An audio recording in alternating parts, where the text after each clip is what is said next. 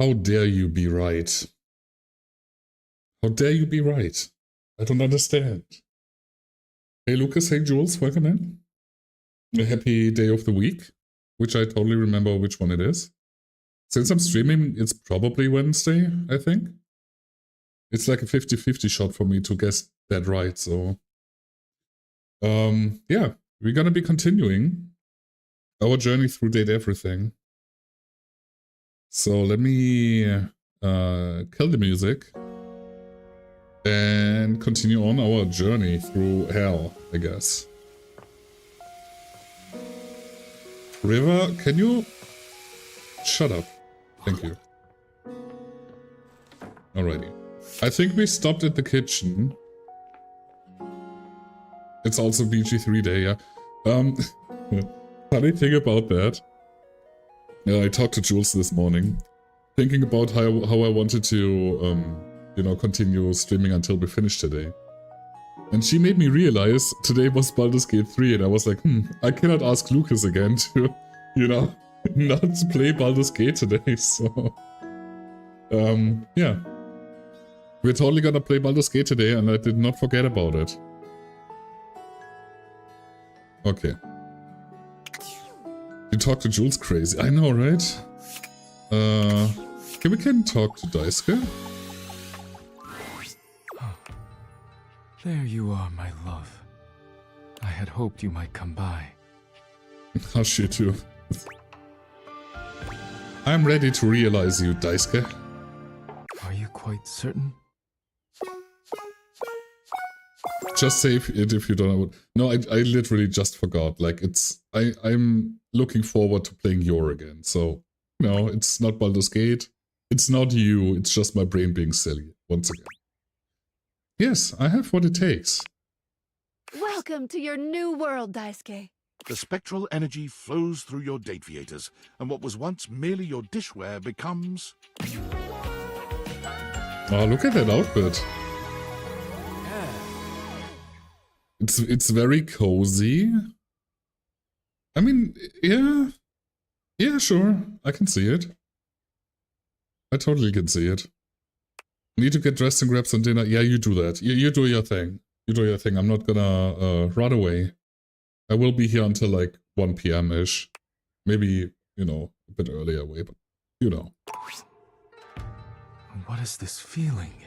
My hands. Daisuke holds his hands up in front of him, like a stoner who's only just realized the wonder of his own body. The power of these hands. They can create so much. Okay, Daisuke is a stoner. Can you imagine Daisuke being a stoner? I love it. Won't be too long, I'm just grabbing some fish sticks and bread. Yeah, that's fair. That's fair, you do that. I'll see you in a few. Can they do anything else? He looks up at you suddenly, with a wild gleam in his eye. I must test them immediately. Daisuke might be entirely too serious in most circumstances, but you find that you appreciate his single-minded dedication to getting you off. His passion for the arts is only matched by his passion for making you feel incredible.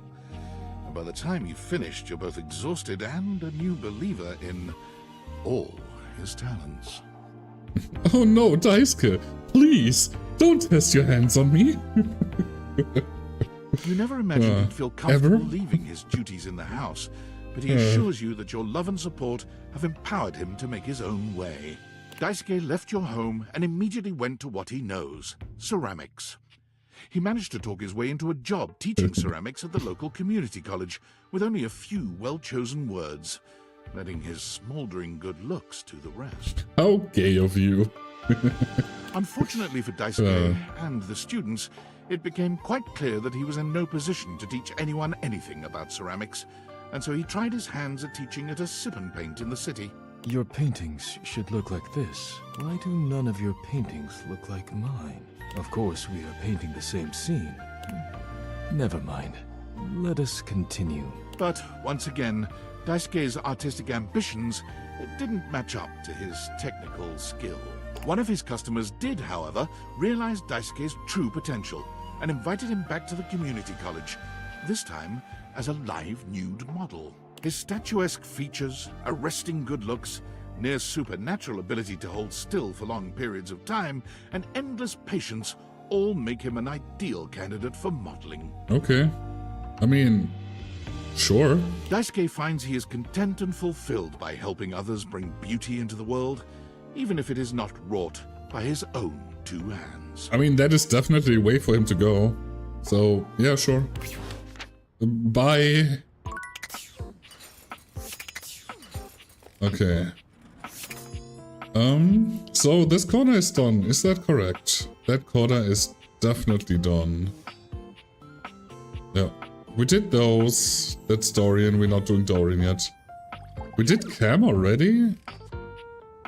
What was I thinking? Jeez. I can talk to the cake? Oh, hold on. We didn't finish Mitchell. Right, we just had the last food with him. Shall we indulge? The last food. That sounds like he's gonna die, but no, you know what I meant. I'm actually here to realize you, Mitchell. Does that mean I'll get to experience Paris? We. And Tokyo? I. Then my greatest dreams are about to be realized along with me. The Last Supper. Yeah, exactly. Do you have all the ingredients prepared? My prep station is ready, chef. And with my prep station, I mean my... Okay, you know, never mind. I'm really funny today. Bon appétit. The spectral energy flows through your Dateviators, and what was once merely food becomes... Oh, look at him! I mean, no. Honestly, I hate this outfit. No. Everywhere I look, it's a fucking mess. Also, what's with his ramen hair? Like, oh, come on. No. Nah. Not a fan. Smell that. The alluring scent of truffle. I would like to... This could be from the new Rift. I still haven't looked at the new DVD Rift. Maybe I should. I should at some point. I mean, I'm gonna play a DVD tomorrow with you guys, so might as well experience it there. The captivating aroma of a far-off Stilton. I saw the dredge skin though, and it looks like ants. All these years of honing my senses, and now I need only do what the other great critics have done. What's that? Eat myself. Okay. Mitchell takes a great handful of food from the fridge in what appears to be the indiscriminate gesticulations of one not accustomed to eating. Peanut butter, tomato, vinegar, even baking soda all go down his newly formed throat. So, how was that? I have made a terrible mistake. Uh-huh. It would appear I have some recalibrating to do. Can you point me in the direction of the nearest fine dining establishment? There's a decent bagel joint around the corner. Every great story has humble beginnings. Now I'm ready to taste what this world has to offer. Mitchell makes a whirlwind food tour of the planet entire. Upon completion, he finally sets down his critic's pen and musters the courage to open his own restaurant. In its first week, it is absolutely skewered in the press. Of course it is. And closes with disastrous financial consequences. Who would have thought that a restaurant themed around feeding me would have done so poorly? Those brutes! Mitchell hurriedly takes up his pen once more and becomes a much respected and feared critic of critics. Oh no, not the critic of critics. Cotswold's review was sloppy, importune, inarticulate, and generally unpalatable. I won't be frequenting his column very much, I'm afraid. You should do the same. With his unique food's eye view perspective of culinary analysis, he finally finds the respect he so desperately hungered for. Okay. I mean, the critic of critics checks out. Yo, Sam, what's up? Did you do it yet? My weeb senses are tingling. I feel like something happened. The world feels Tennessee-er. Wow, you sensed it. Oh my god, for real? You really did it? You gotta tell me everything. What's she like? She sucks, honestly. She's pretty cool. Oh my god, I knew it. Of course she is, of course she is! Oh my god, okay. Just please, if you're still in contact, I just want to meet her. Can you just tell her I want to meet her? No way, that'd be weird. Yeah, of course. Fuck! Okay, calm down, Sam. Be normal. Just go about my business and wait for shit to happen naturally. Fuck. I cannot believe Hirohime is just out there. Oh A whole dear. entire person. Thank you, date creators. Alright, I know you saw that last email. What the fuck kind of fucked up police state shit is this? Your name, your address, your social security number, your credit Right. history, your blood type, your relationship I history. forgot about A that. urine sample, a retinal scan, all your biometric and genetic data, access to your search history, all your internet passwords. Don't forget your favorite CEO. How could I fucking forget? He thought that was so cute. Like, shut up, God. I just don't know anymore, man. I'm making the best money I've ever made in my life. I'm building a resume that could take me anywhere after this. But is it worth it in the end? Am I gonna be able to look myself in the mirror if I stay in the middle of all this? I know you're a good person, Sam. I'm glad to hear that from you. If you lost respect for me, it would devastate me. I've been thinking a lot lately that I always wanted to be a nurse. I've saved up enough to pay for school again. It would be a huge change, but I feel like I'd be happier. Oh, you won't be And with happier the as a kind of nurse. Hours I'd work. Not I don't know. ever, in any maybe I'd country have time ever. for dating again. I've been so lonely and I don't want to date anyone here. You're basically the only person here I'd even consider, like, eligible for that. And I'm Lol. busy and you've got your furniture lovers. You're saying you want to date me? That's not what I'm saying. I mean, maybe in different circumstances, but focus. Okay, talking about Valdivian. There's just so much to think about.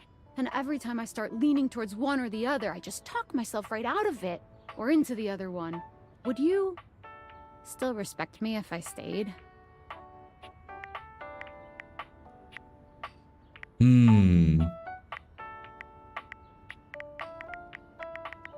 That's a good question. Go date Sam. I'm about to head out, lol. Okay.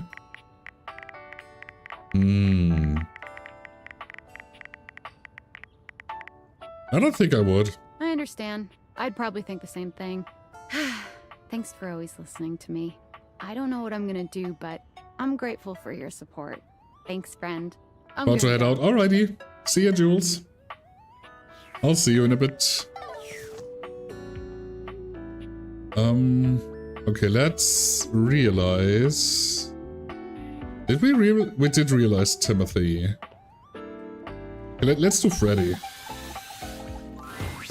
Well, if it isn't the coolest kid this side of the polar ice caps. What have you been up to? Whatever it is, I bet it is as awesome as you. I'm really curious to see how he changes. You deserve to be realized. Do you mean I'm gonna be realized? Well, this is better than a Food Fetch 2-for-1 special. Damn right. Are you ready to do it now? Fuck yeah, I am. You bet. Let's turn this beast into a real monster. The spectral energy flows through your Dateviators, and what was once merely a fridge becomes...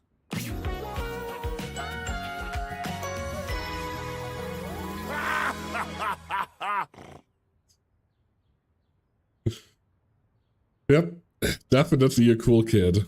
Yeah, I love it. It's wonderful. It's one of the better ones for sure. Freddy towers over you at his full height. You might have thought realizing him would make him human, but now he's a greater, more majestic version of his Yeti self. Awesome. It's so hot. Move over, Bigfoot. Freddy is here. Freddy is here. And I look pretty great, if I do say so myself. You look incredible. I just go put a blanket on the bed for all the four. Whoa. Oh. You're so smart. Freddy looks at you like he means to devour you whole. He snatches you up into his strong embrace. Let's No. get to it. No, I mean, sure, I guess. You know it, big boy. You and Freddy do things that tabloids could only dream about. Don't aroo me, though. and the imaginings of a great many splendid artists online as well. Goodness, I didn't know a Yeti could sweat this much. Intimidated as you might be by a beast of Freddy's size, your natural stamina kicks in. Your evening provides ammunition for your fantasies for years to come. Shortly after being realized, Freddy began to notice he was the only monster around. Aww. We have Nikobaru, though. Armed with curiosity and It's a desire basically a to find monster. his heritage, he traveled far away in search of answers, and those like him. He ate his way across towns and cities, often in disguise. Even though he used the greatest discretion, he still saw his photo in a few tabloids. At least they can never get a clear picture of me. Once he reached the Salty Mountains, he trekked for days to the summit. The snow and wind were harsh, but he found the frosty hike to be rather pleasant. He built a log cabin up there, unpermitted, though the locals knew it would be unwise to ever ask him for one. Though some say they have seen a food fetch delivery truck making many more trips to the Salty Mountains than normal. Okay. That was very sweet.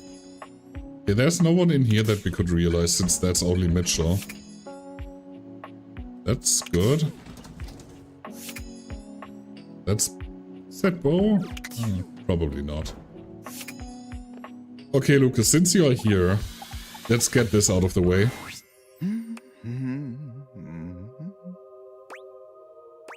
Hi, Errol. Hello, my friend. Oh, okay. I'm ready to realize you. Truly? You understand what this means, don't you? Yes, and I'm ready to do it. Friar Errol, let's go to church. The spectral energy flows through your Dateviators, and what was once merely an air fryer becomes... Building up tension? Okay, never mind.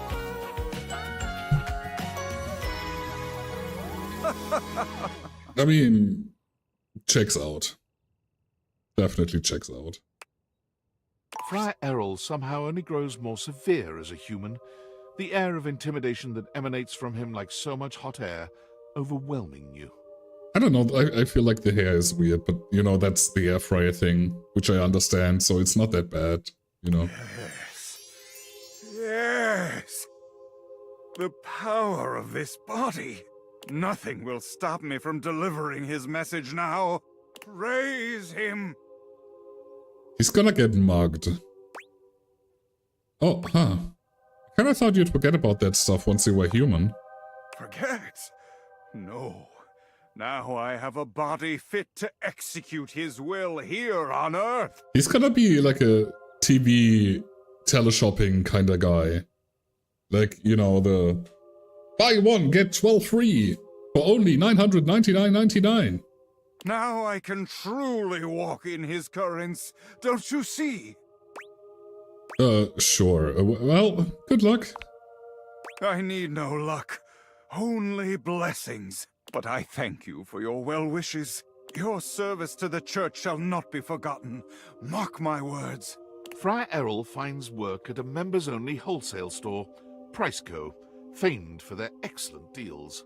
He was hired on as a cashier, but quickly bullied his way into handing out food samples where he could truly speak to customers at length about, you guessed it, the gospel of air fryers. Close enough. You there, come here.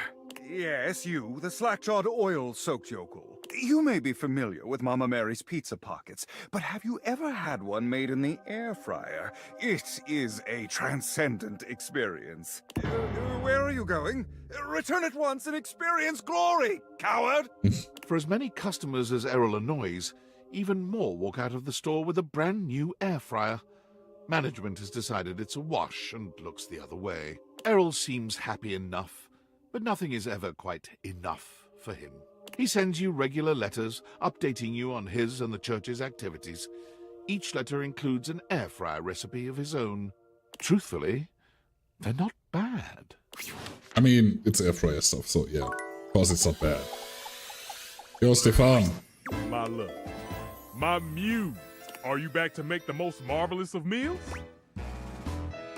I'm here because I want to realize you, Stefan. Oh! Not just me, right? Me and Mr. Cluckles? Of course. Now you're cooking with gas. Do we have all the necessary ingredients? Yes, chef. Living is served. The spectral energy flows through your date viators, and what was once merely a stove becomes...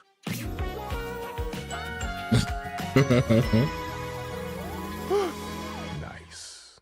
Of course he has a flaming shirt. You know, that guy is a vibe. Like, that... I could see myself be there, like, without all the muscle, though. Stefan looks down at his body, then at each of his hands in turn. You've never seen him this excited. Yeah, definitely a good one. Ah, I'm human! Hot dog, drizzle, honey on a biscuit. I'm so excited! Ah, yes! Mr. Cluckles, now a bizarre combination of Hey, man Panda. Welcome in. and chicken, skitters across the tile, nearly colliding with Stefan as he tries to get the hang of his new legs. Oh god. What did I do? Mr. Cluckles, look at you! Oh, this is so highly unsanitary. Stefan takes some time to calm Mr. Cluckles down. A chicken man running around the kitchen isn't the safest thing in the world. You didn't even show us the chicken man.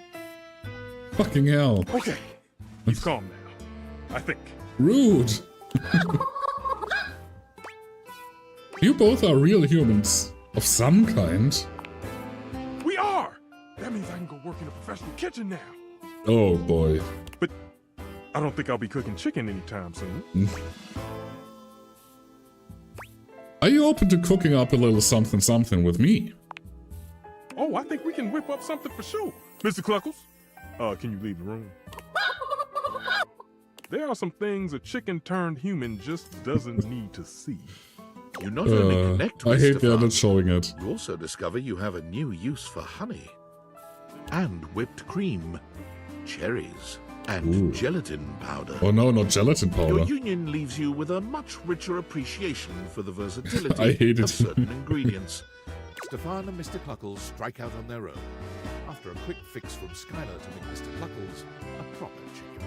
Hey. However, they quickly find that the real world has its own difficulties. Okay, what's gonna happen? Now a human who can burn himself, Stefan's cavalier attitude around a real stove results in far too many accidents. Damn, those things are hot. Remembering the joy he felt in creating sushi, Stefan and Mr. Cluckles move to a small island off the coast of Japan, where he submits himself to rigorous tutelage under a great sushi master. You love it here, Lucas? I'm not so sure about that. I'm not sure he likes it here. Stefan has relearned everything he ever knew about food. He purchases a small hut off the coast, determined to search out and serve only the freshest seafood. Oh, I'm seeing a big one down there, Mr. Cluckles. With Stefan's dedication and Mr. Cluckles' remarkable aquiline diving capability, their unassuming hut becomes a mecca for perfect sushi. Okay, so he ends up doing raw food, huh? Interesting. He just doesn't want to admit it. I don't know. You say so. Oh, we have to go to bed. We're done. Whoops. Sleepy nap time. How are you, Panda? I hope you're okay today. I hope you do be okay. Sometimes I really suffer watching Jian. Honestly, same watching me and you. Like, just watching, you know, it's a thing. Yeah. I can see it. Ranger! Oh, I'm so happy you're back. Seeing you makes my heart skip a beat.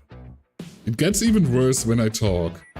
Or that You know. might be an arrhythmia caused by all the excess power crank in my bloodstream. Sometimes watching is enough, but man, when I start talking, Too bad jeez. swarmers hate our medic. Now I'll never know for sure. Luke, I'm ready to realize it. Just as the immortals foretold on that popsicle stick. Okay, he's gotta be like, laser tag instructor kind of deal. Probably. I think. This is a risky mission though, Ranger. Are you sure your glutes are maxed out enough to power through such a transformation?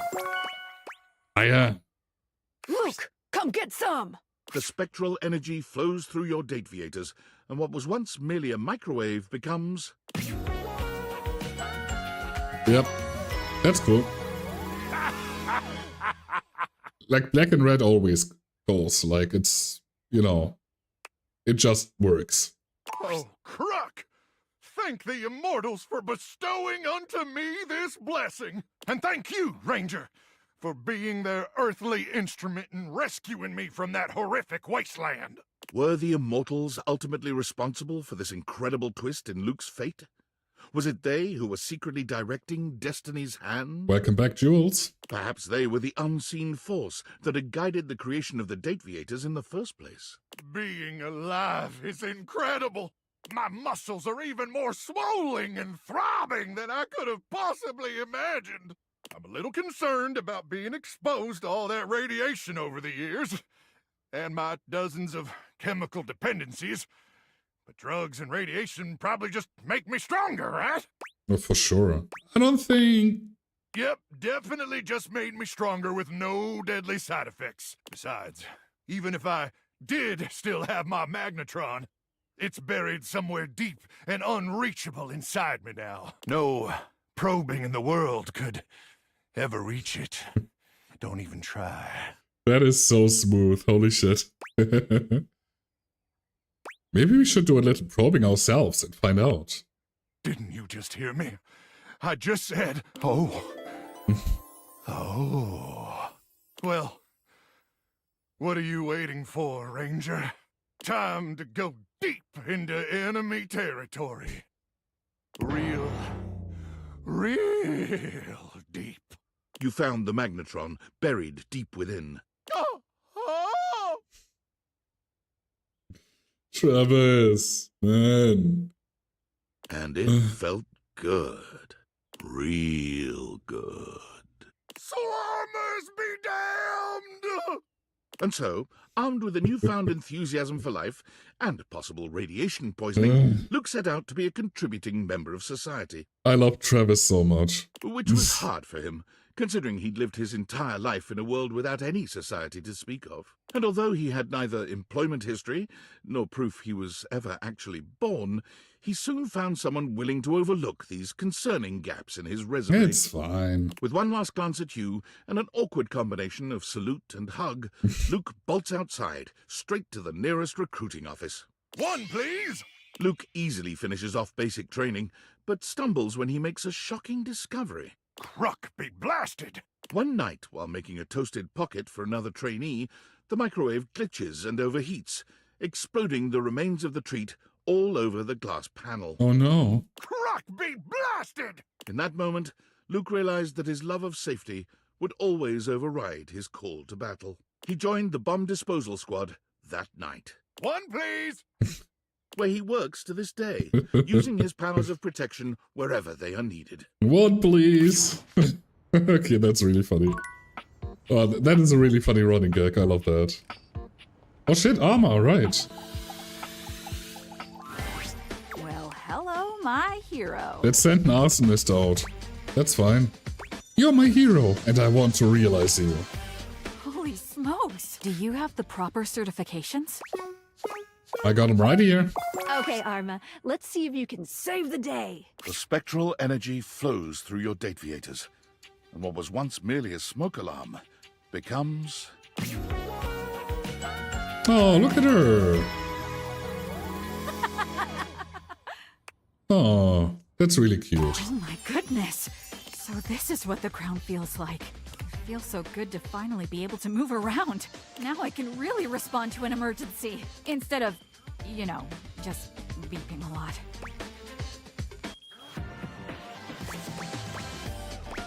I liked your beeps though. Aww. No, you didn't.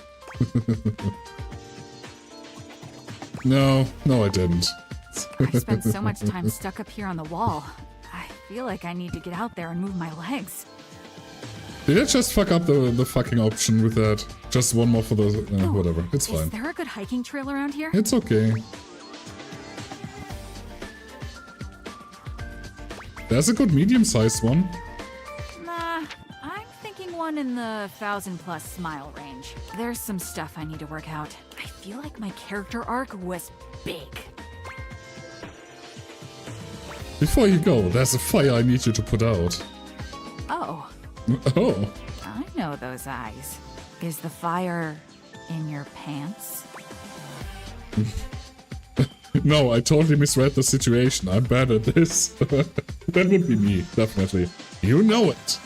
We'll extinguish that together. Without changing out of her firefighter's apparel, Arma promptly lifts you and carries you over her shoulder. Let's go find a hose. Tie me up, mommy. No. I'm gonna be in charge this time. Fighting fire with fire, huh? Arma's love is tactical, alert, and always smoking hot. Stop, drop, and roll! Before you know it, Arma has put out your flames not once, not twice, but 3 times. Jesus. Okay, hero. My job is done. Arma went on to complete the through-hike Triple Crown, Appalachian Trail, Pacific Crest Trail, and Continental Divide, all in 1 year. By the time she was finished, the fires raging in her own psyche had finally calmed down, leaving her in peace at last. When deciding what to do next, she thought back to when she was happiest, overlooking a grand vista and thinking on its protection. As chance would have it, she was offered a job by the Forest Service, one that she was all too happy to accept. Firewatch Deputy Arma, reporting in. All clear. From her tall tower, she was reminded of her days as a sentinel, high up in your own home. Happy at last. Hey. That was really nice. I thought I kind of ruined the thing, but, you know, oh no, David Most. Valdivianites! CEO David Most, quickly checking in before checking out. That's right, team. I finally finished my mandatory recovery program. They said they'd never seen anyone more sober in their entire lives. So chalk up one more thing I'm the most of. Get it? Because of my name. CEO David Most. And it looks like I'm arriving back not a moment too soon. As I understand it, there has been some employee pushback regarding our recent surveillance initiative. I've heard feedback calling it horrifically invasive and definitely illegal. I just want you all to know that your privacy is our utmost priority, and our legal team assures me you can't press charges, so you should rest easy. Sure, some of this may be unorthodox, but it's nothing that I wouldn't voluntarily share myself. For instance, regarding the relationship history question, you may be surprised to know that I've only ever had one relationship. His name was Franklin, and we were deeply in love, but he betrayed me, broke my heart. And what happened after that is none of your or the government's business. See? If I can do it, you can do it. So don't be shy. Grab those plastic cups and get us those urine samples ASAP. How about no? Yo, Miranda. Help me get out of here. For the first time since you've known her, Miranda looks a little nervous. She's still happy to see you, but you can tell by the way she fidgets that there's something on her mind. Hey, so, okay, this is like a really exciting moment for me, and also I'm a little nervous. I guess I didn't finish Miranda off, huh? Do you remember when you helped me out so much and we wrote those lyrics together? Of course I do. We worked hard on those. So, I finished the song. Okay, not finished completely, but I really think there's something there and I want to share with you. You want to hear? Yes. Miranda lifts one hand high in the air, calling out to her Oh, bandmates. are we gonna see the... I forgot the name? Amigas, let's make some enchantment. I guess not. Enchantment?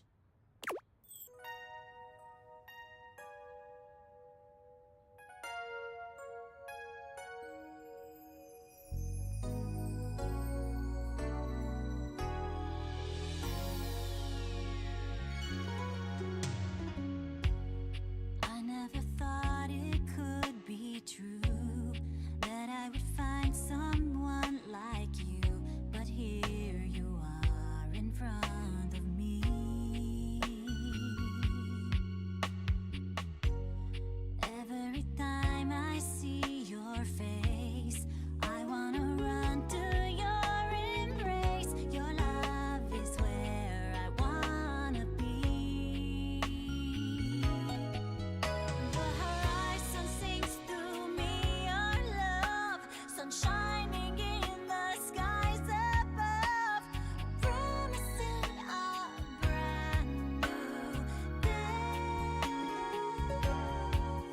Thankfully I don't have a lighter here. It's really good though.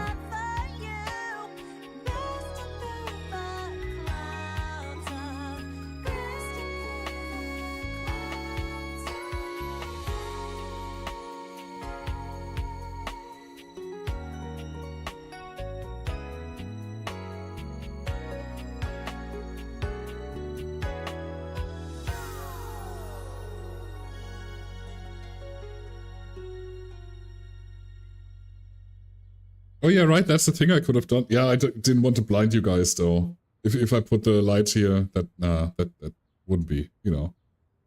That was really good though. That was good. Finish listening. Thank you. Miranda is lost in the emotion of the song for a few moments after she finishes. When she finally looks at you, there's a clear vulnerability in her eyes, no matter how hard she tries not to show it. So, opinions? Feedback? Are you struck wordless by the majesty that has just unfolded in front of your eyes? Because if you are, I would totally get that. That was amazing. I'm so happy you liked it. That makes me feel all warm and, well... Toasty? Hey, you said it, not me. Catch you later, okay? Okay, so we gotta go back to Miranda in a sec. That's fine. So, we're done with the kitchen then, is that correct? I think so. Like, we have to do Miranda tomorrow, but other than that, I think we're good. Damn, okay. So, we're done here. Candelabra. Okay, let's do Rainy first, though. Hey there, sugar. Hey there, doll. You want to listen to some love song or maybe make some sweet music? I'm ready to realize you. Huh? Realization? Why you pulling my leg? Not at all, I'm serious and ready. Ladder up. The spectral energy flows through your Dateviators, and what was once merely a record player becomes... Aww. That is very pretty. Yes. Also, that was our 50th realization. Just saying. Yeah, that's really pretty though. I like it. Oh my God! What is this feeling? I feel like I can dance all night long. Look at these gams and look at this caboose. I'm a genuine human being. Yeah, Rainy's awesome. You're so much more than that to me, Rainy. Oh yeah? Why don't we get out of here? And you can tell me just what I am to you in private. This is so cute. Rainy was a good time as a record player, but as a human woman, she's a real bear cat. A firecracker in and out of the bedroom. But as fiery as she may be, there's a real sweetness and care in her touch. This isn't just frenzied rutting. You find yourself truly dizzy with this dame. Your sweet lovemaking leaving a lasting impression on you, long after she's left your house. Rainy sets her sights on musical theatre, determined to see her name up in lights. But fame and accolades are slow to come, and for a moment, Rainy finds herself deeply discouraged. But Rainy has spent many years dancing to the beat of her own drum, and the lack of recognition for her efforts only galvanizes her further. In a serendipitous turn of events, Rainy is cast in a 1920s-style jazz musical homage to the powdery old-time gangster Talc Capone. Can visit fire while they're at it, right? With Talc, her star begins to rise. Reviews rave that Rainy is the very spirit of the Roaring Twenties, an actress so talented she transports the viewer back in time. Rainy sends you her playbill and a photo of her name in lights, just as she'd hoped. When you're ready to leave the house, she's reserved tickets for you. We've got 50 realized datables. 50. Okay, Skylar. Oh, the house is starting to feel a little empty. But the outside world is already starting to feel a whole lot brighter with everyone running around out there. Okay. Thank you, Skylar. Well, that's only Scandelabra in here, right? That's missing. We did Hector. Yeah, I think that's only Scandelabra here. What's up in the Discord? What's up, shit. I already forgot his name. Franklin? I can't believe it. Invasive personal questions? privacy-eroding surveillance, fluid sample collecting. This is the most inappropriate, unethical, intrusive corporate malfeasance I've ever seen, and I spent 6 months at our competitor, Diabolicorp. I realize David's under duress, but he's finally gone too far. I was thinking about our character having lived for weeks with all these people to talk to every day, and then suddenly they're all gone. Except they hate endings, yeah. Which makes it even worse. Malfeasance my fave weapon. Oh, Malfeasance was fun, yeah. Agreed. To think I almost fell for him again. That I almost believed his I miss Franklin. We were so deeply in love. sob story. He hasn't changed at all. He's the same selfish, controlling, narcissistic creep he's always been. You guys would probably get along fabulously. Well, I've had enough. It's one thing when his disturbing behavior is only directed at me. It's another when it's directed at thousands of innocent employees. And he can parade around like he has absolute power at that company, but it's my company too. I may have been canned, but I'm still a shareholder, damn it! If I realize more objects, can I get shares? The time for talking is over. It's time to take action. I'm going to concoct a plan to depose David from his throne once and for all. Oh no. Right after I get some fresh air. I'm operating from a hidden underground bunker, and I don't think anyone's aired it out in 50 years. It's not hygienic at all. Shockingly. Okay, Scandelabra, let's go. My lover! Shall we take a look at that big dex of yours? So we're going through the decks and then we're gonna realize him. So let's do it. Now, where were we? Wait, what?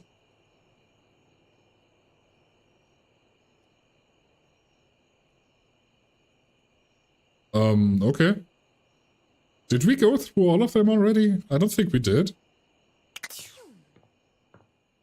Well, I guess that part of the game is being closed off.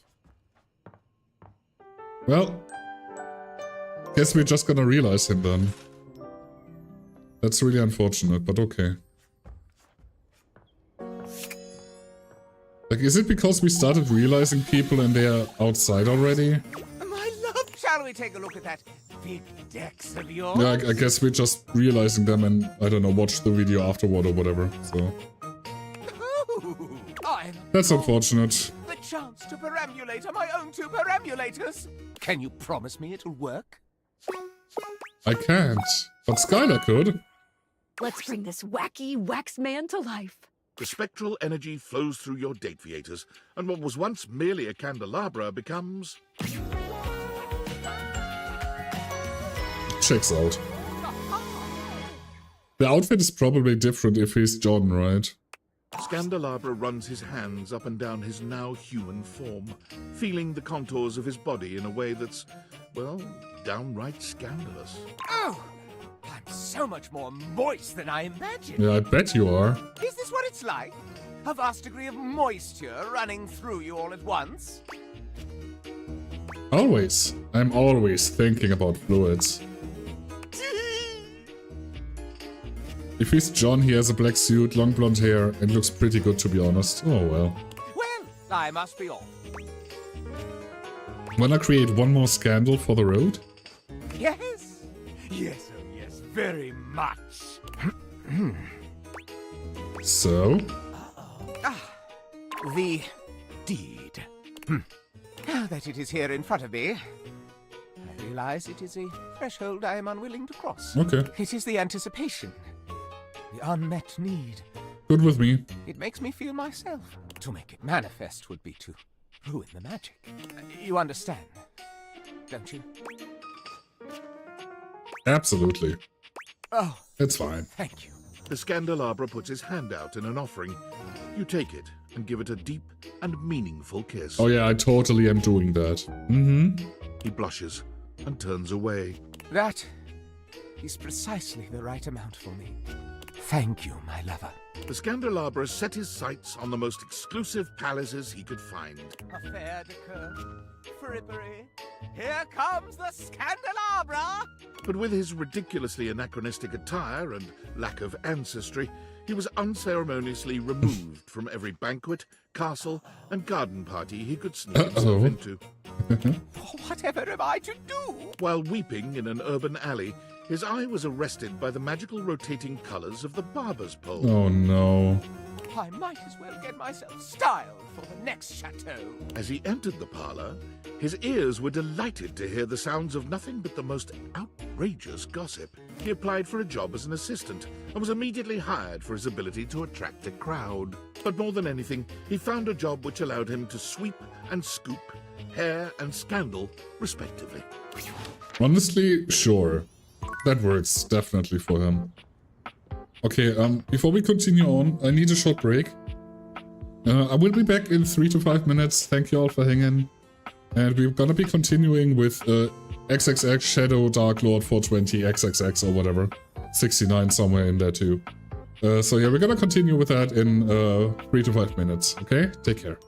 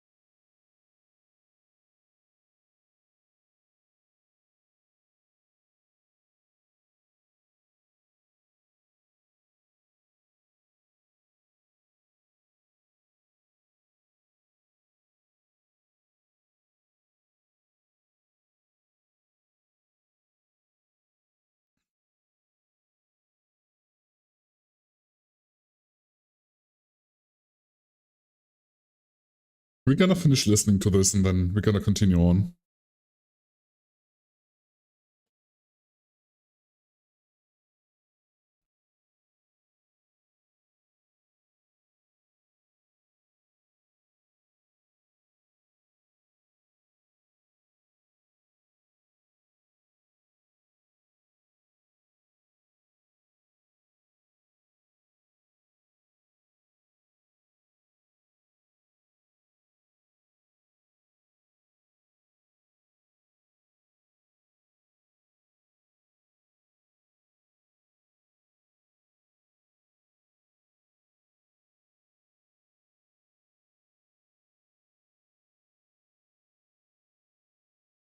Alrighty, that's it.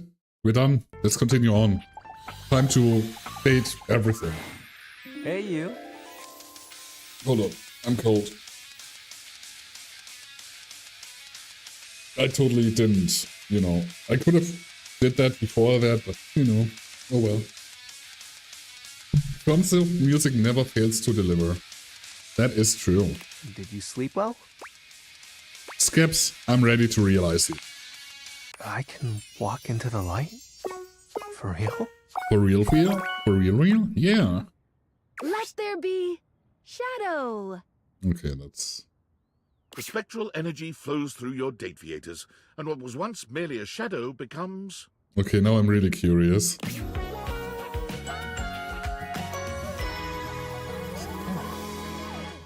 I really thought it would be the emo haircut, but I guess not. Like the you know... I mean, yeah, cool, works. He really is cute, yeah.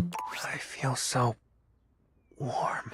Skips looks up at the sun for the first time, stretching his now human hand towards it in wonder. I miss wearing those sleeve thingies. I don't know what the names of those are, but I used to wear them so much. It's so beautiful. Also, it's really cool that the Shadow has his own t-shirt. So that's fun.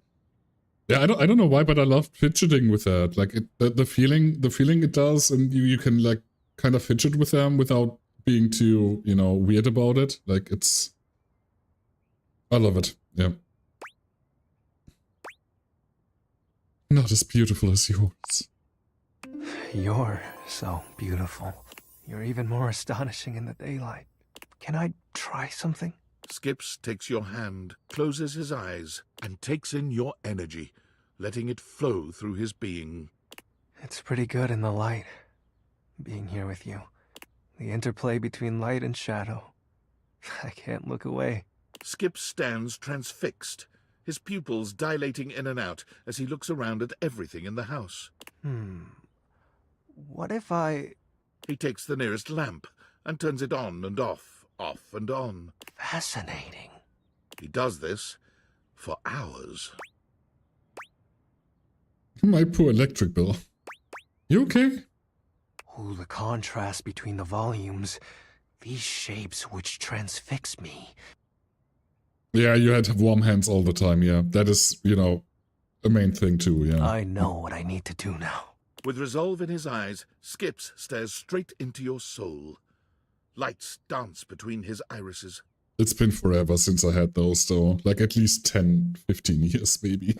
I will become Lord of Shadows. Okay. Good luck with that. By joining the local theater troupe as a lighting operator. Okay, that's really funny. And I totally can see him there. Spotlight on. That's really funny. Okay, Gaia. It's time for you to travel the world. Welcome back, my angel, my trout. I'm ready to realize you, Gaia. What? Go away, sure. Seriously? I can run around and travel on planes and boats and what have you? I get to have legs? Yes, legs. Ah, I'm so excited I feel like I could fly. Actually, that'd be wicked. Can my human body have wings? Can I be a wingling human? Can you do that? A wingling human. I'm afraid not, but I'll do my best to keep that feeling intact. I love Gaia so much. I hope... Spin for us, Gaia.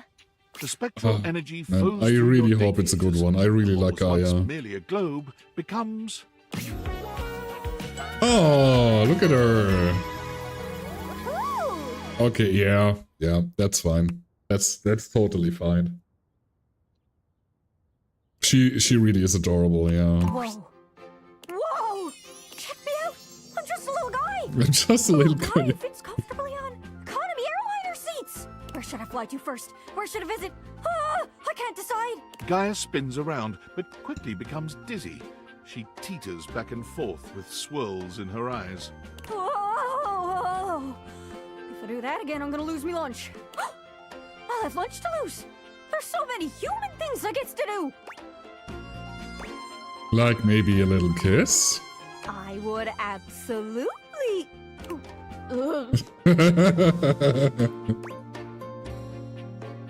No.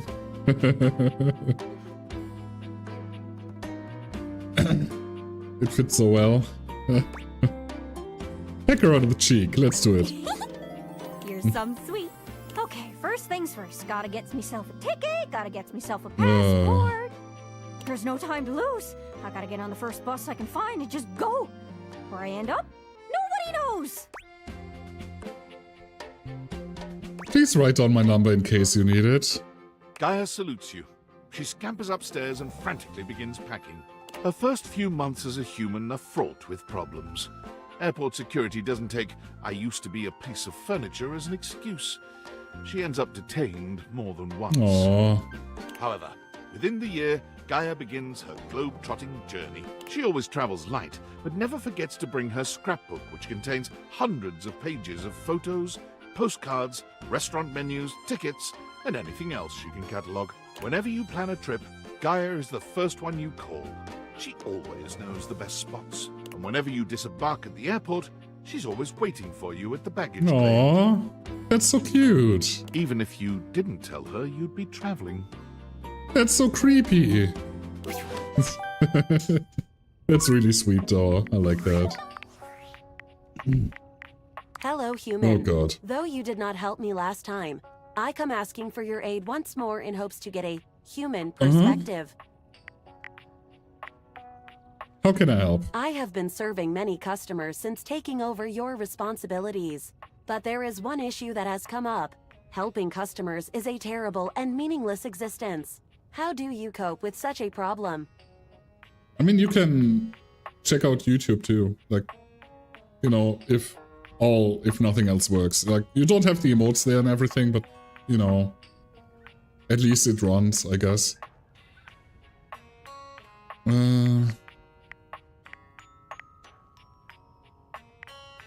People are worth helping, no matter how annoying they might seem. Why? They are extremely annoying and seem to rebuff my help at every turn. They are also extremely annoying.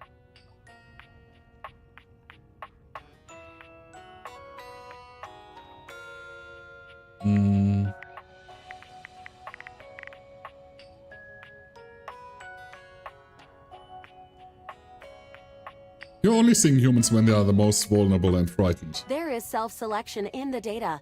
I only see them when they are in drastic need of my help, increasing the likelihood of poor behavior. Yes, I'm because actually their helping backs the are AI, leave me metaphorically alone. against a wall. That is a correct and more holistic perspective and has revealed a flaw in my perception.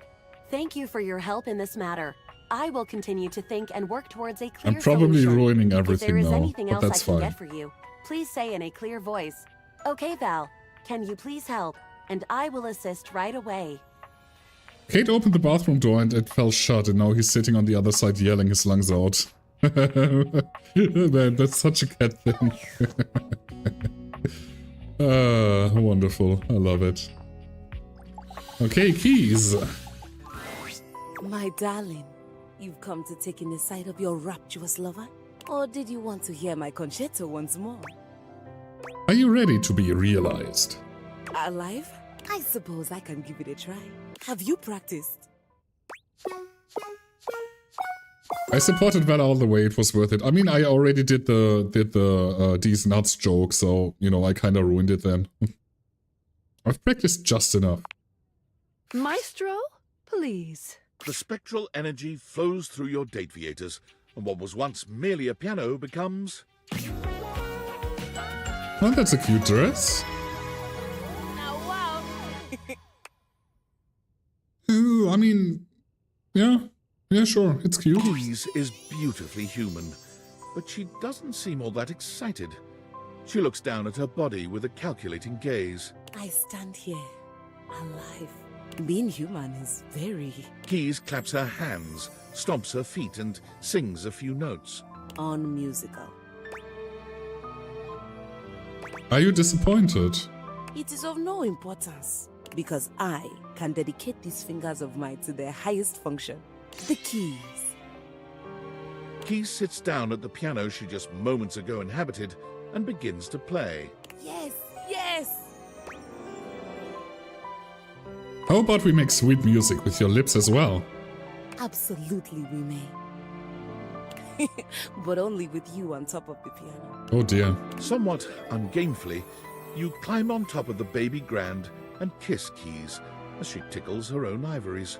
The accompaniment she plays ebbs and swells with the love between you both, creating a divine music that underscores each and every feeling, each and every breath. It is divine.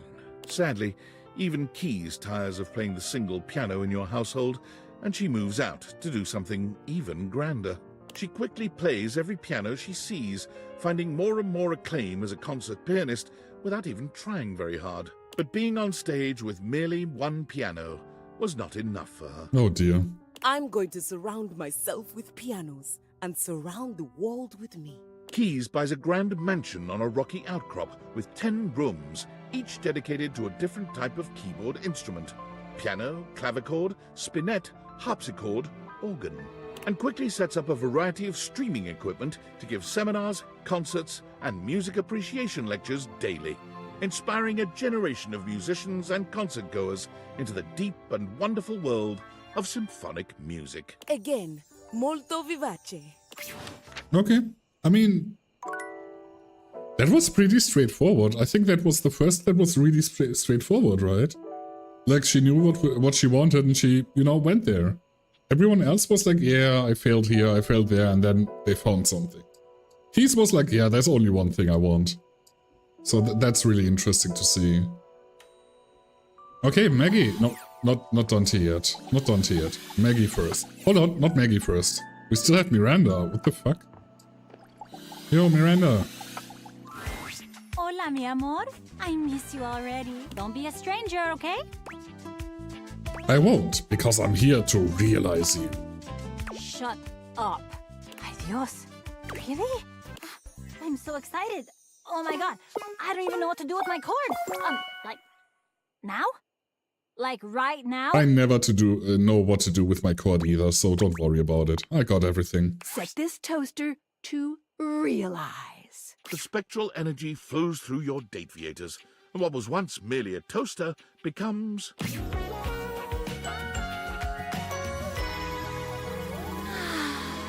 She's cute, I don't like the dress. I'm sorry. I don't like the dress. Like, not a fan. But, you know, she's cute nonetheless. Miranda does a charming little twirl, looking herself up and down. She sings a few test notes, giggling with delight at the result. Ay, Dios. I'm a sexy human.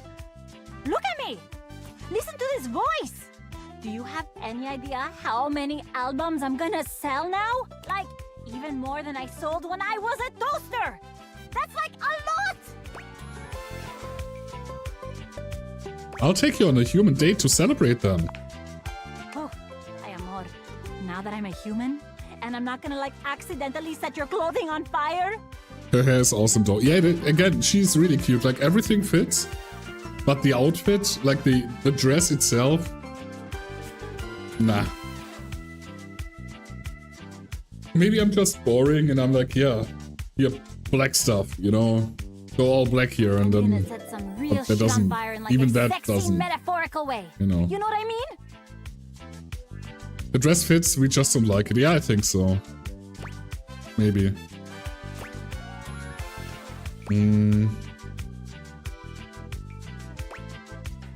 You've always burned me up, Miranda. Come here, my favorite little slice. You and Miranda share a night of real heat and metaphorical fire that leaves you both slightly cooler and quite tired in the morning. Before she leaves your side, she bends down and gives you a quick but loaded peck on the cheek. Thank you for believing me, amor. The next time you saw our dear Miranda Dulcita was from the back of a massive and sold-out stadium, where she was touring in celebration of her new album. She couldn't see you from the stage, but having gotten your text that you would be there and so excited to finally see her perform live, she threw a great big wink out into the crowd. Mwah. And that's for my favorite little slice. Of course, everyone in the stadium assumed that they were her favorite slice. But you knew the truth. Miranda has promised to set aside tickets for you at any show you can make. Even though you've seen it countless times, she always gives you a special shout-out when you attend. Oh, that's really cute. She's so excited and happy to be traveling and performing fully herself at last. That is really cute indeed. I really love that. Also, I think we're done with the kitchen now. Isn't that nice? Everything's shiny. That's very good. We did Candelabra, we did everything here, so yeah. Next up is Maggie tomorrow. David Most. Valdivianites, have you ever been to outer space? Well, as of right now, I have. Which means I, CEO David Most, have the distinction of being the first corporate CEO to send a team email from beyond our planet's exosphere. Super exciting stuff. But do you know what's even more exciting? The Pentagon has just sent over the final results of our initial employee audit. We did, You'll be Freddy. happy to know that most of you passed And with Fryer. flying colors. And while, unfortunately, we have yet to determine who stole the lost glasses, the audit did pinpoint a number of employees the government would like to speak with. Thomas Hallmark, you owe $5,000 in back taxes. Tiana Jackson, you're pregnant with twins. Ryan Crandon, the Department of Homeland Security will be outside your apartment in 10 minutes. And Andre Garcia, you've been legally deceased since 1994. Most importantly, this audit has led to a startling discovery. The missing glasses give off trace amounts of radiation on account of their frames being made of radioactive material. Knowing this, we will be able to track the radiation, allowing us to finally pinpoint their exact location. With any luck, we'll have them before I re-enter Earth's atmosphere. There's thermosphere, but you say atmosphere. That's rude. No, we did Freddy and we did Fryer. Like those were the ones that we did when you were we did Freddy, Fryer, Stefan, and Luke while you were gone, I think. So yeah, you missed them sadly. I'm sorry.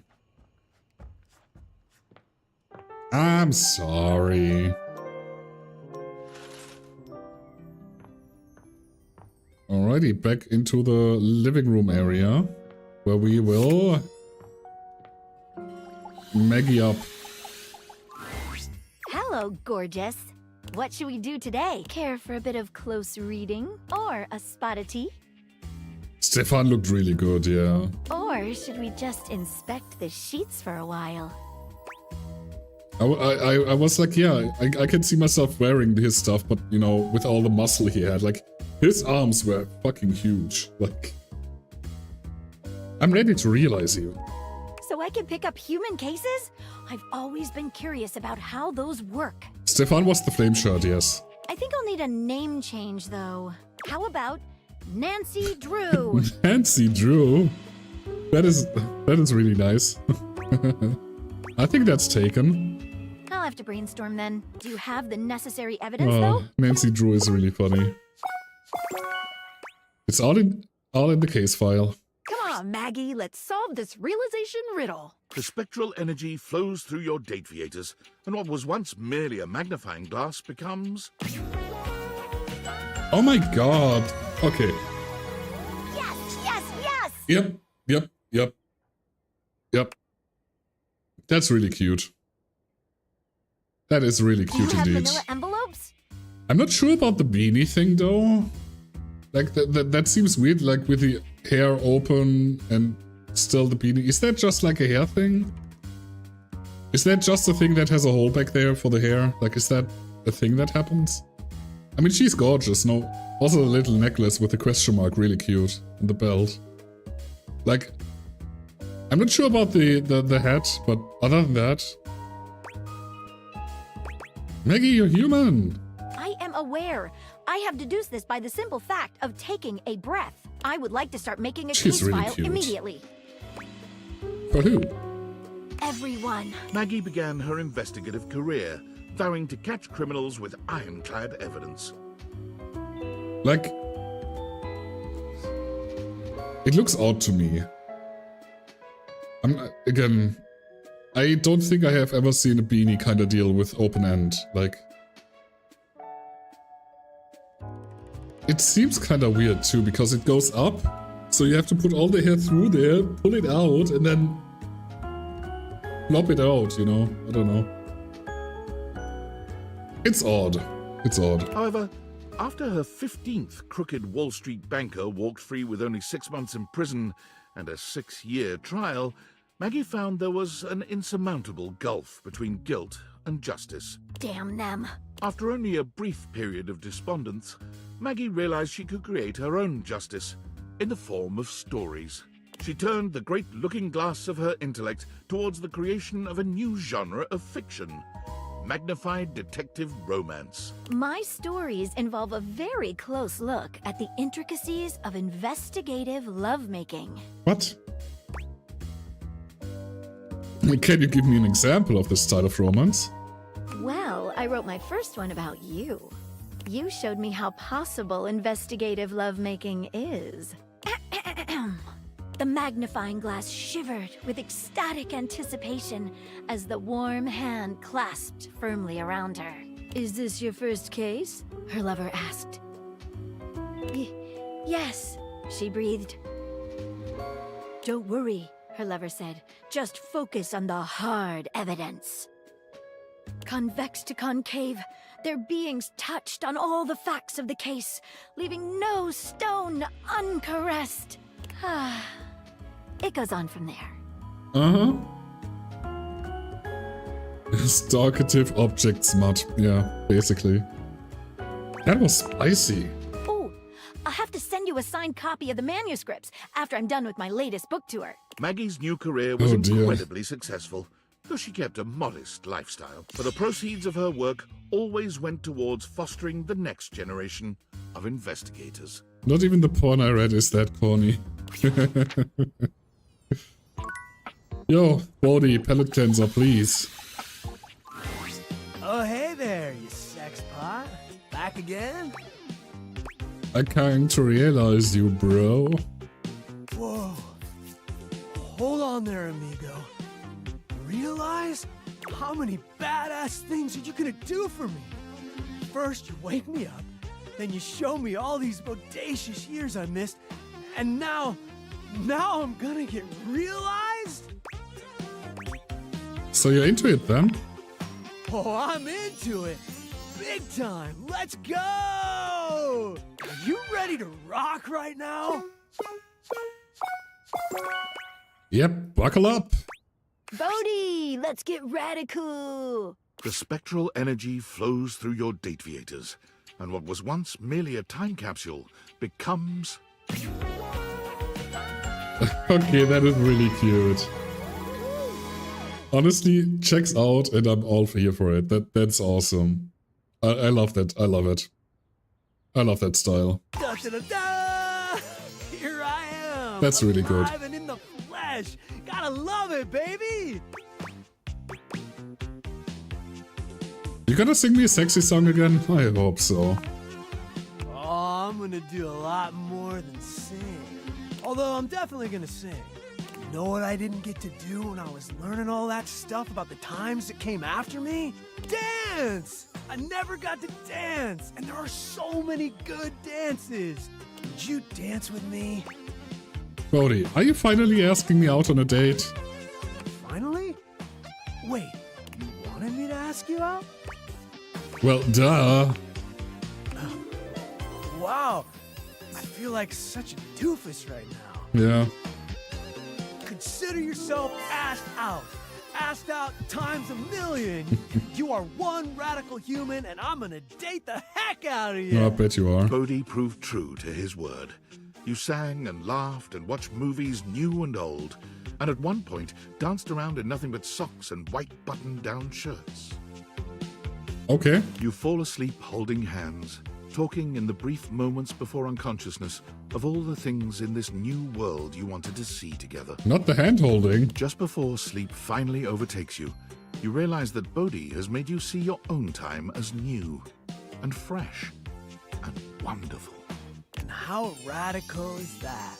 Bodhi made sure to say a very musical goodbye to you before he left in the morning. When asked what he planned on doing, what would be his ambition for his new life, he replied only, I don't know yet. I've still got a lot to learn, so guess I'll figure something out. He bounced around doing odd jobs, and quite happily too, until he found himself working at a movie studio as a coffee delivery guy. One day, delivering an order of iced lattes to a closed set on one of the sound stages, he heard snatches of the music he recognized from his history as a time capsule. He saw frizzy perms, tight jeans with sneakers, bright leggings with leg warmers. Classic. He had delivered coffee to the set of the first season of Stranger Rings. Not the Stranger Rings.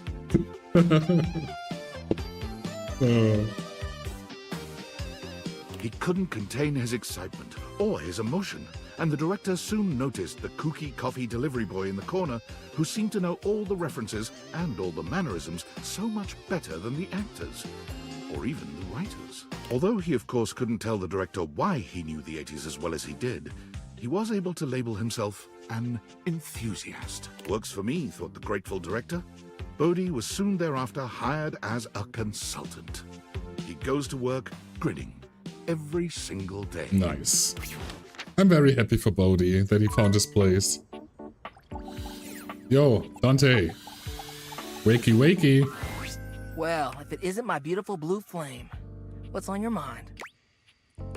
I'm ready to realize. You mean stoke my flames all the way to personhood? The only thing is that kind of transformation takes stats. You got enough of those? I got all the stats, bro, Seth. Dante, let's bring the weight of the flame to the world. The spectral energy flows through your Dateviators, and what was once merely a fireplace becomes... Oh, he's cute. Definitely cute. Your fiery homie and love coach is nearly unrecognizable. Gone are the embers and flames that made up his body, replaced by flesh and bone. Again, black and red, or orange-ish. Always works. There's so much to take in. An impressive pompadour on his head, tattoos on his neck and chest, the impressive set of abs he shows off beneath his jacket. Oh my god! What? I'm so hot! You look great, Dante. I know! You made me like this. Now I'm gonna spread the gospel of game. Thank you. I'm trying to help you spread the gospel of bang, baby. Well, honestly, no. Yeah, I know. This form is new to me. Will the student become the sensei for this old flame? Nah, I'm pretty bad. I'll show you a thing or two. Slowly, you stoke Dante's interest, showing him all that you know. He's the ideal student, taking in everything that you give him, while also being curious enough to take lessons deeper and further. Afterwards, you lay in each other's arms in a blaze of glory, and the long, slow cool-down is magnificent. Dante quickly finds himself going to all the hottest clubs to strike up conversations with humans for the first time, where he finds that his eagerness to bring people together in healthy ways is a fairly useful skill. He becomes the brightest light in each bar he goes to, a beacon of friendliness and sexiness in equal parts. Bringing all the lonely customers together in laid-back, congenial ways makes people trust him, and word spreads out that he is the ultimate wingman, willing to step back and give others the heat they need. You got this, homie. Be kind and be sincere. His winged motorcycle jacket becomes an icon in the clubbing scene for years to come. Okay. That is pretty straightforward. Not complaining. That's really good. Should we do Memoria? No, we're gonna do Memoria in the attic. That's like where we met her first, so we do that there. Well. Ronan, friend is back. Ugh, I feel as though I've swallowed a live frog. Nice to see you too, Jacques. Oh, come. I've been doing research since I saw you last on what precisely it means to friend someone. Friend! Forgiveness for their peculiarities of speech and occasional lapses in comportment are very much part of the bill of lading. And your hold, friend, may be getting quite full. I have zero intention on being any nicer to you or more pleasant as a general rule than I am right now. So put that on your oar and stroke it. Stroking, per instruction. That sounded like innuendo. Innuendo makes me quite hostile. Employ at your peril, you lobster. In fact, off with you.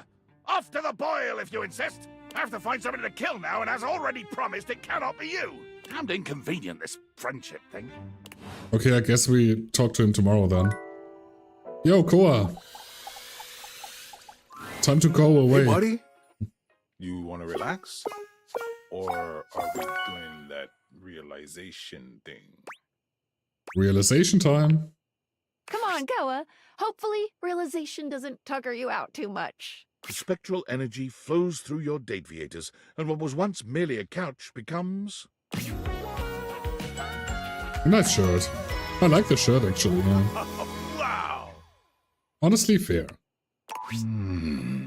Koa looks over his body, marveling at the size and strength of it. The words don't seem to come. He looks to you, opening and closing his mouth a few times before just shrugging. Welcome to humanity, Koa. There's so much this body can do. So many naps I could take in so many different places. Your body can do so much more than just sleep, handsome.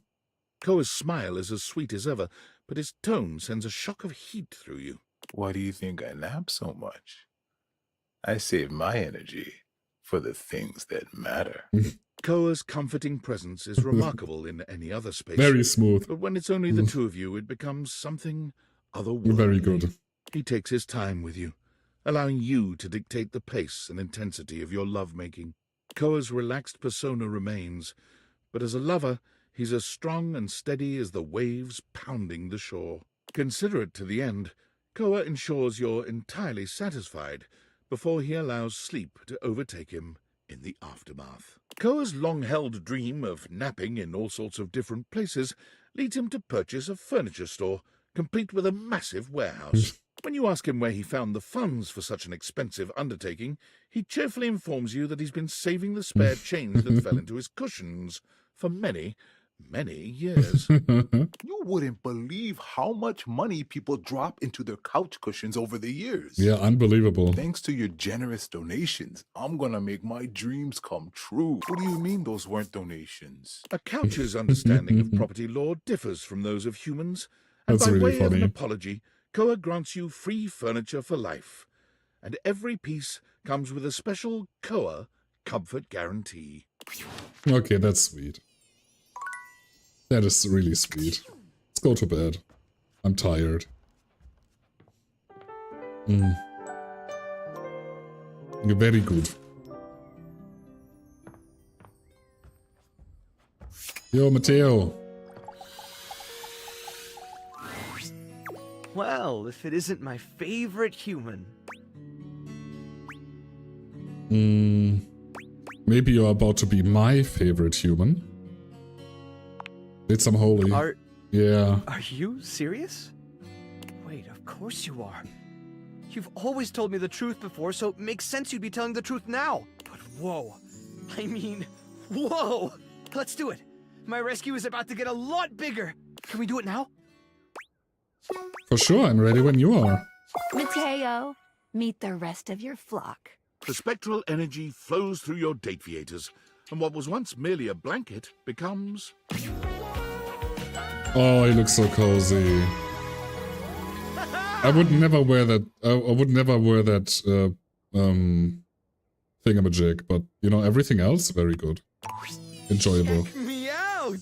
very cozy. Not only has Matteo been transformed from fiber and fabric into a flesh and blood creature, but so too have his beloved inanimals. Look at them! Look at us! All the inanimals, they're here too! How did you know your Dateviators could do that? It does suit I him, yeah. just can't think of a better gift than this! Like I just said, I'm not gonna wear the pullover he has on, but everything else, like, it suits him for sure. Like, it's a good outfit. We're together! Totally. And our world is so much bigger! The good we can do is so much bigger! Can I still be with you, with them? I can't imagine a world where you aren't part of my family. Oh. Also, did just the drone fly by here? You and Mateo curl up together on the sofa, surrounded on all sides by your mutually beloved inanimals. Did I see that correctly, that there was a You drone? spend Yep. what seems like hours petting them, tickling them, just enjoying the warmth and humanity that you can now share.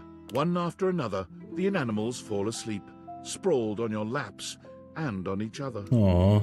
As their snores surround you, your own eyes become heavy. Mateo's hand closes securely around your own. As you drift into a puppy-scented sleep, you hear him whisper, You are my family. Forever. Aww. You dream of needing a rescue, and then Mateo comes to find you. The next morning, you awake to find him gone, and there's just a slight, okay, not so slight, dusting of dog hair over most of your living room. Mateo goes and volunteers himself and his inanimals with the local chapter of the WFYB, the We'll Find You Brigade. They're accepted gratefully, but since they comprise such a unique team, the brigade designs for them a unique task. Mateo and the inanimals are sent to far-off remote locations where both people and animals have gone missing.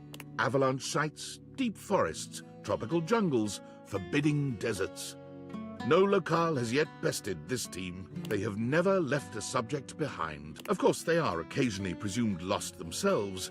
Mateo and the inanimals have been known to spend weeks on an assignment, or possibly playing out in the wilderness with their new rescued friends. Hard to say, really. But not to worry, say their compatriots at the Home Office. They always come back. Good. Yeah, I need to turn off those. This is really pissing me off. Like, seeing the fucking drone fly around every fucking 2 seconds is really annoying, so... Oh, I cannot close those. Okay, that's sad. Okay, we still have the TV, we have Luna, and so on. But I really need another short break, so I'm sorry about that, but, you know, I just need a short one, so I'll be back in 2 minutes.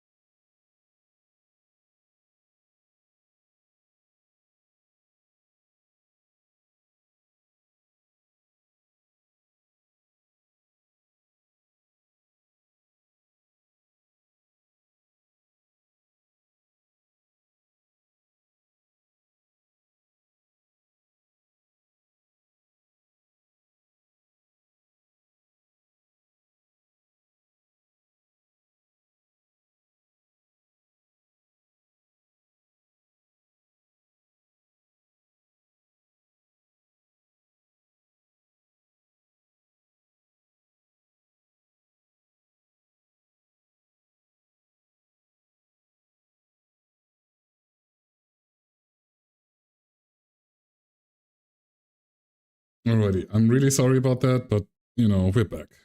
Hey. Fuck Act 3? I agree. Alright, Tally, what's up? Well, if it isn't the VIP dream that makes my flat screen scream, how can I cater to my greatest spectator? I'm ready to realize you, Tally. Legit, my pet? It's time to upgrade this TV set?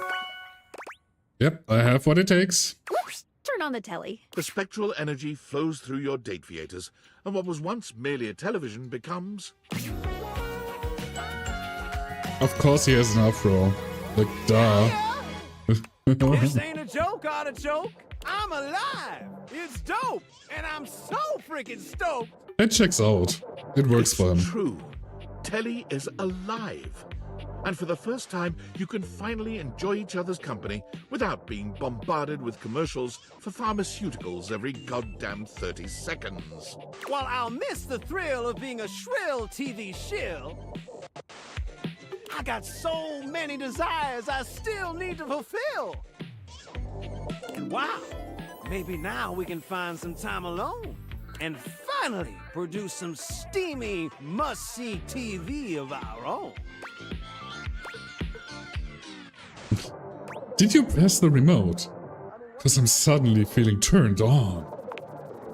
Well, grab some popcorn and spread those thighs, because the following is definitely viewer discretion advised. My god. He has 3D colored eyes. Yeah, he does. He does. And boy, howdy is it.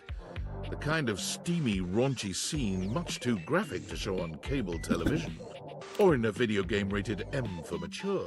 But rest assured, it is very, very hot. But as I'm sure you're well aware, being alive isn't all just breathing and keying your ex's car and begging your parents to help pay the legal fees for keying your ex's car.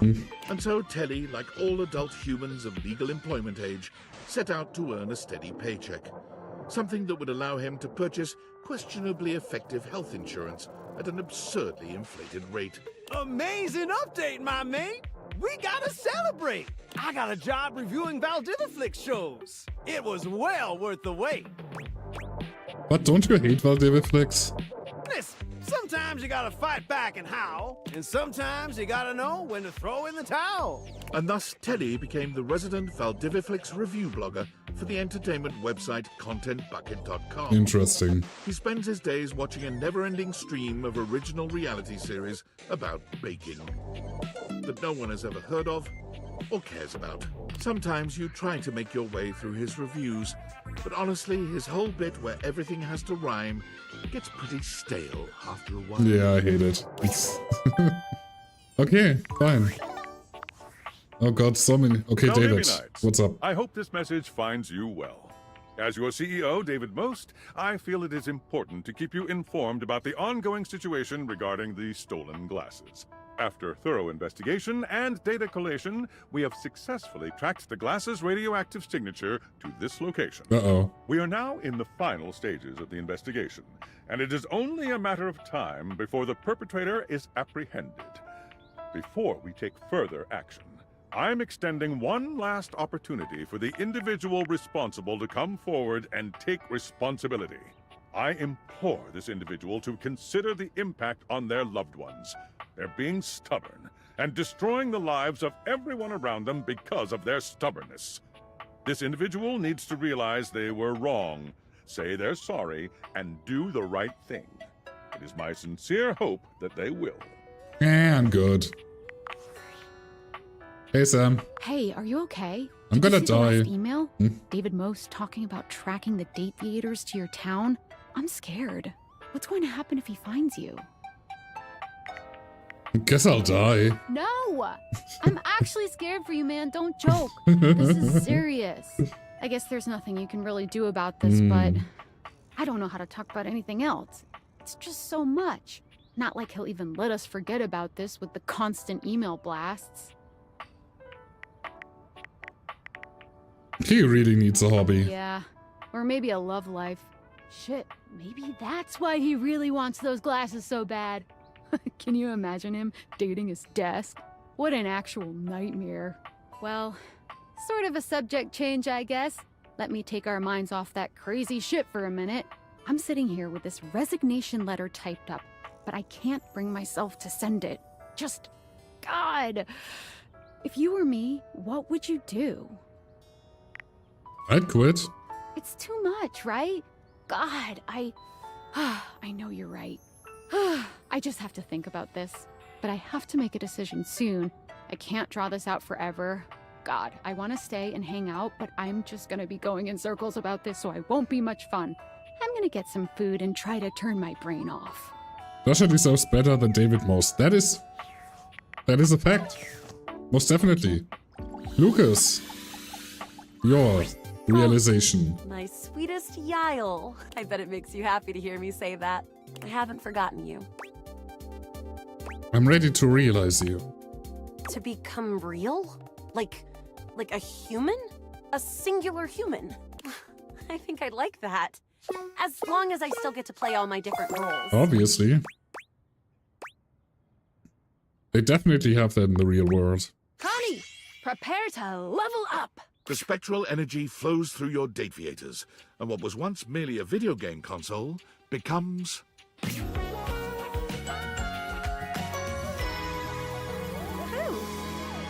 Huh? Really? That is the outfit you go for with your video console. Okay, I guess. Sure. Oh, wow. These graphics are incredible. I don't know, man. Connie's gaze wanders all around the living room, taking in the extreme detail in the assets. I don't know, I'm not a fan. I don't know if it's the fact that there's no pants, but, you know. They did a really good job on you. Wanna see if they modeled anything under my clothes? That is the kind of stuff you have to pay for in microtransaction stores, right? Oh, my favorite part. Finding all the loose ends. Connie delights in just how interactive Yeah, I'm not the a human fan, body but can be. whatever. She tests every sensation and function, dedicating herself to the task of lovemaking with a sort of focus and expertise that would put even the most hardcore gamer to shame. She speedruns your pleasure, mercilessly exploiting your Speedruns your every pleasure. weakness to bring you to your peak in record time. It's not until the first rays of sun peek in through your curtains that Connie manages to let you rest, muttering something to herself about server maintenance. Give up on writing, you can yeah, I figured. As you watch her set off to start her own life, there's no doubt in your mind that Connie's passion and dedication will take her to the top of the leaderboards, no matter what she chooses to do. Yeah, I'm not a fan, sorry. I think I'm going to use these versatile pipes of mine to make a living as a voice actor. Perhaps one of the most dangerous paths one of today's humans can take. In the age of AI, voice actors were a rarer breed than any before. But if there was anyone who could do it, it was Connie Soul. Her auditions took the industry by storm. No one could believe that all of these characters were the same person. Trust me, I'm good at seeing things from all different perspectives. Her time in the booth was legendary, and she always fought for the rights of human actors overall. One particularly potent social media campaign she led embarrassed the video game industry entirely. Profile pictures were changed at an unprecedented rate, catching the attention of even the sleepiest of executives. For it was becoming clear that AI acting, while easy to create and impressive at times, didn't have that lifelike, unpredictable spark of play. Because... Above all, gaming should be all about play. Okay, that's fair. That is completely fair. Okay, I think that is the living room done. I mean, we have to come back to Jacques tomorrow. Because apparently we weren't done there yet. Yeah, I think that's that is downstairs completely done. Damn. Depressing. Good, let's start in the attic then. We did Hector, we did Bo. Okay, this is gonna be interesting now. Oh shit, the stairs. Good point, actually. Good point, thank you. Dearie, so nice of you to swing by. Gaming was about absolutely horrifying, devastating, destructive heartbreak. I mean, yeah, we already established there's no happy ends in video games or movies anymore, so yeah, I guess so. I wish I had more time to chat, but I've got a huge order coming in. Magic in the making. I'm ready to realize you. Truly, dear? I mean, I'm flattered, but you don't have to, unless you, well, want to. Okay, that is unfortunate. I forgot to run ads, huh? Oh, shit. I mean, I want to, but only if you want to, too. Ah, shit. I want to, and I've got what we need. Time to step out. The spectral energy flows through your Dateviators, and what was once merely a set of stairs becomes... Oh my god, look at her! Oh, that is really... yeah, that checks out. Oh me, oh my, oh my, oh me!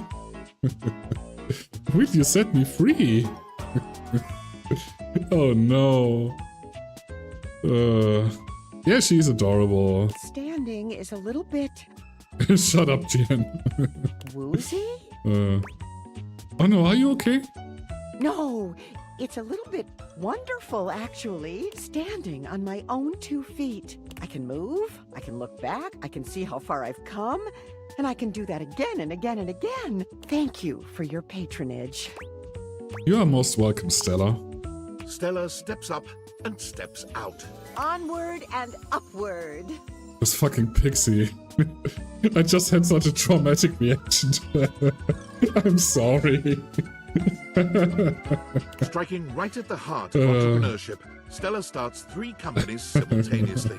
Stella's stilettos, Stella's stencils, Stella's steering wheels. But in the real world of brutal economic truth, there was more to being successful than showing up and working hard.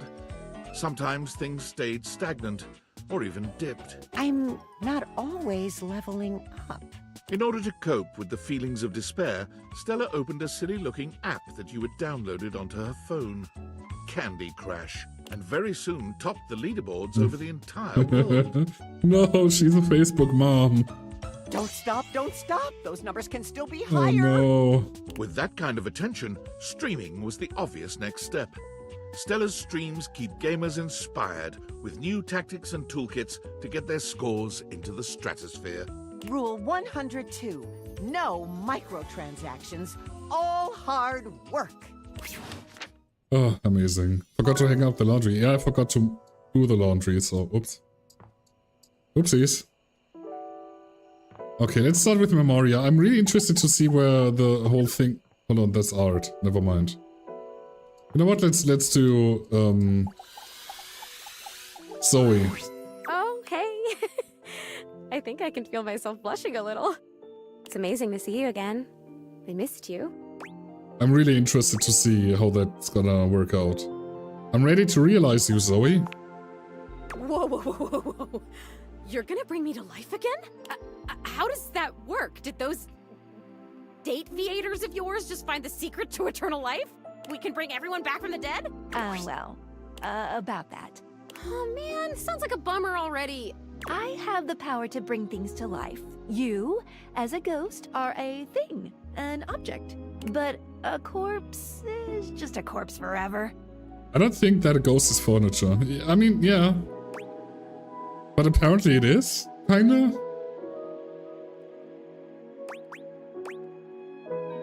So is there a dateable named Corpsey the Corpse? If there's enough demand, I guess. Oh no. If you see any other ghosts, I can bring had them to. back if they want. Zoe will come back not as her corporeal form was, but as she remembers herself. Okay. I want! I mean... Can we start now?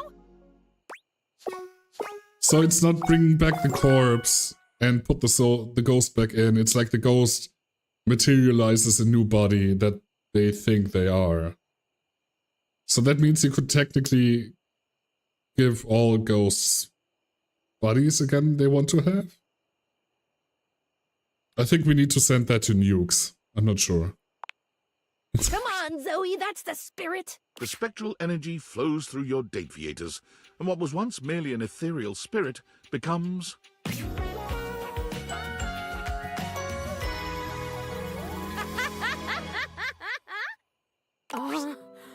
Oh my god.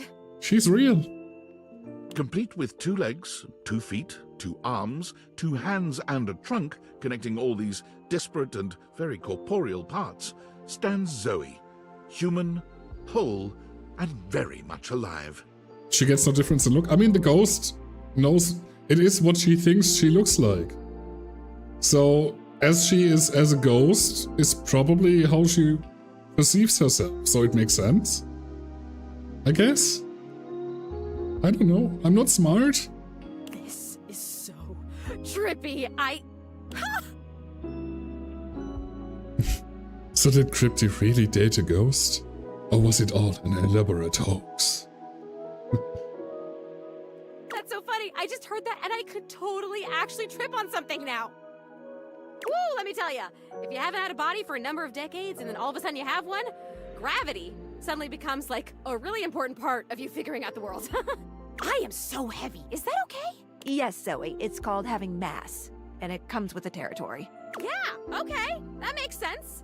Cool. Are you gonna be a human, Skylar? You'd make a great human. No, we'll just have to wait and see. Yeah, we're gonna get to you. It's okay. There's something I'd like to try before you go. Wow, really? I mean, your other ideas have been winners, so what did you have in mind? Are you up for an experiment? Oh my god. Absolutely I am. I know I haven't told you this yet, but I've dreamed up the most wonderful job for myself, and let's say it's quite rooted in all things scientific. What are you thinking? Hold out your hands. Okay. Zoe looks at you with curiosity and trust, and extends both of her hands slowly in front of her, as if testing how they will move and how far out her arms will go. You reach out towards her and take both of her hands in yours. At first, she jumps. This is the first time since her passing that she's touched another human being. Aww. Welcome in, Liliana. Hello. Skylar's still standing there like the third wheel. That's like a thing that keeps happening in this game too. Her eyes go wide, and she stares at your conjoined hands. You can feel her nerves pulsing under her skin, the warm blood moving through her as her heart beats strong and steady. She stares at your hands. You sit quietly and wait. After what seems like an age, her eyes rise towards you like sparks from a desert fire. They are brimming with tears, her irises shimmering in their own reflection. She lets out a tiny breath, a brand new smile. Aww. Oh, wow. You give her hands a final, gentle squeeze and release them. For a moment, they hang there in the air, as if seeking the touch again. After a beat, she lets them slowly fall. Her eyes never leave your face. That must be such a relief too, like, man. Thank you. That was my favorite moment of my whole life. Damn. I hope you have so many more, and better. The tears finally spill as she blinks. She turns towards the attic door and passes through it to join the living world. Zoe went directly to her local library and did an internet search for most haunted places near me. To her surprise, she learned that the area in which she'd been living, and dead for so many years, was a hotbed of paranormal activity. Ah, perfect! For Zoe had decided to take Skylar up on her offer and scour the area for ghosts ready to resume their lives. It's Zoe's top 5. The issue is Zoe's actually doing the thing and not only editing the video, so... This wasn't her only goal, of course. As a former ghost, Zoe recognized that many just needed a little help to keep moving to the other side, that they had simply become stuck and needed a push. Zoe Bennett, paranormal facilitator, was committed to servicing the needs, whatever they were, of any and all ghosts she could find. She felt uniquely qualified for the job, and she was delighted that her fun and ebullient sense of style seemed to be a selling feature for her services. Can't have a paranormal facilitator in a suit now, can we? Zoe, happily and paranormally ever after, lived. Okay, that was really sweet. I loved that ending so much. I loved that really, really. That is awesome. Oh, we don't have energy left. Well, fudge. Let's go sleep. We'll see her featured on Nukes then. No, we don't, because Zoe's only following the real stuff and not only fake shit.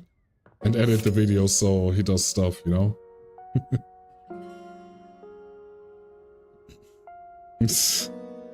Number 5. The Ghost in the Attic.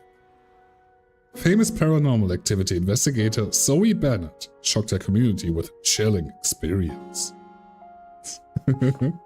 That is a really cool intro, Lucas. Like, that checks out, for sure. What a pleasure to see you again, my love. What do you mean fake shit? There are no more memories to go through right now.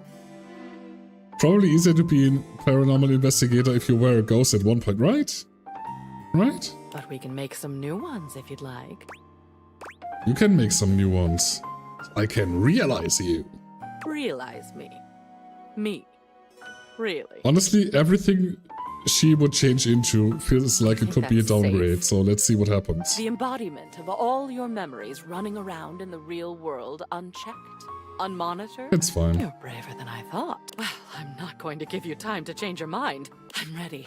Now. Yes, right now.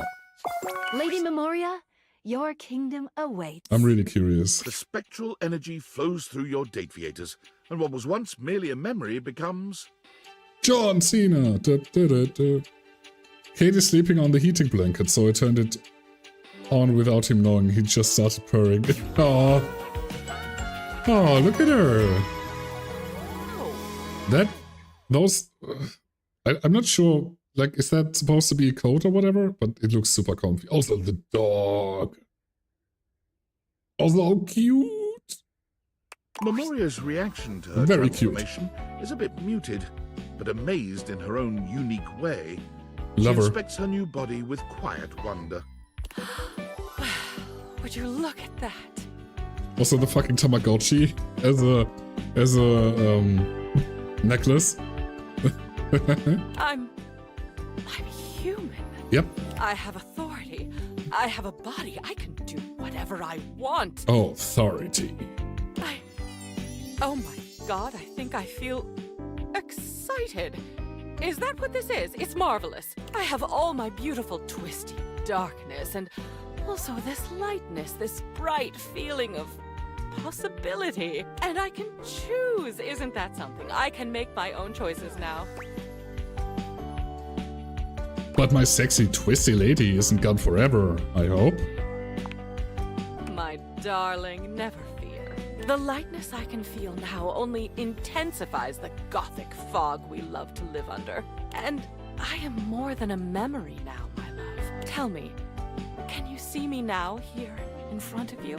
But do you also remember me, the way I used to be? Of course I can. I thought so. I really will fill your mind then, my love. And your heart. What followed was an unexpected combination of the gentle and the macabre, the dark and the floating delicious. Memoria knew you see, better than anyone else. She used her knowledge, but didn't abuse it. She used your body, but didn't abuse that either. And by the end of the night, there had been so much sensation that the most you could muster as Memoria left the house for the last time was a clear-eyed and calm goodbye, my darling. She looked back at you and smiled. The Dark Sphinx. Memoria wasted very little time, which was unsurprising. She took the reins on her new life by becoming what we would know as an organizational expert. She became a clutter clearer, a digger down to what was truly meaningful in a person's life, and placing it front and center. Others had come before her, of course, but no one that came after her even approached her caliber. She reinvented the field. It was something about her darkness, she believed. True organization, the centering of what a person loved and valued the most, could not be a simple process of joyfulness, fulfillment, or esteem. It had also to encompass fears and psychic twistedness.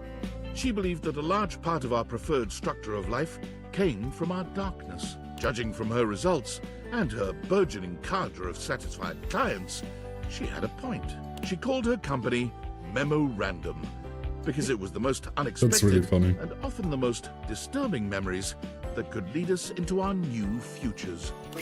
Okay, that was actually really cool. Okay. Yo, what's up, Franklin? That last email from David was kind of pathetic, huh? You're really hard on the guy. It's true, and he deserves every bit of it. But as loath as I am to admit it, he may have a point. You know, I've been doing a lot of thinking. Most of that thinking was in service of inventing a virus that would cripple Valdivian's supply chain, causing the company to hemorrhage customers and absolutely crater its stock value. I named it Norman, the Terror Worm. Not Norman. Yikes. Listen, I really don't think you're in any position to pass judgment on anyone. But I've also been thinking about David, how behind all his bluster and ego, he's just a scared little man caving under pressure no one could handle. Haunted by all his failures, disappointments, and inadequacies.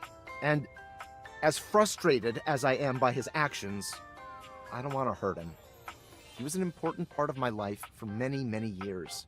Honestly, I just want to help him stop causing others so much pain. Makes sense. Perhaps Norman the Terror Worm isn't the answer. Probably not. Perhaps the real answer is a conversation we've both been putting off for far too long. No, I'm absolutely sure the answer is Norman the Terror Worm. Luckily, I've always got him in my back pocket. I have to go now. And not because my battery's low, or because I'm stealing Wi-Fi from a coffee shop, or because I'm hiding in an underground bunker.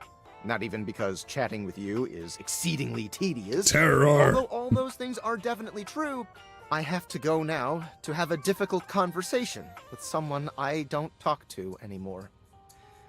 And that's scarier than Norman the Terror Worm could ever be. Wish me luck. It's fine. You're gonna live.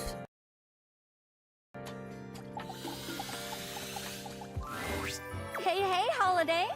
I'm on the clock, but if you want to jingle about, I can always take a break. I'm ready to realize you, Holly. Really? Yep, I've got all the decorations. Let's jingle those bells. Wait, that's another... Okay. The spectral Never energy mind. flows through your Dateviators, and what was once merely a collection of holiday decorations becomes... I mean, I'm really mean to Franklin too, so it's fine. Aww. Really cute. Wow. It's like every holiday at once. Did you know? I've been banking all my holiday leave. Now every day is holiday. Hey! Happy holiday! What's next, I wonder? Can I get smooches as my present for bringing you back to life? Of course. Holly opens herself up and gives you the biggest, most fantastic, the loudest smooch you've ever received. The loudest smooch. She is the gift that keeps on giving as you spend a night in rapture. Though it does take a while to get all the glitter out. Yes! Time for video games and books and eating every last chocolate in the box. Exactly, Lucas. That one. This did transpire. For a... I'm bored. Holly's enthusiasm for all things couldn't be contained to a single couch. With the money she saved up from her previous efforts, she was able to purchase a nice little home and a scooter with a large trunk attachment. She began her own free delivery service, riding about town delivering letters, presents, and general cheer, catching up with everyone, spreading excitement and love, and being able to leave before things got awkward. This was the ideal life for Holly. Everyone always knows when she's on her way, as her happy cry rings out through the neighborhoods. Here's Holly! Okay, bye, Holly. Okay, let's get this one out of the way. Finally have a real friend. Fate has given me such gifts. I'm ready to realize you, Parker. Now fuck off. Holy frijoles! I get to be a real boy? Well, a real man, maybe. Ah, Just kidding. I love men. Yeah, I bet you do. Do you have the right stats? Man, I'm all over the stats, you know. Now it's your turn. The spectral energy flows through your date theaters, and what was once merely board games becomes...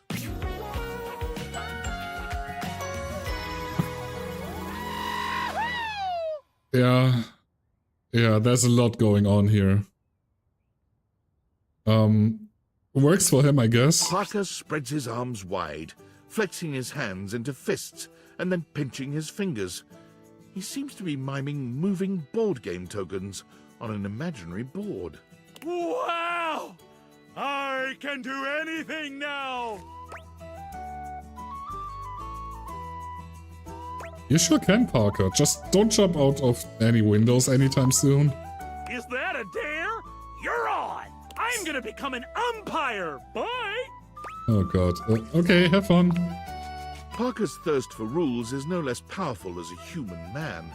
He tries all manner of board games, but none of them give him the rules-enforcing high he craves. Is he gonna be a cop? Rules. Need more rules. Can you imagine him as a cop? But one day, wandering past a children's baseball game at the park, he hears the call of the umpire, and everything clicks. Rules. Yes. He sees the way the children and their parents hang on the umpire's every word, devastated or overjoyed that by works his too, yeah. calls. Rules! And so Parker became an umpire, taking great delight in settling disputes and emphasizing the rules with every game. Play ball! You're out! He's safe! Hey, if you have a problem with it, tell your son to play better, Sharon! Parker's glee in enforcing the rules makes him a difficult fit for Little League, but none of the parents want him fired, because no one could ever credibly accuse him of making a bad call. Okay, that checked out, honestly. Okay, I need to take a break because the ads are coming up on Twitch and I forgot to run them earlier, so I'm really sorry. We will be back in 3 minutes. We will be finishing off the attic. Probably the closet still. And yeah, we have 1 more hour to go for our stream-ish. So, this is gonna be the last ad break, so, you know, bear with me. 3 minutes, I'll be right back.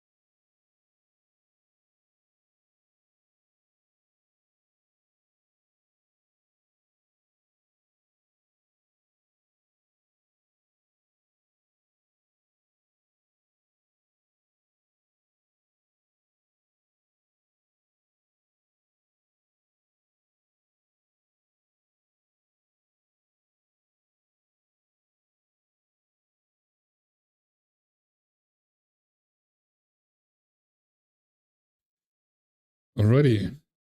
We are back.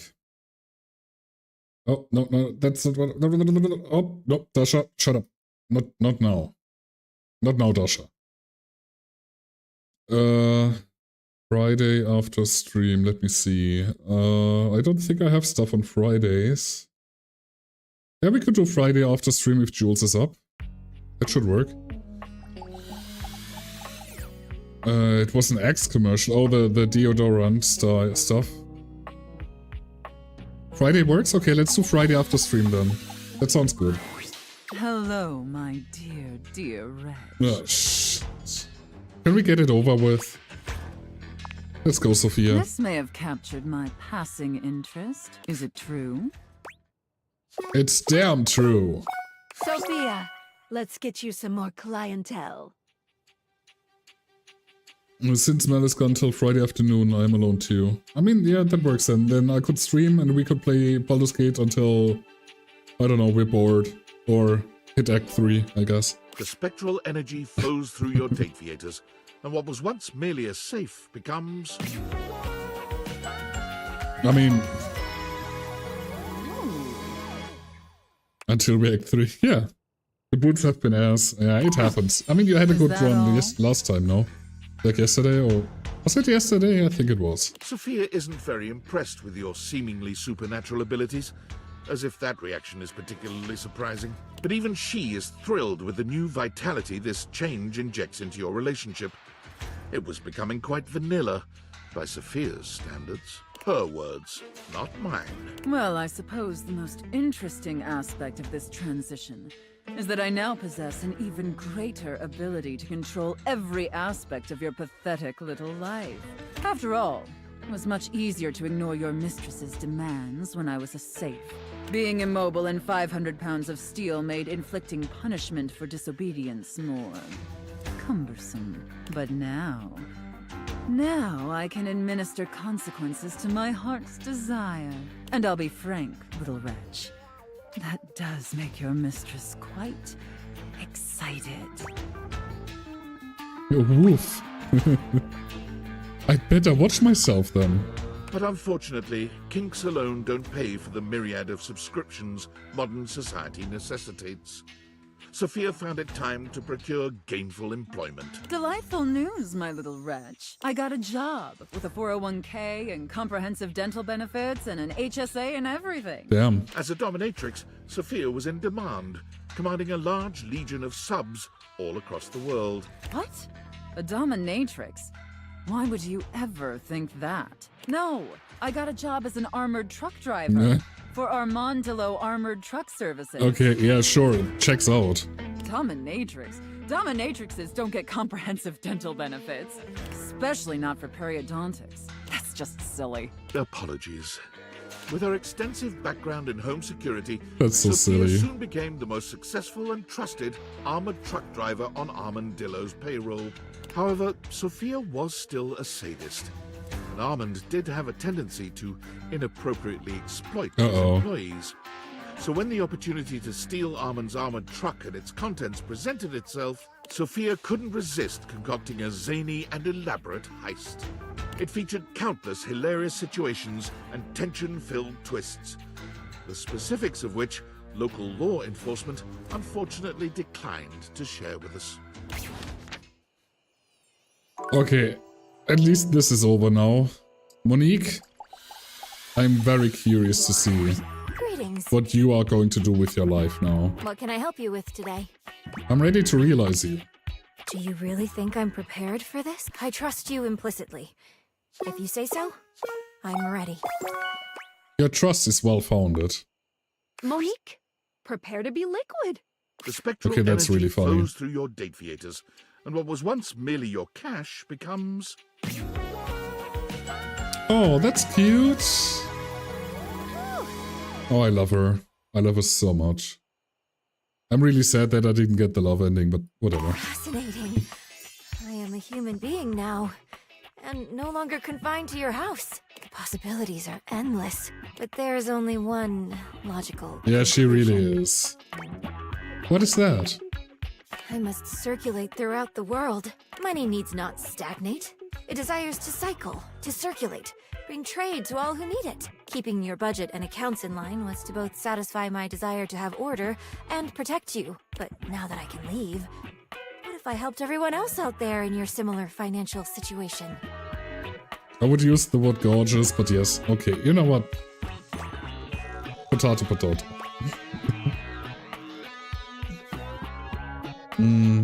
You are a lifesaver. I have the perfect plan. The current standard of American wealth is faulty, prone to inflation, and doesn't accurately reflect the value of goods. There needs to be one true standard. The one that holds steady no matter what supply and demand might be. Gold? Pizza. Fair. A slice of pizza must always be $1.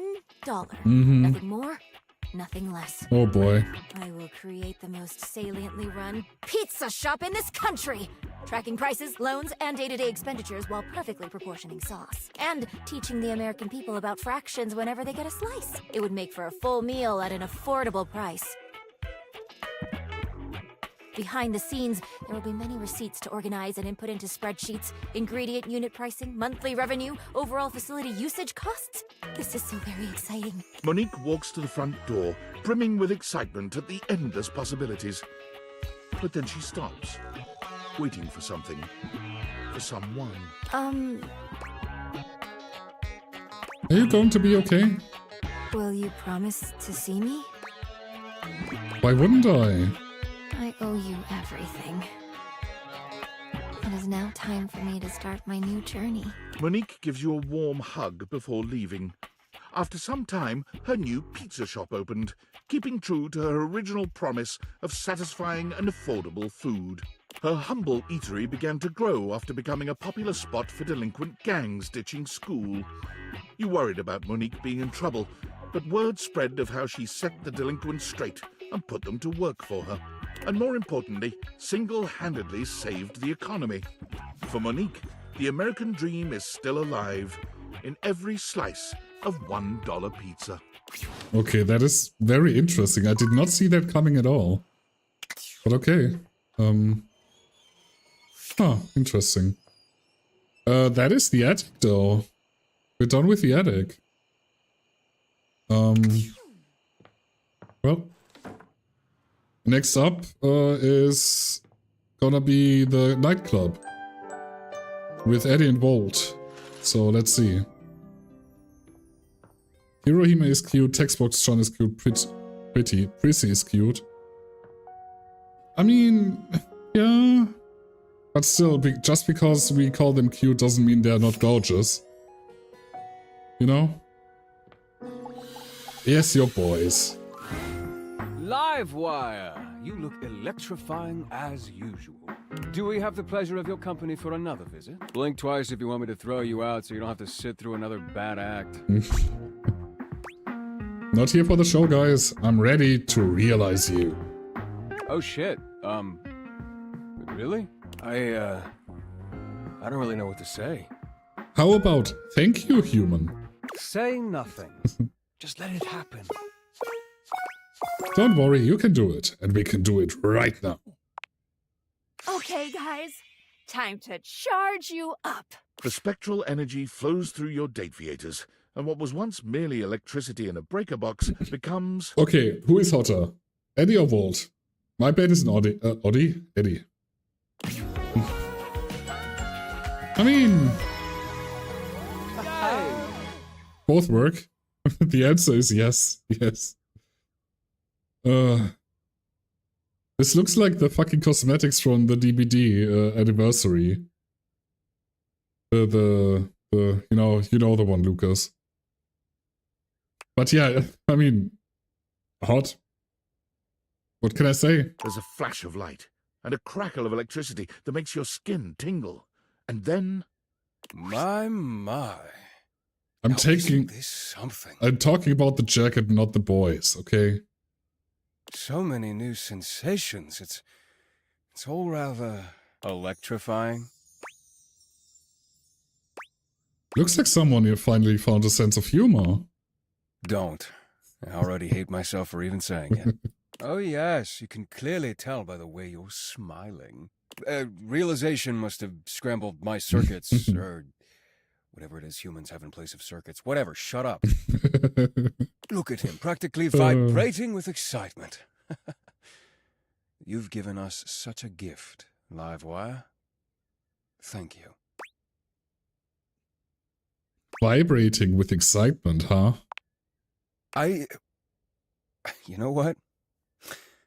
Yeah, kinda. I wasn't really sure how this would go.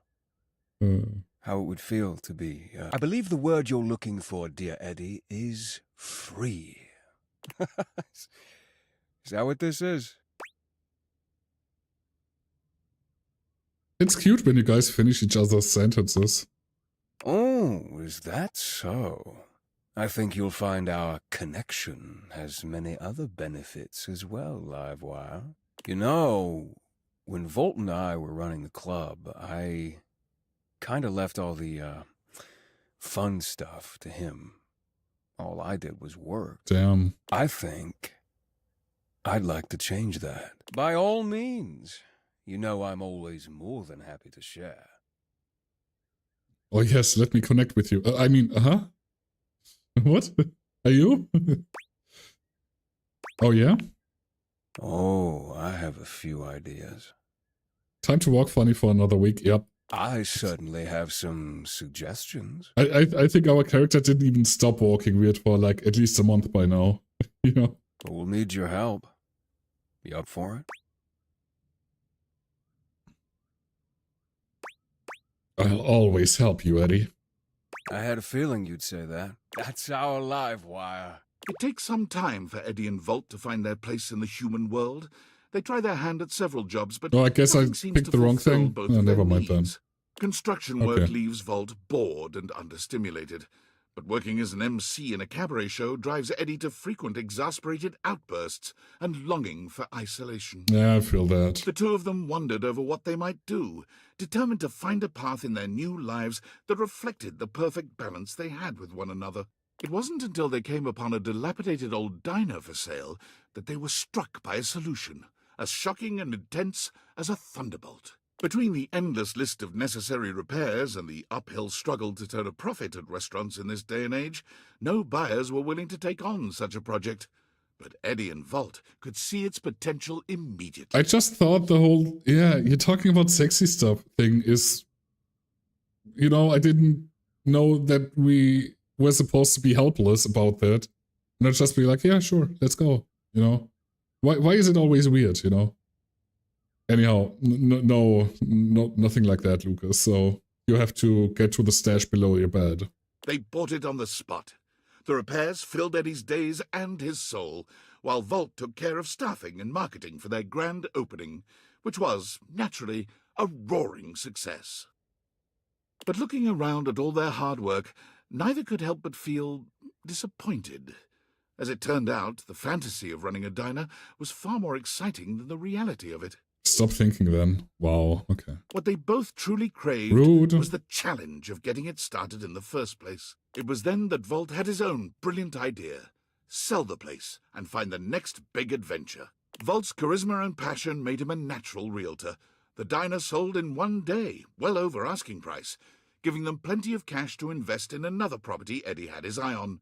Finally, they knew they'd found their place. High Voltage Realty was born about a week later. Eddie restored old and unloved properties, and Volt sold them with his inimitable flair and pizzazz. No pizzazz. Whenever they get a new listing, Eddie and Volt invite you over. You were so indispensable with the breaker box after all. Your opinion continues to mean the world to them both. Okay.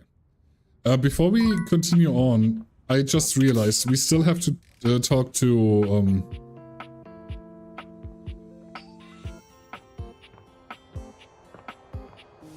you.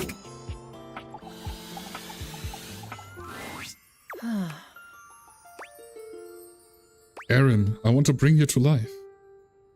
You just realized. To taste breath as you do? Intriguing. This is really interesting to see where this goes now. It would mean unshackling myself from immortality. Immortality is overrated. Perhaps living as a human will give me a new perspective and new feelings. Do you have the necessary ingredients? Of course I do. Wow, Aaron is a frosty one. I am amazed at your love prowess. Huh. Yeah, hi to you too. Anyway, I'm gonna get started with all my science stuff. Let's make some wind. The spectral energy flows through your Sorry, innate I skipped that. and what Sorry. was once merely a puff of air becomes... Oh. Okay. Well, can we at least give her some clothing before she goes out of the door, or will we just, you know, let her walk there like she's in an anime in a hot bath? I mean, it's her life, I guess. Gorgeous, and still retaining that phosphorescent appeal, it's Aaron, now reborn as a human. And standing on one foot, apparently. You gaze into each other's eyes, and there's only one thing to be said.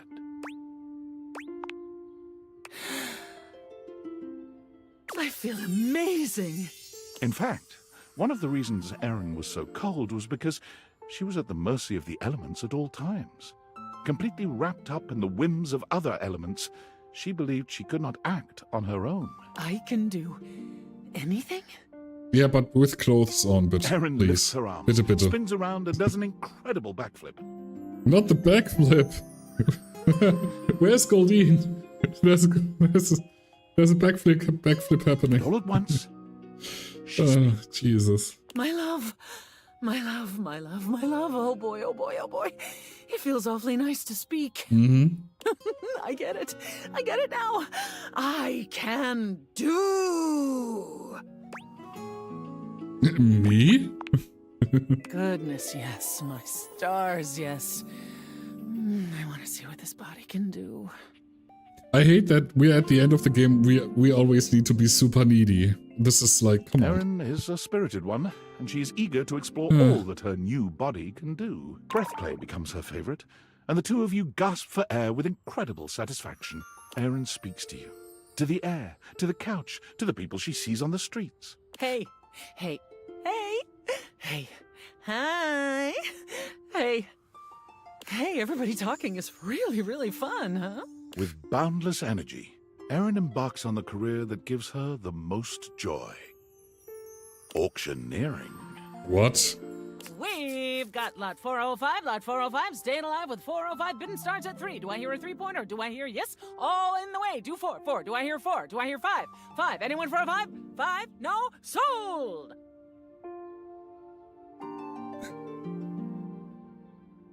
She moves to the city, where the best auctions are held, and rents an apartment high in the stratosphere. She's ready to talk your ear off anytime you want to chat.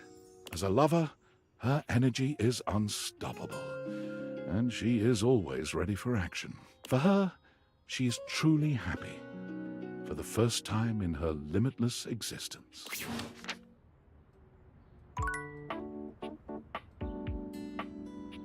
Auctioneering, out of all things, is what we're going with. The one job you know, aren't taking a breather, like ever. This video game sometimes, I swear to God.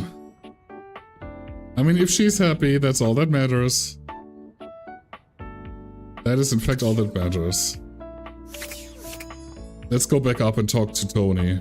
I mean, Tony knows what he's talking about, right? Like, oh, hold on, we have mail. Sam? Hey, What's God, up? everything has been happening so quickly. I have so much to tell you. Oh, dear. So, first things first, I'm gonna be a nurse. Nice. Wow, rip all your patience. Shut up! I knew you were gonna say something dumb. But even though you're a hater, I know you're actually happy for me. Nah. I am just so damn excited. Honestly, I was like inspired by you. It might sound a little silly, but you've really been like mending all these broken hearts, helping people live their best lives, even if they aren't all exactly people yet. Anyways, my other news is I've revived my dusty dating profile. Oh dear. I'm ready for love again, baby. Delete it. Delete it? Delete it and date me. I'm sorry, what? Are you fucking with me? I'm serious. Oh my god, you are, aren't you? She's got a friend on me. Okay. Not saying this isn't welcome. I guess I thought you were so busy dating all your furniture. I'm just walking weirdly, it's didn't okay. think you'd be interested. I am though. Well, shit. So am I. God, okay, well, I have to run. Nursing school registration is in a little bit, but hey, guess I'll be retiring my dating profile again in record time. Talk more soon then, okay? Less than 3. Oh dear. Now we started something. Hey yo, hey! Whoa. You saying you're gonna realize me? Like for realsies? For realsies. Sorry, but Tony can't be realized just yet. Wait, what? Have you caught up with Tina yet? I'd search there. Does that make sense? Let's do it. Happy dating! Okay, I guess we haven't finished that yet? Is that like a bug? Is that what's happening? Like, I'm pretty sure we finished that. Hey there, dork. Tina? Nobody being mean to you out there, are they? I mean, I finished that, no, am I right? Good. Only I get to bully you. Yeah, that... Yeah. Look, my stories are on in a minute, so Okay. read it, would you? And don't let no... Well, I guess he is bugged, which is a shame. Out of all people that I don't want to be bugged, it's gonna be Tony, huh? Okay. Well, Hey, if it ain't the MVP. You know, I was thinking about you when I was training. You feel like working up a good sweat with me? guess we won't be knowing what he will be talking about. Dude, what? Really? Yeah, I'm drafting you to the Human League. Can Dunk go all the way? The spectral energy flows through your Dateviators, and what was once merely sports equipment becomes... Oh, that really sucks though, I like Tony.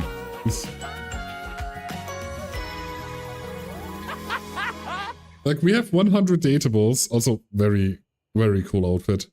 We have 100 dateables, and, you know, the one we have a meme about is bugged. Oh, this is so annoying. Dunk's newly human body somehow radiates even more sweet cheer and bottomless energy. A frankly superhuman feat. I mean, it's a basket hoop thing. Like, you know, it makes sense. But this man is... I dig. All man. Tangible and so wholly real. It's a manly fishnet. He sweeps you up into his strong arms, I'm sorry I tossing you said into the that. air and catching you so easily, you'd almost think the two of you had switched roles. Tony and Tiny is a known bug. It's the same shit I had with Dasha and... yeah, okay. You're pretty sure you're still human, though. If you're gonna toss me around like that, at least do it in bed. Oh, I can do that. Well, I guess we're not realizing them then. Dunk's That's newly human fine, I body guess. is a true work of art. It may be new to him, but his stamina and strength belie his inexperience. There's little doubt that his previous athleticism has come with him to this new form. Dunk works you out with enthusiasm and unbridled desire. Tony becomes a dating coach on TV. He's That the is... same sweet man you've come to know, okay. ever respectful of your limitations, but in this setting, he is near insatiable. That is really interesting. He lavishes Oh, you sorry. with sweet kisses in the morning, torn between heading out into the world to explore the wide array of human sports and exercise, or staying by your side.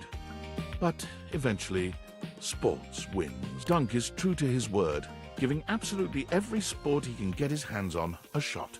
Videos of him absolutely dominating some local amateur sports game go viral just about every week. But every time the offers come in for him to turn pro, he turns them down, adamant that he's not in it for the money or fame. Dunk finds his groove coaching high school sports, thrilled for the chance to teach youngsters about the joys of good sportsmanship and playing only to have fun. His teams haven't yet to win a single game, but he and the kids couldn't be happier. Okay, you know what? I think he's okay. I think he's totally fine. Like I'm not really into sports and shit, but this guy is okay. I think he's fine. Tony also really doesn't want to leave you. Practically, you have to practically shove him out the door. Oh, and I'm gonna miss it. Oh, come on, Tony. I'll give you one more shot. Come on. Wanna be realized? Come on. Come on. I have what it takes. Come on. Sorry, but Tony can't be realized. Have you caught up with Does That Make Sense?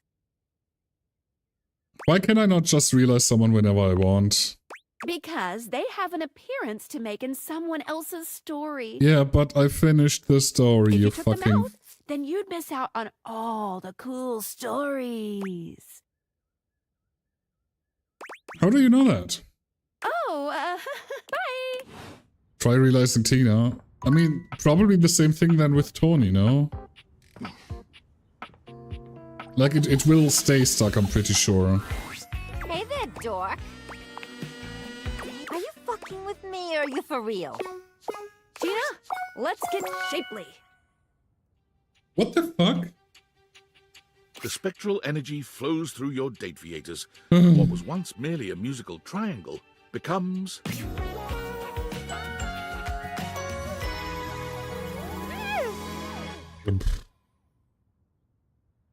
Hmm.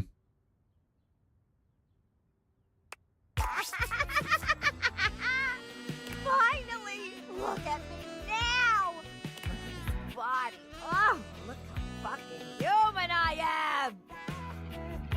That sounds so depressing in a way. I mean, yeah. Tina's maniacal laughter and crazed expression might almost have you regretting your decision to realize her. But knowing her as you do, you know this is about as good as it gets for her. You're definitely human, alright. When Tina leaves your house, she never contacts you again. It's no big surprise, really. Tina was never the sentimental type. When I tried to realize Dasha, it told me she is needed an Abel story, but Abel was already realized. Okay, so Even we're without fucked. regular Got check-ins, it. you're still able to keep up with Tina's new human Man. life. It only takes her a few months to show up on the reality TV circuit. Predictably, her first stint is as a single on a dating show about love triangles. But her appearance is so explosive, she goes down in reality TV history as one of the greatest villains of all time. What do you mean you're choosing her over me? She tell you she has a boyfriend back home? Well, I got 4 of them. Do you think a pathetic tween like you means anything to me? It's comforting to see Tina where dear. she's always belonged, and she makes for truly excellent television. You should be fine now because you finished her, so Tony isn't needed anyway. No, like, it's still being stuck there, 100%. Like, there's no way that works. Like, we have to wait another day, so... I'm pretty sure we're done here. We got Holly, we got Duncan. Yeah, that's it here. Yo, Christoph.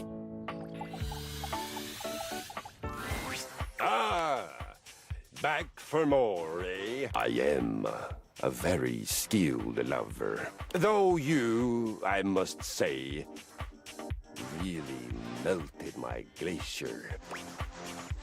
I want to realize you, Christoph. Have you the weaponry for such an expedition? Somehow, I think not. I don't know precisely what is required, of course. But I don't think you have it. I actually do, but thank you for the confidence. To battle, Christoph! The spectral energy flows through your date viators, and what was once merely a cross-trainer becomes... It would make sense to work now. Tony is needed in Tina's story time. Yeah.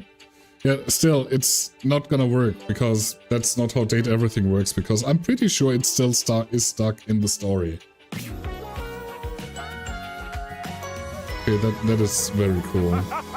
Yes! Yes, indeed. Again, I'm gonna try tomorrow again. If it doesn't work, well, whatever. Here. Oh, the power that flows through me. I can just imagine the sensation of doing a workout with these. Kristoff flexes his gigantic biceps. Or these. He lovingly strokes his massive quadriceps. Oh, sweet Valhalla, can you even imagine? His exploratory hands have discovered his own glutes, and the light in his eyes is positively predatory. What is there for me to conquer? What is there out there that would even pose a challenge to a machine as impregnable as this? Well, there's me, you sauce pot. So there is. My, oh my, there is indeed. You. Come to me, my violin delight, and let us hope you survive the coming battle. Put him up, you big bear. I've got some tricks up my sleeve. Kristoff puts every last one of those brand new muscles to work. As you come together in a union so violent, you're amazed the house is still standing when it's all over. But you make sure to do your part, ensuring that you're not the only one who's seeing Valhalla. When the two of you emerge from your sexual decathlon, you are sweaty, a bit bloody, sore, and thoroughly satisfied. Kristoff realized quite quickly that the world of mere physical contest represented an inadequate challenge for his needs. He walked onto the local professional football team to great acclaim and retired 3 games later, breaking all team records. He amassed a total of 7 broken ribs, 1 dislocated shoulder, 3 spilled liters of blood, and 14 broken or fully ejected teeth. As all of these injuries were visited on other players, the league was quietly relieved to see him go. He decided to move into the business world. He became a stockbroker, working locally and internationally. A stockbroker? Whatever you can imagine of an extreme stockbroker's lifestyle, double it, triple it, and add just a soupçon of evil. There was much conquering to be done, and Kristoff was voracious. In spite of all this, though, he was perhaps best known for his contributions to fashion. Soon after his realization, he began to feel quite homesick for his Viking armor of leather and lamella. He contacted a local seamstress, and together they designed what would become known as the Brynja, a business suit designed to closely mimic the aesthetics and the functionality of a suit of That's armor. really funny. The Brynja became de rigueur, required wearing for anyone who fancied themselves a tycoon or even a teeny-coon in business. Kristoff conquered the fashion world almost by accident, while he was busy doing what he did best, conquering. Okay, that is really funny. I like that. Okay, how about you, Stepford? Yeah, teeny coon indeed. Hey, coach. Feel like a bit of training? Let's get our heart rates up. Let's pump some iron. I want to realize you. How about that? Race you to the weight rack. 1, 2, 3, go! Stepford, I'm ready to realize you. You've already helped me realize my dreams. So I'm ready for whatever is next. Do you have what it takes? Yes, I have what it takes. Let's go to the judges! The spectral energy flows through your date theaters, and what was once merely a trophy becomes... Oh, that outfit is nice. Honestly, yeah, sure. Stepford Works. inspects his new human body, looking himself up and down and turning his hands over in front of his face. You thought he'd look a bit happier, but he almost seems disappointed. My word! I didn't know a golden tan could become so... dull. But never mind. I can spray myself with gold paint. Don't do that. Don't do that, Stepford. You can die. Frail humanity. I'll settle for metallic hair dye then. Well, I'm not doing that. So what else should I do? Why not see how far you can push yourself out in the real world? Always wondered how I would stack up out there. Beyond the 2nd floor window, there could be 3rd floor windows, 4th floor. Hell, the sky's the limit. I'm gonna get out there and see if I can win a real Stepford. You mean trophy? I mean trophy. Stepford enters the local rec league office asking for trivialetics. He's promptly turned away. They've never heard of the real games. Foiled at Trivialetics, he then turns his attention to badminton and wins 25 consecutive gold birdies before retiring and living off his new business. Buy Stepford's non-toxic Sweet Baby body paint. It's permanent. It's permanent. He lives in a gold-plated mansion that's so opulent it would make a dictator ill. His home has 1 bedroom, half bath, and 6 full-size gyms. That checks out. Oh, we're really in it now. 75 realized datables. Oh, almost there, I'm guys. feeling that the world outside is just buzzing with new energy and life. We're really making the world a better place, you know that? I think so too. Huzzah! Okay, 20 more to go because we ruined like 5 of them. Yo, what's up, David? Valdivianites, why are you doing this? Don't you know I'm your CEO, David Most? You have to listen to me. And if you don't listen to me, I'm going to fire you. That's right, all of you. Do you think I can't? I can do that. I have the power. Here, look, you're all fired. Call OSHA, I don't care. I don't even know what OSHA stands for. Oh, okay, I'm sorry. I take that back. I don't want to fire you. I don't want to fire anyone. But listen, the government says if the perpetrator doesn't hand over the glasses voluntarily, I'm fired. I told them they couldn't fire me, but apparently I gave them majority ownership of the company during a bender, and so they totally Oh can. my god. So come on, please. Please, just turn over the glasses.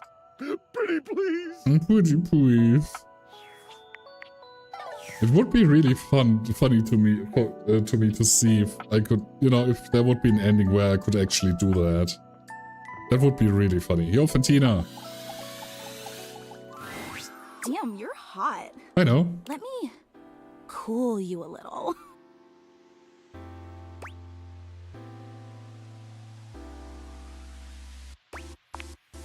I'm ready to Whoa. realize it. I've already been on such a journey with you. I don't know if I could handle anymore. Can you really do it? I have what it takes. Fantina, let's fill you with cheer.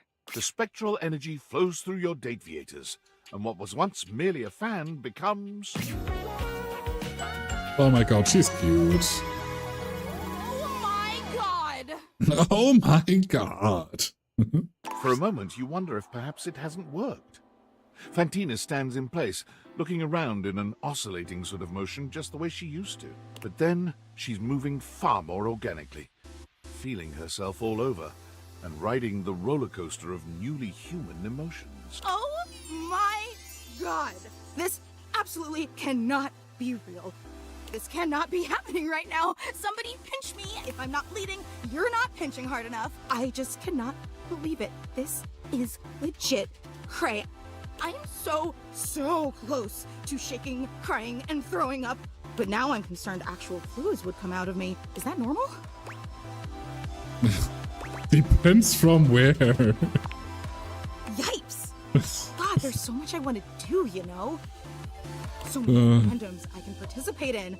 I have so much love in me to go around. Like, don't get me wrong, being your #1 fan was really, really great. But now I can do whatever. Be a fan of anything, anyone. It's amazing. And you did that for me. You're welcome. Sounds like someone's still a pretty big fan of yours truly. Wanna kiss? You have no idea. Like, how is that an appropriate response? Like, you know. And I know our relationship has always been a little complicated, but maybe now that I'm alive, it'd be a good opportunity for us to start things over on the right foot Or on the back. as human equals. Never What do you mind. think? Oh man, I'd like that. Thank you, my love. Fantina draws closer to you, taking her time to savor every moment. Her nose brushes yours, her sweet breath warming your lips in a sort of reverse echo of her old life as a fan. You almost wonder if she's having second thoughts, but then she's surging forward to capture your lips, and all thought vanishes from your mind. Now that the two of you are on equal footing, Fantina's love truly blows you away. All that prior fan club passion never quite vanished, and she channels it effectively now. She praises you throughout, but her sweet words are grounded now, every one of them making you feel as though you could truly do anything. Perhaps most pleasant of all, however, are the moments afterwards, when the two of you bask in the breeze of your old fan together, content and exhausted. And so, with a veritable buffet of options to gorge herself on, Fantina set out to find her place among what she considered the most promising fandoms. She tried being a band groupie, a Discord mod, a Datreon subscriber. A Datreon? But nothing gave her the same heady satisfaction as the simple positivity of cheering someone on for being themselves. That is, until she found out about actual cheerleading. Woo? Who? And again, in typical Fantina fashion, her first day on the field found her having trouble focusing on the task at hand. Go team! Go other team! Go concession staff! Go people eating hot dogs! Her irrepressible ebullience led to her becoming the mascot of sports in general, and soon to take on the world at large. It's Discord, Lucas. This is a fictional world. Nothing is related to the real world at all. Sir. The world's first traveling non-denominational cheerleader, Fantina gives love and support wherever it is needed, and especially when it's unexpected. Great job mailing that letter. Go bank tellers. I want to hear some parking support. Fuck yeah, parking support. It's adorable. It really is. Honestly, that's a fine ending for her, I feel like. Okay, that is this room done too, by the way. We only have the upstairs bathroom. Here, the floor, the bedroom, and that's it. And the phone, I guess. The phone is still working too. So we can close this one, close this one. Since we cannot realize Tony, sadly. So yeah, we're doing, we're almost done. True, this is fiction. You got sass, empathy, poise, and whatever the other specs are. Honestly fair. That is like the best giveaway that this is fiction, for sure. Jules. Oh, I mean, we can try Tony again, but, you know, I'm pretty sure it doesn't work. Hey, oh, hey, ah. Hey, oh, yeah. Oh. You saying you're gonna... Yo, Tony! Let's get Boney! It works! Let's get Bodhi! Let's get Bodhi! Okay, that works. Holy shit, I didn't think it would. Damn. Holy shit. The spectral energy flows through your Dateviators, and what was once merely a toolbox becomes... Of course it works.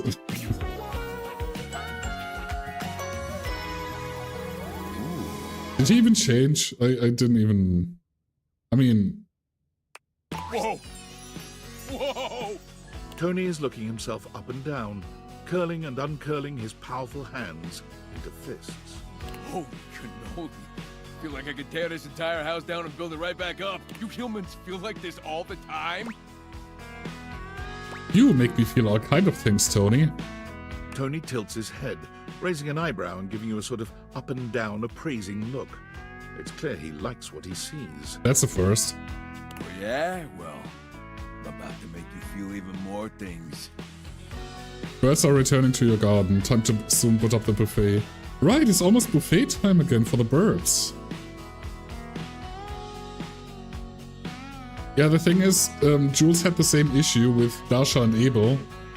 And she already realized one of the characters and the other one was still stuck in the story loop. You know? So we had both sides of the coin now. Like, I get your logic and it makes sense. But again, you know, we had knowledge that it didn't work that way before. So I guess we just are lucky today. Time to see what this body can really do, huh? I'm glad you made me try. Tony gives you the works. He may not be the best contractor around, but if there's one thing this man can do, it's lay pipe. Oh, I bet. He might talk a big game, but Tony is a generous lover in the end. You're both pleased and exhausted to find that he is far more than just talk.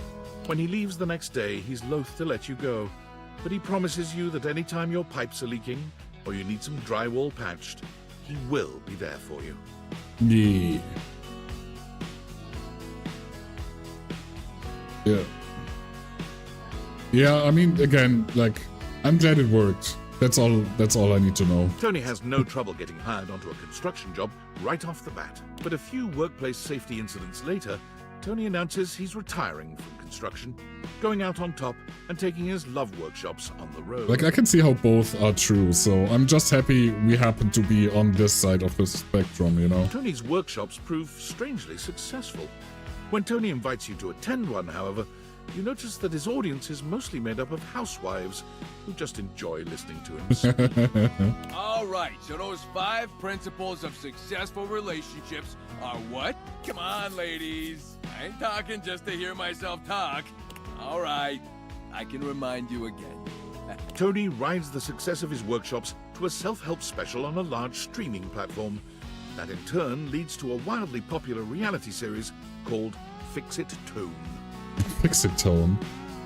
They're all just needy bitches. Yeah, like we are, you know, barely enough. Tony's show helps no one, but it is marvelously entertaining.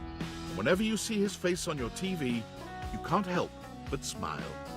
Okay, that was really cute, and I'm glad we did that. Okay. Time to close the door. Ian. Okay, Jules, get out the fists. Hello again, dear friend. What can I assist you with?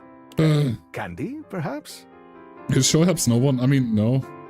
Then again, you know... He tries. I'm here to realize you. Fuck off, please. And I, my friend, am open to being realized. His Hades run is cursed. Do you have the proper dear. keys? Got him right here. Come on, Keith. Let's unlock your potential. You know what? I should have just kept him home. Oh, sorry, Jules. That is the Twitch delay. I'm gonna wait. Hold on. You can do it. You almost hit Skylar. How dare you? Come on, one more time. I believe in you.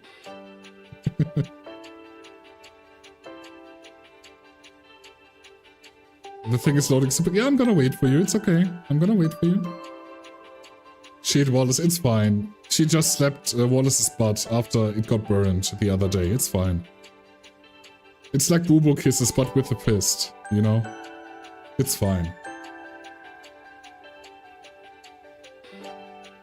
Yeah, you aim. I got it. It's fine. Hey, that is right in the face, and an egg too. Very nice. Yeah, you should.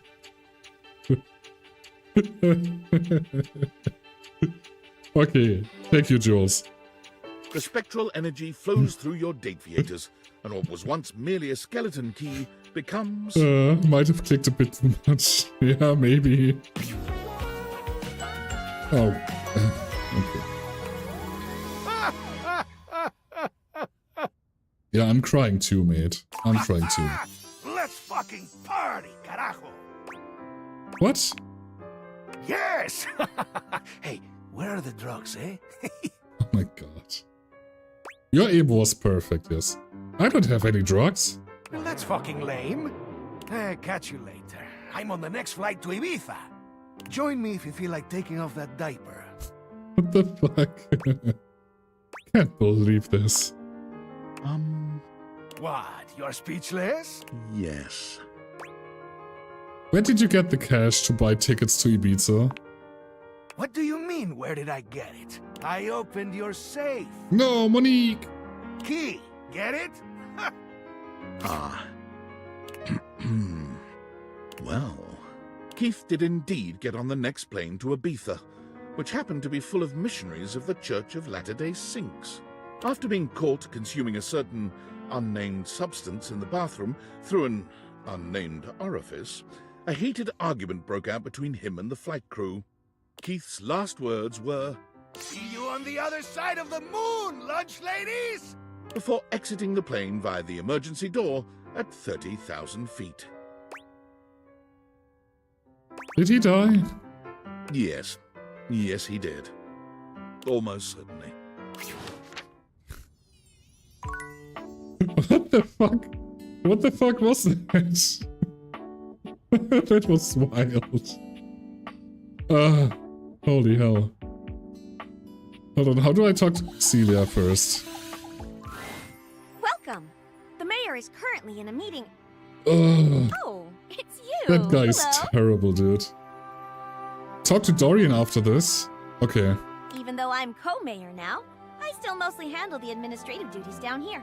Here, let me ring Celia on the other line so you can say hi. Miss Mayor, guess who's here? Miss Mayor, I told you before not to interrupt in the middle of a meeting unless it was an emergency. This is an emergency. Someone needs to say hi. Say hi. Hi. Oh, I see. Hello. I'd like to talk about getting you two realized. Goodness, that is important. I'll come down right away. Telly, just be a dear and shut yourself off for a moment. Realization. Are you sure that's a good idea? Who would take care of our responsibilities if we were to snap our fingers and run around as humans, all willy-nilly? I think it would be fun, as long as it's both of us. Yeah, obviously. Don't worry. I got it. Madams, your populace awaits. The spectral energy flows through your Dateviators, and what was once merely the floor and ceiling becomes... Oh my god, they are gorgeous, both of them. Oh, I love them. Oh, I love them. I love them so much. Is that a floofy top? Or does it just look like... Man, that's so Here crazy. you are. Before remarking on becoming a human, it seems that there's business to be done. Celia hands over a gigantic stack of papers. Oh dear. Now, according to the bylaws of the line of succession to the House, the duties of mayor fall to you by default. Ah, shit. It's all right. You'll do great. Just don't forget, shake hands, listen well, always wear a winning smile, and you're likely to win the special election when it comes time. We're doomed. Celia always did tend to forget the last one. Well, this mess outside isn't going to fix itself. Prometheus is gonna tell you to shit. Nah, you're fine. Ready to go? Bon voyage, ladies. Celia dusts her hands and excuses herself and Florence from your home. It's been lovely being your mayor, but it simply isn't right for a woman of means to live on another person's dime. She and Celia get a surprisingly luxurious apartment together.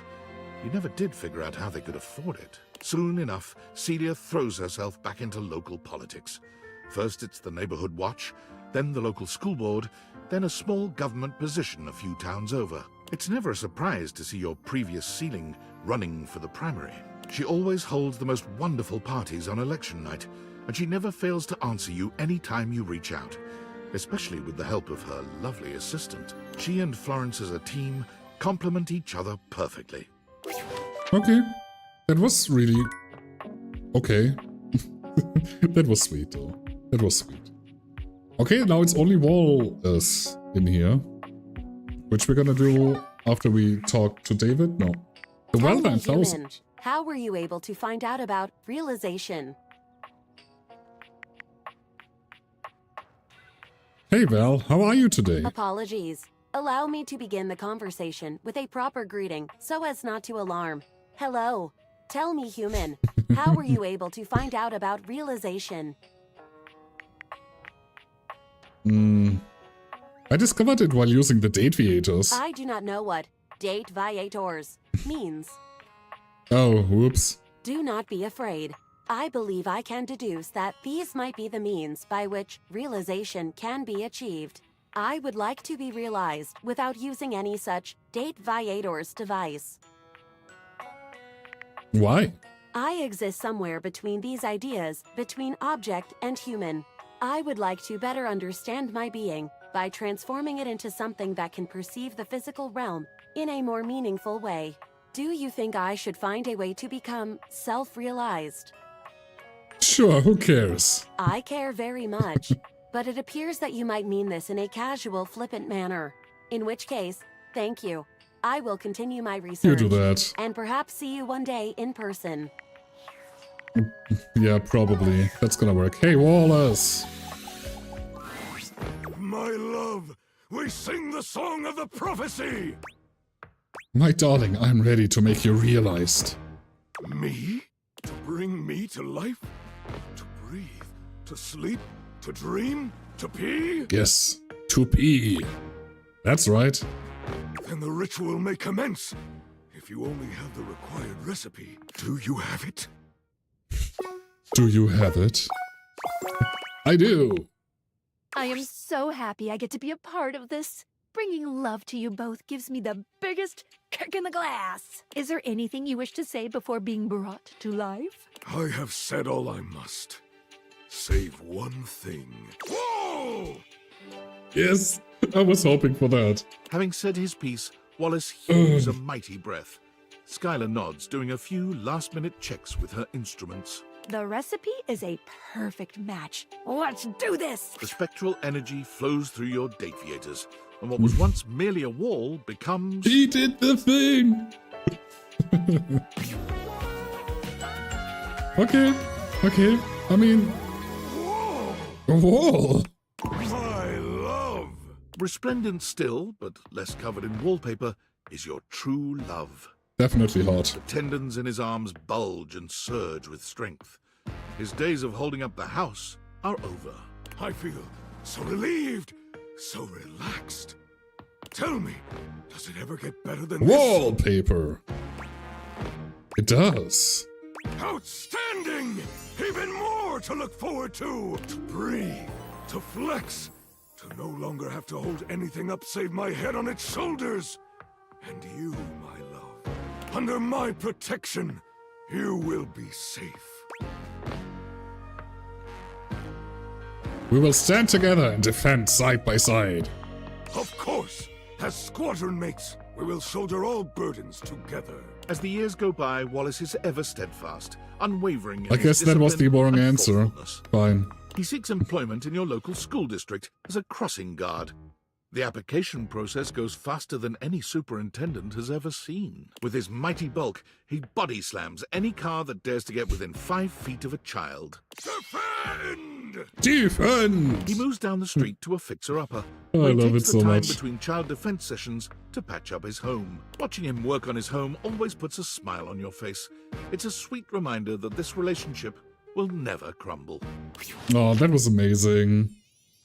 Bless him. Okay, bathroom, phone, bedroom. That is the plan for the next hour. Since we came to an understanding that we're not playing Baldur's Gate 3 today, for us to be able to finish this game. So, I'll see you all in 3 to 5 minutes. Shit, talk to Dorian. We have a heart left. We're gonna talk to Dorian after the thing because the ads are coming up though. So I'm really sorry. I have to take the break. We're gonna do Dorian.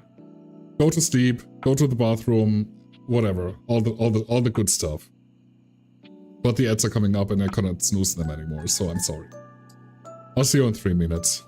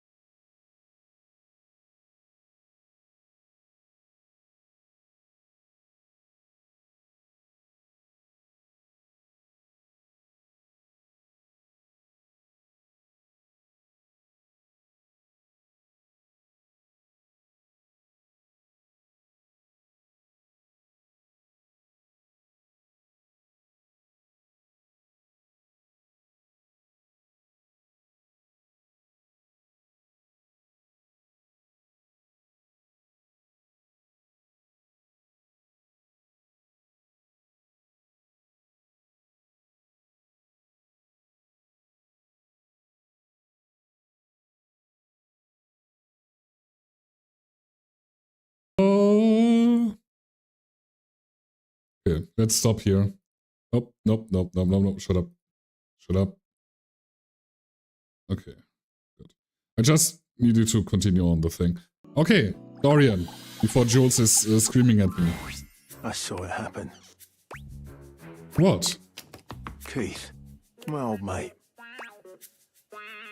I can't believe that happened. Goes to show that sometimes friends aren't what you believe them to be. I'll have to think about this. I have to be more solid. More foundationally secure in who I attach myself to. You. Uh-oh. You don't have any wayward plans, do you? I swear to you, I do not. Good. Thank you. I'll see you around. Okay. Well, that explains the hatred for Keith. Got it. Let's go to sleep. We really need to sleep now. Like, this is gonna be a really intense day tomorrow. We were done here, so let's close this off. We have to do the bathroom next. There's not much here. Oh, Barry. Hey, Barry. Don't mind me, hon. I'm just trying to discover a new color. I'm pretty sure there's something between yellow and orange that nobody's ever found before. He traumatized my man and broke his heart. He's even worse than you. You at least just broke his heart. Man. Fuck me. Man. Whoa. I'm actually here to realize you. You're going to make me human? You mean I can have even more thoughts permitted and be able to go outside and act on them? The very idea makes me quiver with anticipation. Are we ready? I am born ready. Come on, Barry. Let's make you more glam, fam. The spectral energy flows through your dateviators, and what was once merely your beauty supplies becomes... Aw, that is super cute. Holy shit, that outfit is so cute. I love it. It's amazing. Barry laughs. The joy of his new humanity That's good stuff. clearly written all over his face. I'm alive! I've already forgotten what it was like to be a toothpaste. Though I might never forget what it was like being a Q-tip. Aw. Did you forget what love is? Oh, that I will never forget. Oh, that's such a cute sprite. Holy shit. You bring Barry into your chambers to make love, but he seems distracted. All right, how best to do this? Should I put my arms there, or my legs run this way? My torso? Oh. With some deft maneuvering, you show him how. Now then, I have heard that rhythm is rather important here. But which one? 4/4, 6/8? The forbidden 12/2. Oh my god. Oh, can you hand me that book over there? Sure thing. Excellent. Let's have a look. Barry's book is an absolute treasure trove of techniques and positions for adventurous lovers. You spend the rest of the night reading and finding all sorts of new and unexpected ways to please each other. Sure. Now that's style. Barry strikes out on his own with a bag of makeup and no particular direction. Passers-by notice his stylish form and begin asking for grooming tips, which he readily gives. And to just die to random NPC this run. I mean... It's your call, really. If you don't have fun with it, why keep playing, you know? Like, if you don't enjoy playing this run, so, you know, I wouldn't give a shit. He begins to make a name for himself and ends up being interviewed by a local news anchor. Well, you simply must try Maybelline brand powder. It'll get right into the crevices you didn't know you had. Uh-huh. He's trotted out onto commercials immediately for his candor. People trust his brutally frank approach to reviewing cosmetics. Exalta brand spoolies. I wish I could accept these into my soiree of beauty, but they have the rigidity of a rhinoceri. After repeated urging by his fans, Barry starts his own FluTube channel to do reviews on his own. But the need to remember his login password proves all too daunting. Oh, yeah. I did write it down. Well, Did I write it down on paper, or this puppy? Further complicating things, as a trusted name in style, Barry is constantly flown around the globe and never allowed the chance to settle in one place, which proves to be a new and exciting way to test his memory. I do believe I've forgotten which country I'm in at the moment. Well, no matter. Beauty has no allegiance to country, darling. I'm a citizen of the world. Oof. I mean, Barry's living his life, I guess. Okay, we only have Bathsheba and Rebel in here left. Is that right? I think it is. Damn, okay. Yo, Rebel. Bay.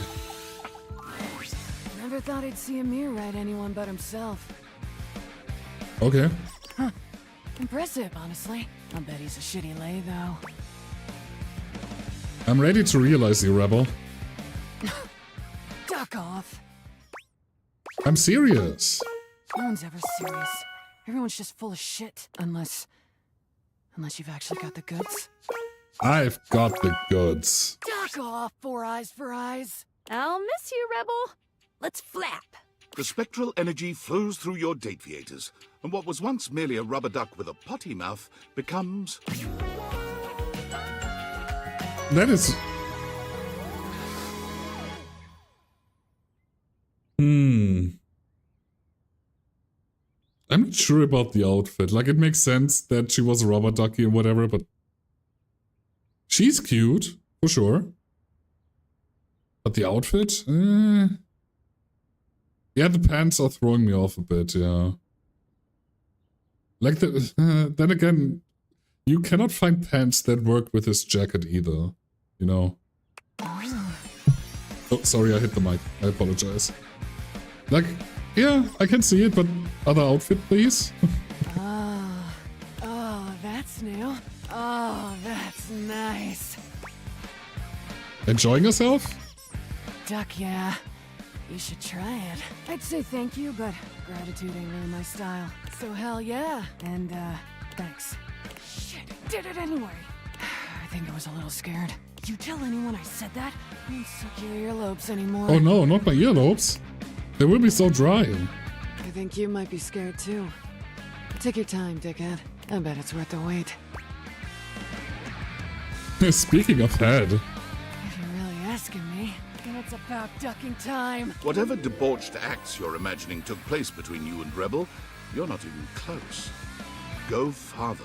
Ripped skinny jeans? Yeah, I mean, something along those lines. Then again, you could just put everyone in skinny jeans and, you know, have the same outfit for 100 characters, so... I appreciate they're trying something different. I know it's because, you know, rubber ducky, yellow and whatever, it still has to be slightly resembling whatever they were, but, you know... Meh. Edgier? Edgier? Oh, even edgier than that. Yes, there. Just on the edge of your sexual imagination. Those acts. And that's only the beginning. You know that was illegal in like 62 countries in all 50 states, right? You did make it to Prometheus. Good. Well, no, fuck him up. That's fine. And I hate Rebel's outfit. Yeah, again, like, the pants and the jacket. Like, just something proper, you know? Anyway, what I'm about to do to you has landed people in the ducking Hague. Buckle up, bitch. You've never felt so thoroughly disrespected and adored. Banger. Rebel squeaked out of the house and into the sunlight, where they promptly hid under a nearby bench. They eventually crawled into the nearest warehouse, where they felt at least a little more at home among the concrete. Standing there scowling, they attracted a crowd of runaway teens who could feel an intense burst of bad Mother Clucker energy. Shit. What they wanted was a leader, and with some nearby junk found out and about on the streets, most likely stolen, the teens put together a small refuge where only their kind were welcome.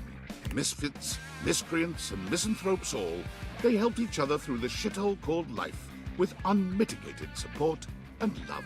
They would never admit it, but the group home made the world a much better place. Duck off with that sappy shit. We're problems. Only. Okay, fair. Okay, before we check the phone again, we gotta finish Bathsheba too.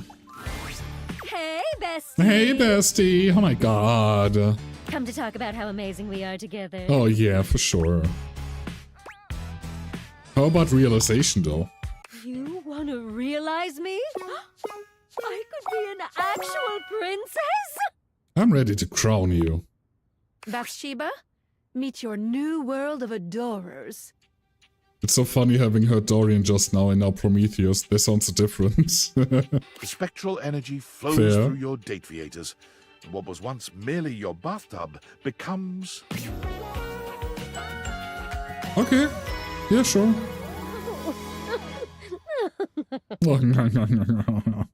Bathsheba gives you a twirl, stepping back to pose with one hand on her hip.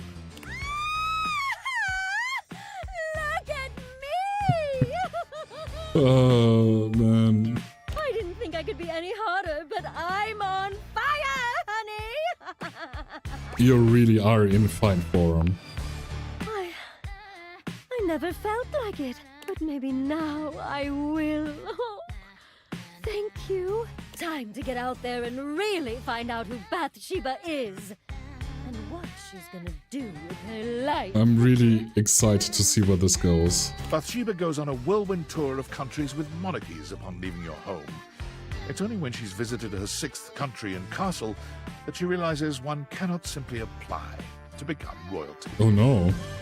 Devastated by this realization, Bathsheba decides to cheer herself up with a dinner at a popular local medieval-themed restaurant, Renaissance Days.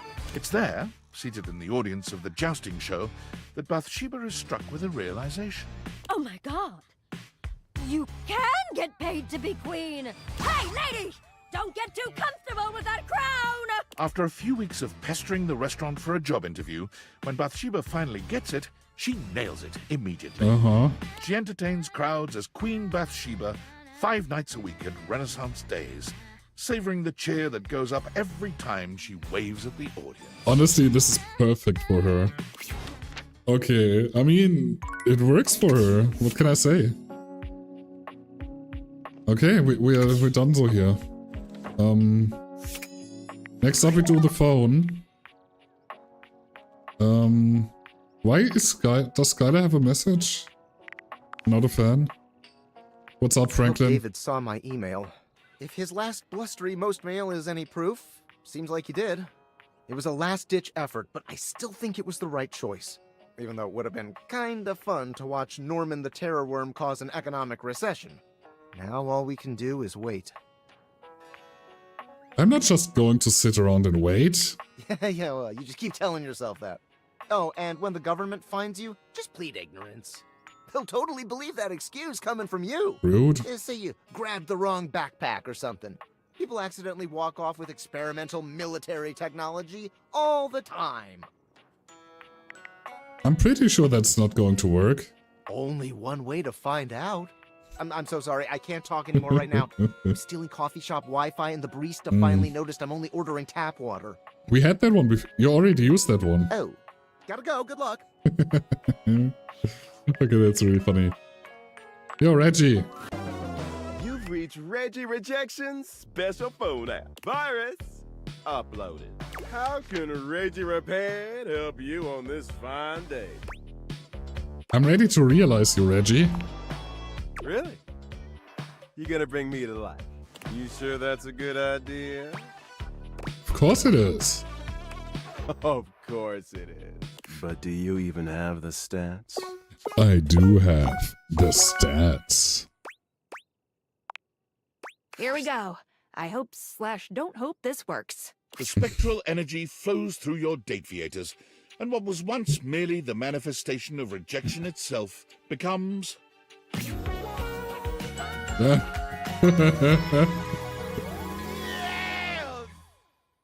Huh.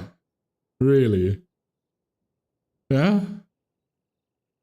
This is your outfit, Reggie. I mean, I'm not gonna judge, but okay. This was a smart way to do it. Just get all your stats up first and do them all at once. Kind of love them. I mean, Reggie looks at his hands, waggling his fingers before looking down at his legs and giving each a good shake. Oh, baby, I got appendages now. Anything I'm gonna do? Man, there's so much happening in this outfit. The world doesn't know what's coming for it. But first, maybe a little hanky-panky? Reggie lets out a belly laugh that is both attractive and hurtful.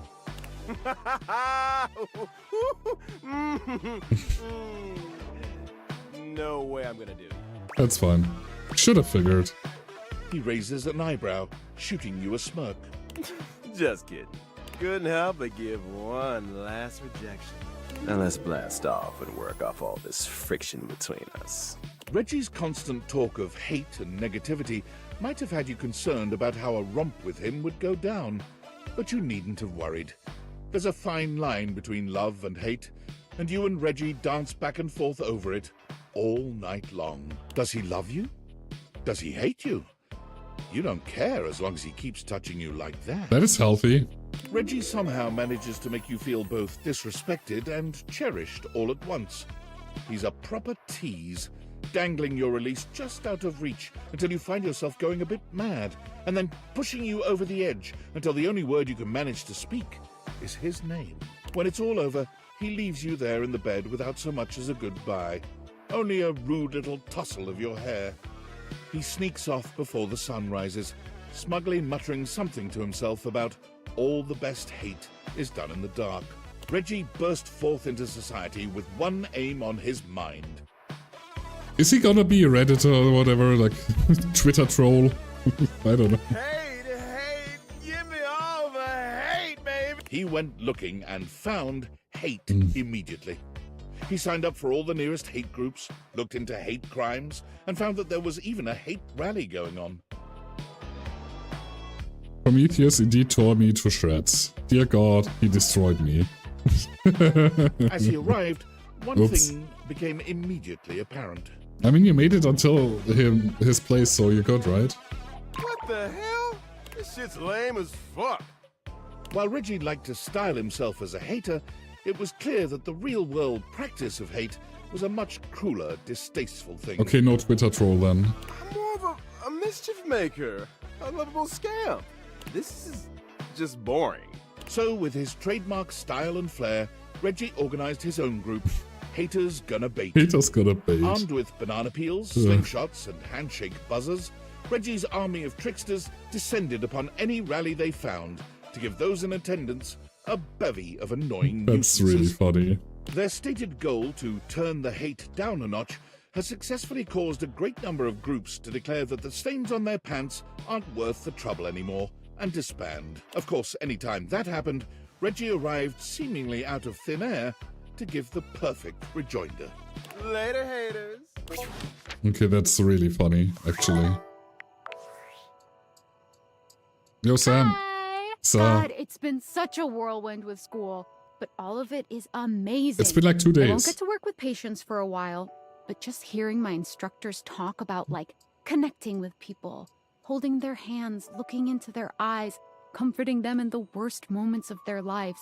I want so badly to do that too.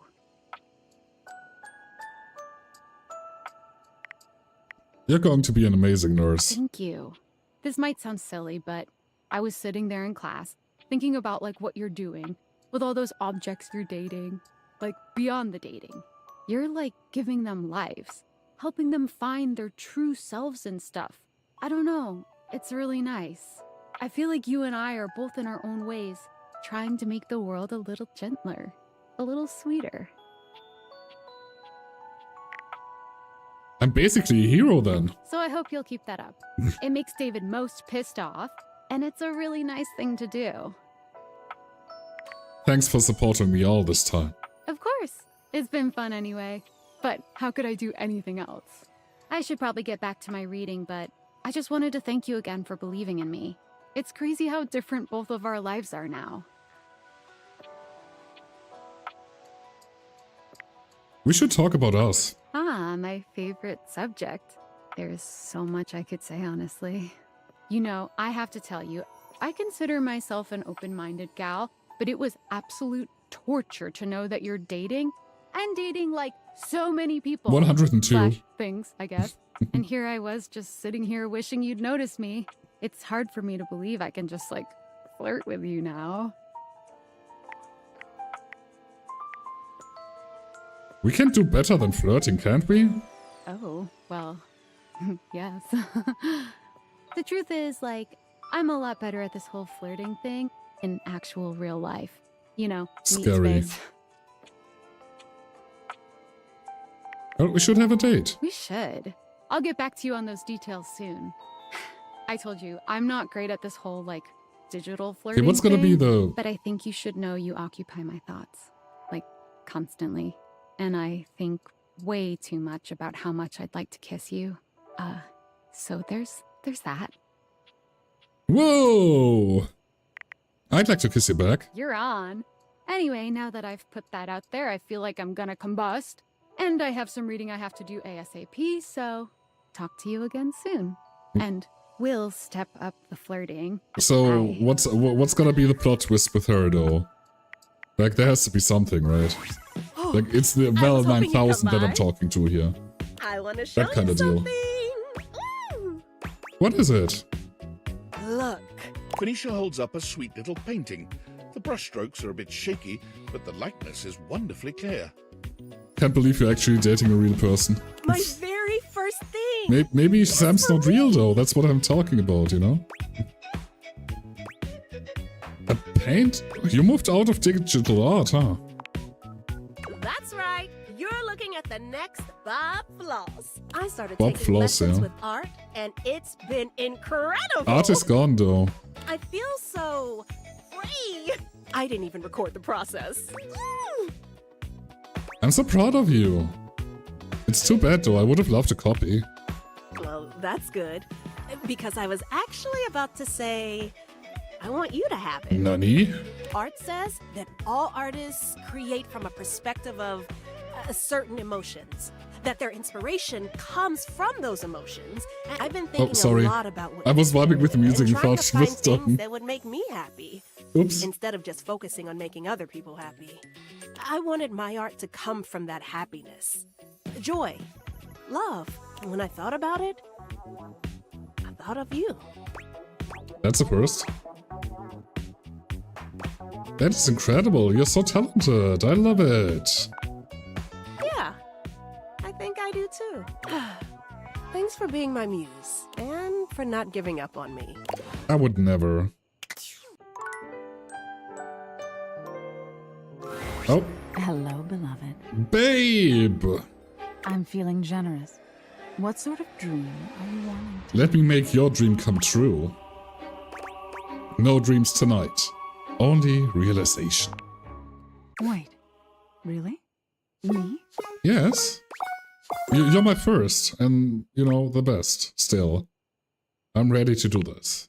Okay, Skylar, it's gonna be okay. It's gonna be okay. Nightmares can't hurt you. They aren't real. Except they're gonna be real now. I'm just gonna close my eyes while I do this one. The spectral energy flows through your date theaters, and what was once merely your dreams become... This is something... This hits different now, because she was our first, you know, good ending, love ending. And we really worked for that, and this really hits different now, realizing her. Okay. There's a bit of color in there. Still an entity, I love it. Nightmare is realized, but she looks just as you've known her. Okay, I mean, I take it. You're not quite sure what you were expecting. Nightmare's dateable form was not human to begin with, really, but this form, whatever it is, it may be flesh, but it is decidedly unhuman. That is really cool, though. Wow. So, this is what it's like to be flesh and bone. A mortal bag filled with goo and teeth? Am I what you thought I'd be? You're everything I'd ever dreamed of, and more. Nightmare's horse-like cheeks sport a sweet flush. There's something about seeing this tall, intimidating creature be so modest that just drives you nuts in the best way. She's still my favorite, it's just how it is. She's really cool, yeah. You don't mind if I'm me? I love that you're you. Look, if we're going to do this, you need to know something. It's going to be intense. Terrifying. There's probably going to be a lot of blood. It's okay. I trust you. Nightmare gives you a dark smile, and when her arms curl around you, she feels cold but real, sturdy and strong and inescapable. Nightmare's brand of love is physically taxing and makes you more aware of your own mortality than you've ever been. But you've never felt so emotionally connected. Making love to a monster is no easy feat. There are physical problems you haven't fully solved, but your mutual passion helps you find your way through any obstacles. You end that night with some new scars, but a newfound appreciation for just what it is to be human, and the things that go bump in the night. Okay. Nightmare takes well to the stares she receives in public. She's so unused to being perceived, she rather enjoys the attention. Hello. No, by all means, don't look away. I enjoy your blatant ogling. Have a pleasant day. May you keep all of your teeth right where you want them. Costume? No. This is my very own bag of meat and guts. Most assume she's one of those Halloween is year-round types, but enough people ask her about working for a haunted house, she decides to try her luck there. She finds the work unfulfilling, however, Yeah. bored with mere jump scares and momentary screams. Nightmare eventually finds her niche making extremely low-budget horror films and uploading them online for free, where she can frighten people the world over in the purest way. Honestly, sure, I see it. Honestly, fair. That is completely fair and I love it. Okay, Clarence, I think. Hey there, buddy. Got any hot goss about Harper? Forget about Harper, I'm here to realize you, Clarence. Me? Really? And bats too? No bats, just you, but...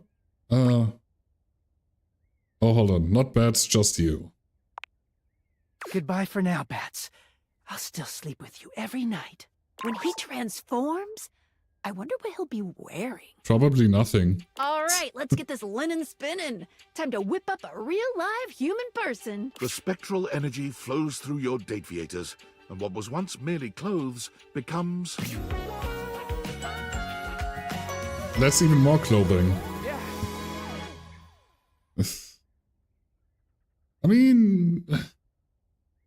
It's too much. Clarence feels his newly human body, intrigued by its solidity. Wow! Wow! Just flesh and bone! Oh my god. And blood! Lots of blood! This realization fades Clarence's smile. Oh god! Human bodies! So dirty! Human bodies are easy to clean, Clarence. You'll get used to it. Clarence's passion for cleanliness and organization lead him to join a team of closet designing professionals. But it soon becomes apparent that his ideas are too revolutionary even for the most forward-thinking designer. He gains a reputation around town for designing closets that are frankly more akin to apartments. He playfully tells his clients that it's important to consider their clothes' comfort, always looking somewhere past them with a nostalgic twinkle in his eye. Just think to yourself, if you were your clothes, would you want to live in some dingy shoebox? Totally. Or in a Closets by Clarence Fashion Wonderland? Yeah, I'm good. Clarence's closet designs are so popular, he picks up celebrity clientele, and his designs only become larger and more flamboyant. Are you going to listen to people calling your closet garish and a tacky bourgeois nightmare? Or are you going to say, sorry, can't hear you, my closet's too big and fabulous? You think of Clarence every time you see your humble bedroom closet, but you can't help but smile knowing he's in much more fabulous surroundings. Yeah, sure. Especially with his beloved pillow by his side. Okay. Well, now that's out of the way, we can have fun again. Okay, that's done in here. We did everything here, no? We did Tina. Yeah, that's done. Never mind. Okay, we have Damon, we have Benoit, we have the microtransaction dude. Yeah, let's realize Damon. I wanna see Damon. Damon, final love. You've already got your love. Is that not enough? I'm ready to realize you. You would be. Got all your stat blocks aligned. It only needs one of each. That's really funny. Of course, let's get started. Now what will it be like, I wonder? The bug in the beaker broken free. I think I'm meant to feel excited. To portray excitement. So, yippee. Yippee. You sure this is the right thing to do? Uh-oh. The spectral energy flows That's through really your creepy and I love deviators, it. and what was once merely a dresser becomes... The spectral energy flows through your deviators, and what was once merely a dresser becomes... The spectral energy flows through your deviators, and what was once merely a dresser becomes... Oh, look at him! Realized reaction. Oh, that is so creepy and I love it. Damon has become a human. It feels the same. A disappointment, but what else would I expect? Is it okay I have the hots for a glitch like you? More than okay. Come, let us do the thing. Let us do the thing. The thing ends up being a sort of geometric impossibility. But Damon is fearless in their pursuits. Fifth dimensionally, you feel what was your tongue enter a space of what was their lips. Their legs both wrap around yours, and yours wrap around theirs. And also, you have no legs. Come now. The release you feel is eternal in nature. It both gives you pleasure and does not. That is so funny. It tickles. I exit.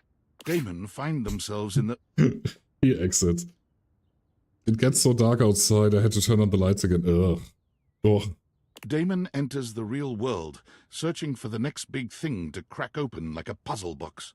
They find the lost, the downtrodden, the forgotten, and quickly put themselves... Damon finds... Narrator. Damon enters the real world, searching for the next big thing to crack open, like a puzzle box. Damon. Damon. Damon is right behind you. Oh, he's not here. That was so scary. Oh, the closet is normal. Boo. Oh, you're back! I have so much to tell you. Oh, I bet you good have so much shit. to tell me!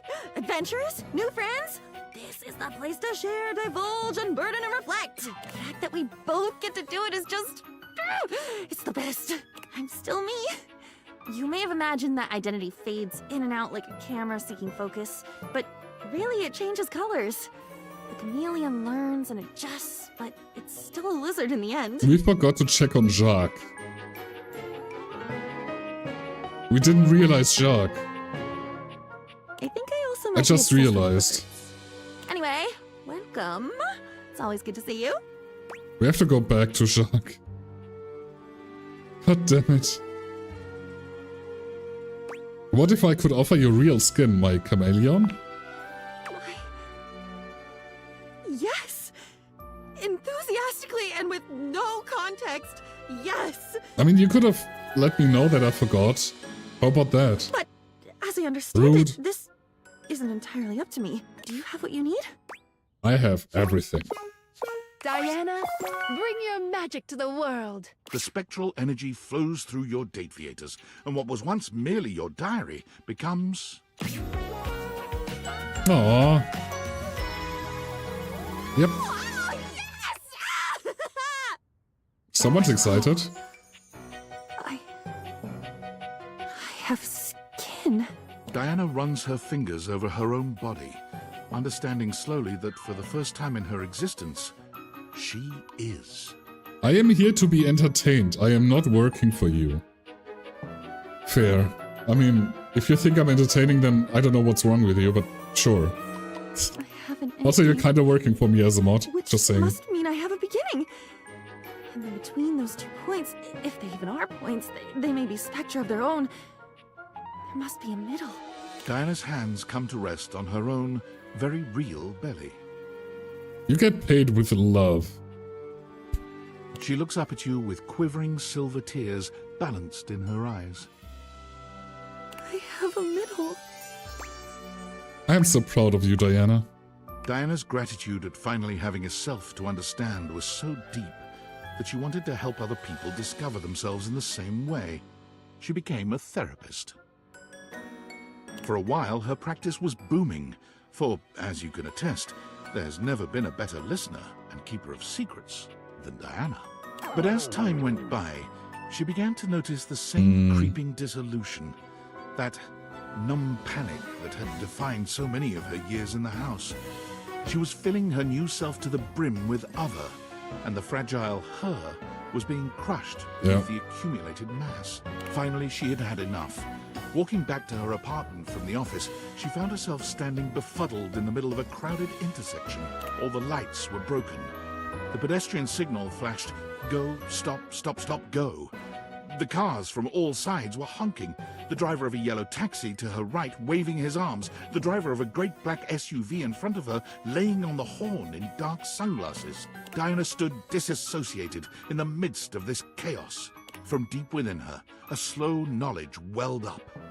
A simple and powerful no. She reached out with her right arm and swiveled her eyes to focus on the driver of the yellow taxi at the end of her fingers. She flipped her palm upward to face him. Stop. And he stopped. She reached out with her left arm and cleanly motioned for the great black SUV to move forward, slowly. There. And he moved. And the car behind him moved. And the car behind that one followed. When 11 cars had gone through, Diana flipped her palm, and the car stopped on a dime, as if by magic. She rotated her eyes back to the yellow taxi and motioned to him. Your turn. He stared at her, transfixed. But with only a slight hesitation, he began to move. And the car after him. And the van after that. Once he was through the intersection, the cabbie leaned out of his window and smiled. A bystander did eventually call the police, and the lights at the intersection were repaired that night. But Diana had found her happy place. She has been the star of the Metro Traffic Bureau ever since. I mean... On her days off, she sometimes comes back to visit. Okay. Let's... I mean, if that makes her happy, you know? Sure. You're back. I'm here for the greatest adventure. Realizing you. Sweet Poseidon's parasols, what do you want? I'd like to realize you. Huh? Realize! Jacques? Realize, as in life. You want to bring me to life? Yes. I want to evanescence all over you. Yep, you wanna? My, all that's blue and watery, yes! I mean, can we do it now? I mean, right now? Yep, I got everything we need. Captain Jacques, prepare to be boarded. Oh my god. Spectral energy flows through your Dateviators, and what was once merely a ship in a bottle. Okay, that's really cute, honestly. Oh! Oh, that is really cute. I love him. My God! I am! You are! I'm fabulous! I'm fearsome and bearded, and thank Poseidon I still have all me flash! You look great, Jacques. Enjoy being alive. Cannot wait to see what you get up to. Jacques wasted no time making his imprint on the world at large. Being utterly unwilling to give up his life on the sea, he made his way immediately to the port and declared in a bloody-minded tone, The finest captain on this or any ocean seeks employment. Plunder, passion, and pitilessness required. What Jacques did not realize was that, when combined with his flamboyantly colorful attire, the effect he produced was somewhat other than intended. He was gleefully approached by the CEO of Fantasy Cruise Lines, who offered him a job as the captain of their flagship, the Brazen Belle. the Belle was tasked with escorting guests around the old pirate haunts of the Caribbean, immersing them in the fancied-up, of course, life of piracy and bacchanalia that makes that moment in history so rich and seductive. Allow me, sir, if you will, to understand you. These people will board my ship willingly. The CEO said yes. They will bring money and jewelry, loose morals and a sense of inborn security that I do not have to work to produce.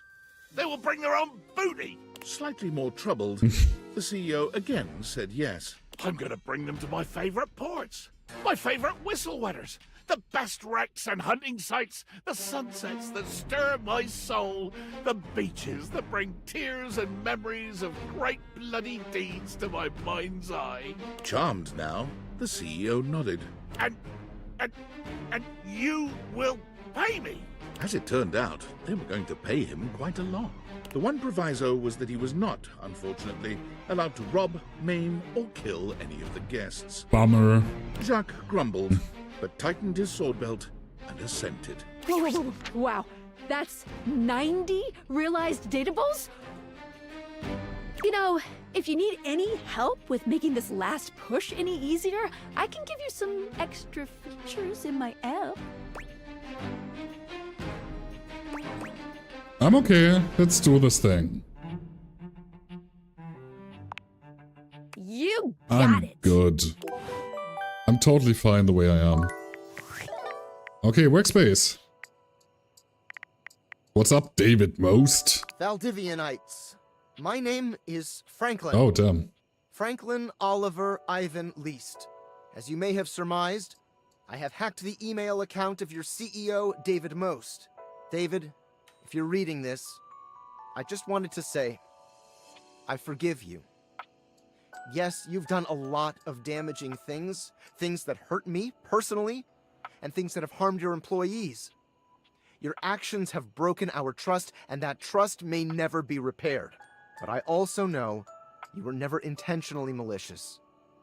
You were under enormous pressure to do what you thought was best to ensure the prosperity of this company, to stop anyone from standing in the way of its success.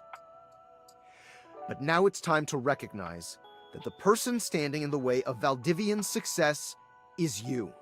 You've made mistakes, that's true. But you're still our leader. And now there's thousands of wonderful, hard-working people who are looking for you to set an example one last time. Show them why I was proud to call you my partner. Aww. Anyhow. Okay. We talked to Phoenicia today already, right? Hey, baby. Never mind. What you need? I want to make you realize, Phoenicia. Wait, for real, for real? Real. Phoenicia, life's ringing and it's for you. Spectral energy flows through your Dateviators, and what was once merely a cell phone becomes... Okay, that dress is something.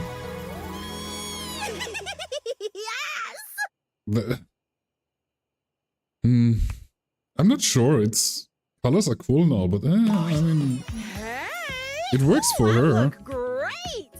I couldn't wear that. Ooh, did you get a pic when I got all transformed? Gotta post it. No, I was more interested in you. Oh, you're right. It's just a reflex, and one that I don't need to follow anymore. Phoenicia attempts to log into Placebook. Damn. Thought so. I can't even access my account since humans can't use Placebook, which means I'd have to build myself back up from nothing, which is really a blessing, because now I don't have to care. Phoenicia throws her hands up in joy. Woo! Wow! What a relief! I know of a way you could get even more relief. Oh, I've got a few ideas. As an influencer, Phoenicia knew all the right ways to do everything, having made all the tips and tricks videos herself. But with her eyes off the feed, she is able to feel everything a lot more than she expected, reacting in real time to the dance you two were doing. Quickly, she improvises, moving with you, moving against you, trying out new things, failing at some, and laughing all the while. Oh, yes! Her radiant smile beamed even brighter as she experienced her first real-life like. Phoenicia left the house looking for anything without a screen, and quickly found her hidden talent and passion for painting. She took courses in technique and design, and made many a fine canvas. But simply painting one subject at a time to have her work fill the gallery for snobby people, Phoenicia didn't feel like she was having much of an impact. It's like art for art's sake. Not my style. I want to help as many people as I can with these pastels. Okay. That's when it appeared. The largest canvas she had ever seen, the side of a 20-story building downtown. Oh dear. She set to work on it. No permits, just her infectious smile and the confidence of a great painter. When she was finished, her art was an inspiration to hundreds of passers-by every day. And all without the use of a screen, followers, or trackers. It had the most likes of anything she had ever made on Placebook. Okay. Honestly, that's good on her. Painting a 20-story building? Like, okay. Sure.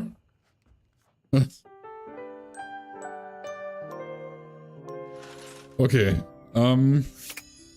Let's see. We're done here. We're done back there. We got the microtransaction dude still going. We got Benoit. We got Betty. What would you like to do? Wait, can I not? Can you put kids on? Oh, you know what? Can I not realize him? Just don't tell the bosses, yeah? Mikey pulls out his phone, dialing some number and putting the kids on speakerphone. He beams, positively radiating paternal pride. Hey there, kids! Daddy and his special friend are here! 3 distinct and very Aww. young voices come through the phone, all speaking over each other. Hello. Are we talking? Hi. Hi! Who's my favorite little beans? Oh, Daddy, that sounds like a human. That sounds so weird. I like grapes. Yep, it's my special human friend. Maybe one day he'll come over and meet you. What's a special friend? It's when one object loves another very, very much. I like grapes. Wanna ask them something? What do you think about humans? Humans and objects are both necessary parts of the universe. Without objects, humans couldn't exist. And without humans, there would be no one to bring meaning to objects. We would all just be one and the same. Ah, good job, Michaela. She's been studying. Mickey, wanna weigh in? No. Anything else? What do you think you'll be when you grow up? I'm going to be a new kind of vacuum that takes away all the bad pollution. I'm gonna be a big type of building that flies. Okay. I wanna be a baseball. Oh, I think baseballs are already a thing, Mickey. Then I'll be a yellow baseball. Big yellow baseball with stickers. Makes sense to me. Anything else? Oh my god. What do you like most about your dad? Dad sacrifices everything for us. Every weekend we get to spend with him is the best. He's so good at playing hide and go seek. I don't like my daddy. Oh damn. Oh dear. I love my daddy! No. Nice one, Mickey. Got him. Mikey's face turns a delightful shade of crimson. You wonder if he's beginning to regret letting you speak to his children. Okay, I can tell they're getting tired. I'm hanging up now. Okay, see you kids soon. Bye! Oh, that was really sweet. So the question is though, how can I realize him? Do I just have to continue talking to the kids and stuff? Okay, first of all, we have Teddy still here. Let's do Teddy. Oh, you're back. My goodness, what a sensation. I missed you more this time than last time. Who would have thought that I could love you more? Got some great advice gems for you if you want. It's time. I'm ready to realize you. Just keep talking to him. Okay. Really? Oh, oh my. Well, I've been waiting for this longer than I could even say. And you're ready? I mean, you have everything you need. I have everything I need, Teddy. Let's go. Come on, Teddy. Let's see how you snuggle in the real world. The spectral energy flows through your Dateviators, and what was once merely a teddy bear becomes... Not the onesie! Oh no. Teddy holds his hands out in front of him, clearly marveling at the lack of stitches and stuffing in his new body. Oh my! I mean, it makes sense, but man, Would you look not at the that? onesie. I'm a flesh and blood human being. Feels safe to confess my love for a stuffed animal to you now. Confess? And why now? You knew you were. You are always safe with me to tell me anything. It's my pleasure just to be here with you.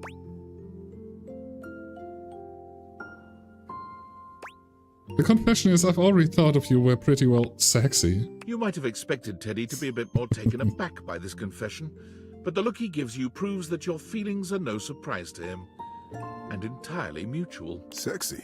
Well, actually, I can understand why that feeling would have been confusing for you before. And not to wiggle my own ears here, but I am. I've rather noticed that myself.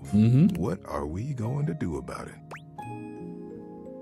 Oh, we're gonna do a lot of things about it. You mischievous little muffin. Let's not waste another minute. Teddy's warmth and kindness make him just as giving a lover as you could have hoped. But where he truly shines is in the moments after. Lying in his arms might just be the closest thing to true bliss you've ever felt. Even as a human being, Teddy's cuddling is simply unbeatable. It's almost painful to imagine leaving his embrace, but the hug he gives you before he leaves the next morning softens the blow just a little. Teddy, as we all know, has been a giver of top-quality advice for most of his life. Armed with this skill and a love of the act itself, Teddy applied to be the host of a call-in advice show at a local radio station. He was hired on the spot. He was given a booth, a time slot of his own, and unlimited coffee from the cozy and excellent shop next door to the studio. That's the As dream. you might imagine, he became good friends with all of the employees at both businesses. It wasn't long before he was the go-to help man for the entire neighborhood. For the first few months, Teddy was deliriously happy with his new job. He felt great empathy and fondness for his callers, and always tried his best to help them. Unsurprisingly, he created several new wonderful stories while on air to help illustrate his points. But after a while, he found himself becoming quite lonely. Aww. I'd found myself right back in another closet. After getting to know you and receiving that splendid gift of humanity, I just couldn't spend another minute locked up in a little box all by myself. Teddy began spending more and more of his time not in his booth, but at the coffee shop next door. It got to the point where he had a regular table, the one in the window alcove, and a regular order, strong black coffee and hazelnut honey cake. Hazelnut honey cake. The day he knew he I had want at cake. last found his place was the day he missed his show. He was sitting at his table with a lovely young woman named Moira. He Moira? listened enraptured to her tale about her dog and a cross-country road trip when he realized his time slot had ended 45 minutes ago. Oh no. I hadn't missed it at all, though, you see. I was so happy right where I was. I wouldn't have left Moira for all the money in that station. So Teddy gave his notice at the studio. They were sorry to see him go. He'd become one of their most popular programs, but the employees knew they would see him again. Many of them had standing appointments with him at his window table, just to check in, just to say hi. He's also branched out just a bit. In addition to the honey cake, he also now enjoys the dark cherry and almond tart. Okay, that's nice. Okay, I'm gonna check the data text real quick. We have 92 done. And I wanna... Okay, so who's missing still? We cannot finish those two. Dorian, Mikey... Oh shit, the credits, right. Willie... Oh, we haven't done Dolly! We missed Dolly! Oh no. How can we?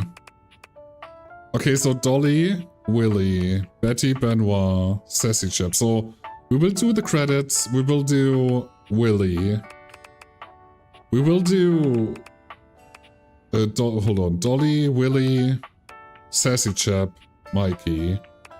Then we will do Benoit and Betty. Then we will do Dorian and Skylar. That is the plan right now. But it has been another hour, which means we have to take another short break. I'm really sorry. So I'm gonna park ourselves down in the... over yonder. And then we're gonna continue with Dolly, do the other things I just said and totally not gonna forget in the next 5 minutes. And yeah, I'll see you then.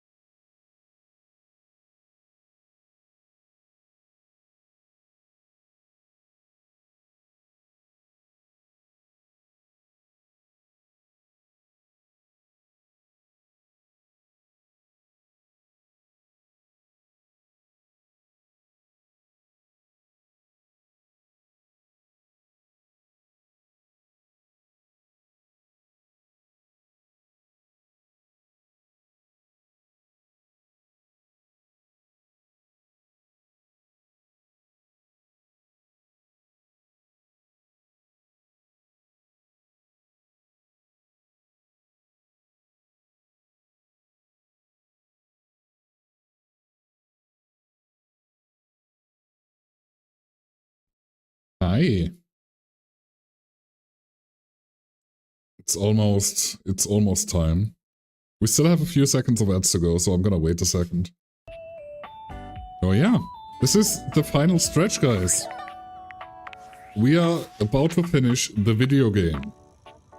And just a little announcement, we will be playing Doki Doki Literature Club. I can English. My English is very, very good. So yeah, we're gonna play Doki Doki on Friday. See how far we will get. And yeah, I'm still thinking about playing a horror game, and at the moment it still is Soma. So if you all have some more input, I'm willing to buy a game if it's not, you know, full price. I'm willing to buy it eventually. But yeah, I would need some input for that. So that being said, we're gonna continue on. Let's go! Well, howdy, darling. I couldn't be happier to see ya. What's on your mind? Here for the relics or a relax? Literature. Exactly. Wanna do some interesting research? Realization? Hold on, darling. You're saying that the new science can make me human just like that? I'm pretty up on my modern quantum physics, and I can't imagine how that's possible. I certainly do not know how that works either, because look at me. But I'm pretty sure I can do it. Hello, Dolly. The spectral energy flows through your Dateviators, and what was once merely a dust bunny becomes... Oh my god. Okay, you know what? Yeah, that's really, really cute. I love it. Heavens to Betsy, I'm human. Are you proud of my intellectual ingenuity? I thought you said you didn't make the Dateviators. Anyway, yes, God damn this it. is quite nice. Hope I don't get all wobbly on these new lengthy legs. Woo! This is gonna take some getting used to. But I'll be at the top of my field here soon enough. You're no master of statistics, but you know there's a 0% chance she won't make wonderful contributions to your human world. Now that you're human, could you handle me without getting blown away? Dolly walks towards you to examine you closer. You can't help but notice the slow and sultry sway of her hips. You, darling, you certainly are a sight to behold. She gets ever closer still. Dolly pauses, inches from your face, and smiles at you. A knowing smile. As you stare into her bright grey eyes, you know that making her human was the perfect choice. You kiss, deeply and passionately. Your tongues intertwine, and the slight movement of your bodies together in unison hint at more pleasures to unfold. You pull apart for a moment. Your breath is heavy and in sync. Staring into each other's eyes, there's a deep longing, finally fulfilled. Hot damn, I'm in one piece. Let's see how far we can take this. A full night of lovemaking follows, with breaks in between to talk of philosophy, that's so silly. ancient cultures, and the latest theories of existence. That is so silly indeed. The prospect of ancient animism becoming reality by use of the Dateviators especially piques her interest. Well, darling, I've had just about enough of the underside of that couch. It's time to head out into the big old world. But I'll be seeing you soon. Once Dolly journeys forth from the house, her horizons are vast and limitless. She immediately gets hired at the best Ivy League college in the state, teaching high-level courses in several subjects. Shortly after, she breaks the record for most subscribers ever on Fans Only. No way. Her screen name is Lingerie Lectures. There are no nudes, only seminars that are somewhat sensual. That is so funny. You support her in whatever all of her works. endeavors, and she is an incomparable companion in your life. And whenever you begin to miss her a little too much, your phone rings, and you hear that old familiar... Howdy, darling. Aw, sweet. Okay, what's up, David Most? Valdivianites. David Most here, but you can call me Dave. Having carefully considered my options, I've decided to step down from my role as CEO of Valdivian, a role I've cherished more than anything in the world. And as my final action as your chief executive, I have dissolved the partnership between our company and the Department of Overseas Violence. And apparently all the surveillance records mysteriously vanished from our servers, along with the location of the missing glasses. Weird how that works. Looks like that pesky hacker struck again. After reading Franklin's email, I had a realization. Very nice. It's absolutely true that someone has been stubbornly destroying the lives of everyone he cares about. But that someone isn't our blameless teammate who stole the prototype. Thank you. I know that with new leadership, this great company will have the opportunity to flourish again. And as a fan and stockholder, I'm excited to see what happens next. And to Franklin, I know you may never forgive me, but if you'd ever give me the opportunity to try, meet me at the rental where our journey first began. I'll be there waiting. Dave. Dave. Okay.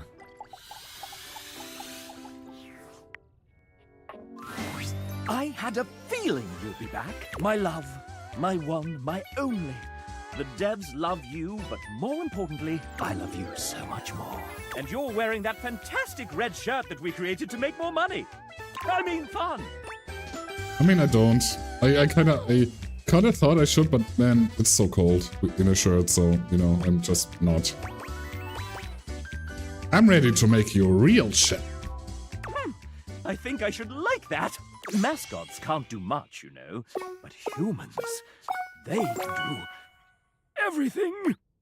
Everything? Let's get started. Sassy chap, go be a human now. The spectral energy flows through your Dateviators, and what was once merely the mascot of the development team becomes... Good lurking, Lucas. Thank you for hanging today. Look at him. It's literally just human. I love it. The sassy chap, now a sassy human, gives himself a once-over, tweaking his moustache, tugging at his bow tie, and removing his hat to find that he does, in fact, have hair underneath. I'm a chap. A real chap. I can fit so many things into these pockets now that they're three-dimensional. I'm a little dizzy. Are you ready for lovin'? Of course, I'm ready. I'm impossibly randy. You don't think this game being a dating sim was an accident, do you? Let's commence fuckery! Let's commence fuckery. Hold on. That is probably my favorite quote of the... That is probably the favorite quote of the game for me. Give me a sec. That is so funny. Let's commence fuckery. Honestly, he wasn't very good. Of course he wasn't. But you can give him this. He was a chap, and he was, say it with me now, sassy. The sassy chap left the house with one mission in mind. I'm going to make my own damn video game! Being that a mascot had never made a game before, he was able to use his charisma to convince one foolish publisher to buy into his wobbly technical designs. Like anyone's first game, the sassy chap made many beginner mistakes. Neglecting gameplay in favor of art, voice acting, and music, he began to find that iteration and nimbleness were beyond him, as changes had to be made. We can just add 250 more character portraits, right? Scope creep caused him to miss milestones, drive up costs, Oh, no. and ultimately caused his team to leave in frustration. But what if you can date the scope? The legend of Sassy 2 was cancelled, 80% of the way through development, and his publisher dropped all further contact. Oh dear. This industry does not understand art at all. Oh, okay, das war's schon. That's it. Sorry, that was random as German. That was it, huh? Interesting. What's up, Franklin? I can't believe it. It actually worked. He wants to reconcile. And none of it It's a ever trap. would have been possible without you. So thank you. Thank you. I hope I'm getting paid for this. Sure. I can send you some money. Better be a lot of money. I can send $6 grand. Don't spend it all in one place. That said, there shouldn't be any issues with going outside your house now. David and I might even stop by the old homestead to see you. Should I plan for that? No. David's helicopter is very, very fast. We'll show up as soon as you leave. That's weird as hell. We're harmless. Just technologically gifted and rich is all. But I won't stop you from continuing to have fun in there. Come on out when you're ready, partner. Will do. Okay, workspace. Willie, come on. Hey, hon. We're still on for later, right? Actually, I wanted to talk to you about realizing you. Oh my god. Really? No interview or anything? Realization? Just like that? Just like that. Come on, Willie. Let's find you something to do. The spectral energy flows through your Dateviators, and what was once merely an abstract representation of your work becomes...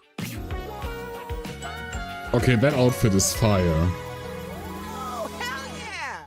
I'm all in on that outfit. That outfit is awesome. Willie is just as tall and statuesque as she's always been, but the benefit of a real body makes her physical presence all the more captivating. She may have once been your state of employment, but she might as well have been a runway model.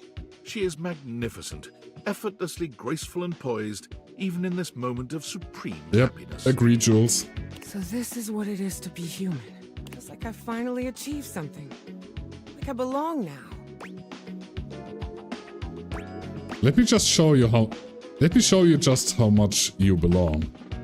Willie's intense gaze narrows in on you, and while she remains calm and collected, it's as if the temperature of the room has risen about 10 degrees. You know, I think you and I are long overdue for a little meeting. And no, this cannot be an email. You might have thought you and Willie were vibing before, but her humanity enables you to reach new heights of synchronicity.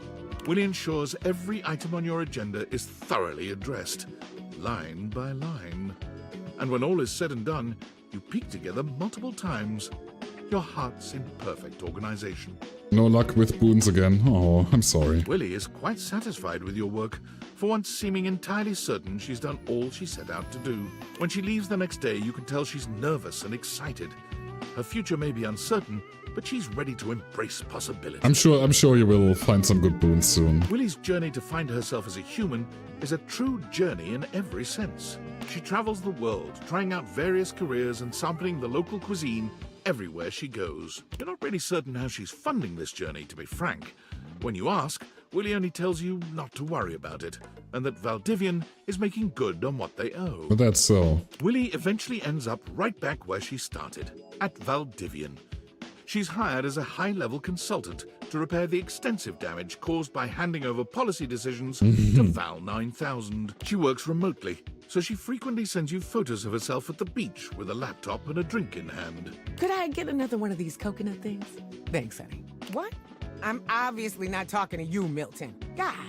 God damn it, Milton. Just get that report to me by EOD Monday. I'd hate to have to escalate this. She may have taken her time getting there, but you're happy to see just how fulfilled That's nice. Willie is, now that she's truly found her place in life. 5 realized datables? This is like actually wild to keep in my noggin. I'll say this. You can keep going for completion's sake, but at this point, if you want to leave the house now, you're gonna get a great resolution. Let's keep realizing. To the end game! I mean, we're not gonna get all of them, sadly, because we fucked up 2 endings, but that's okay.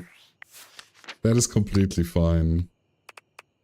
So yeah, we have Mikey, we have Benoit, we have Betty, and then that's it. I mean, Dorian and Skylar, obviously. Like, the last 2 are gotta be those 2. It's kind of sad about Jean-Lu and Textbox Chan, but, you know, whatever. It's fine. It's fine. Let's go to sleep.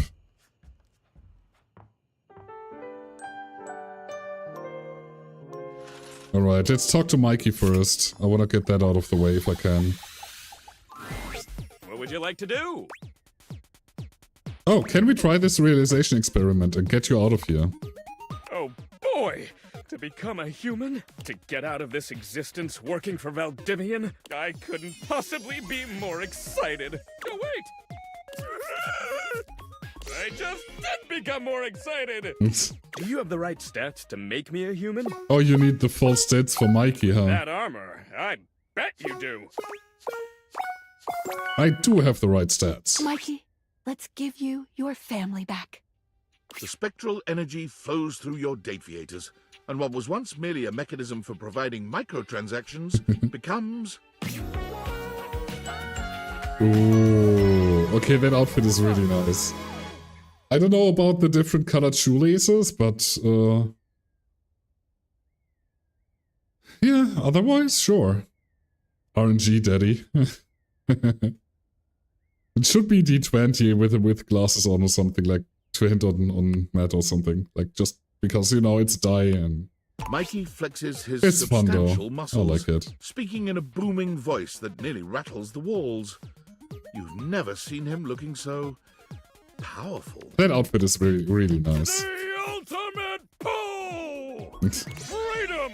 Unshackled by the bonds of fate and drop rates! Thank you so much. One last pull for the road, lover.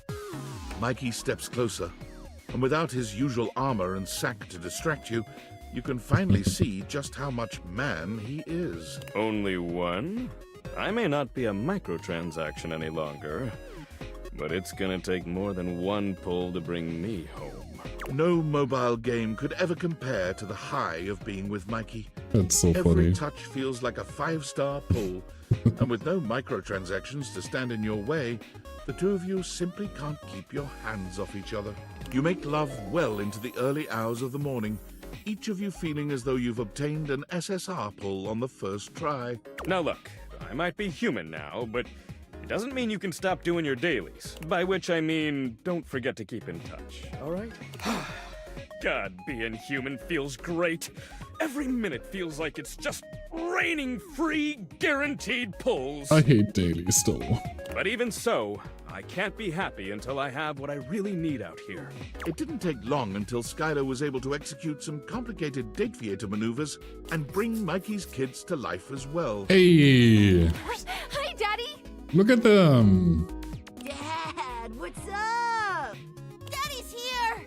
It smells funny. Kids! Come here, you three! Mikey gives his children their first real-life hug. Aww. The smiles emanating from the four of them will live in your heart forever, a reminder of just how beautiful life can be. Bless. It just required a little twist of the uppermost flange in my quantum catalyst activator. Thank you, Skylar. Thanks for everything. I was worried about the kids, but yeah, you know. Mikey used Good. his savings from Valdivian to buy a modest home nearby, where he was able to raise his kids full-time. Being there for you three made the long hours so worth it. And now you can grow up to be anything you like. Now, last one in the pool is common fodder! That's really funny. That was really sweet. I wanted to check, can I... Okay, so Keith is not dead because I cannot talk to him anymore. Okay. That is really interesting. Like, I remember Jules saying that if they die, they go back to being a thingamajig. So, you know. Okay, it's Benoit and Betty, Dorian, Skylar, and then we're done. I think I'm gonna go Betty first. Then Benoit, then Dorian. There you are. I was just thinking about you, you know. How about a hug? How about realization, though? How cool. I'm so excited. I would love to. We can finally really be together. Are we really doing this? We are really doing this. Come on, Betty, let's wake you up. The spectral energy flows through your date theaters, and what was once merely your bed becomes... Okay. I mean... Yeah. Yeah. Oh, wow. Is this really me now? Yep. Betty gives you a twirl, laughing as she does. I guess it is. I feel so beautiful. You are. Her eyes meet yours, and it's clear what's on her mind. Can I hug you? I've thought about it so many times. I just want to feel your arms around me, to be embraced by the one I love. Of course, come here. You open your arms, and Betty rushes in to meet you, curling her arms around you and resting her head on your shoulder. She still smells like clean linens, but now there's something else. A scent uniquely Betty. She's just as warm and soft as ever somehow, and you feel you could stay wrapped up in her arms forever, if the world would let you. When you finally part, Betty's smile is truly radiant. You'll come see me out there, won't you? You know I will. Oh, good. I don't mind coming back here. But I want you to see me out there as the woman I truly am now. Thank you for everything, my love. Betty's gift for making others comfortable and her love of sensuality and romance leads her to boudoir photography, where she quickly excels. Makes sense. Betty takes a particular joy in helping her clients feel beautiful. Many of them are people who have never seen themselves in such a light, but feel empowered in front of Betty's lens. Ironically, Betty's boudoir photography rarely takes place in the bedroom. Is she tired of reminders of her old life? Or is she simply challenging herself to look beyond the boudoir? You can be certain of this, at least. Betty is the happiest you've ever seen her, and beyond grateful.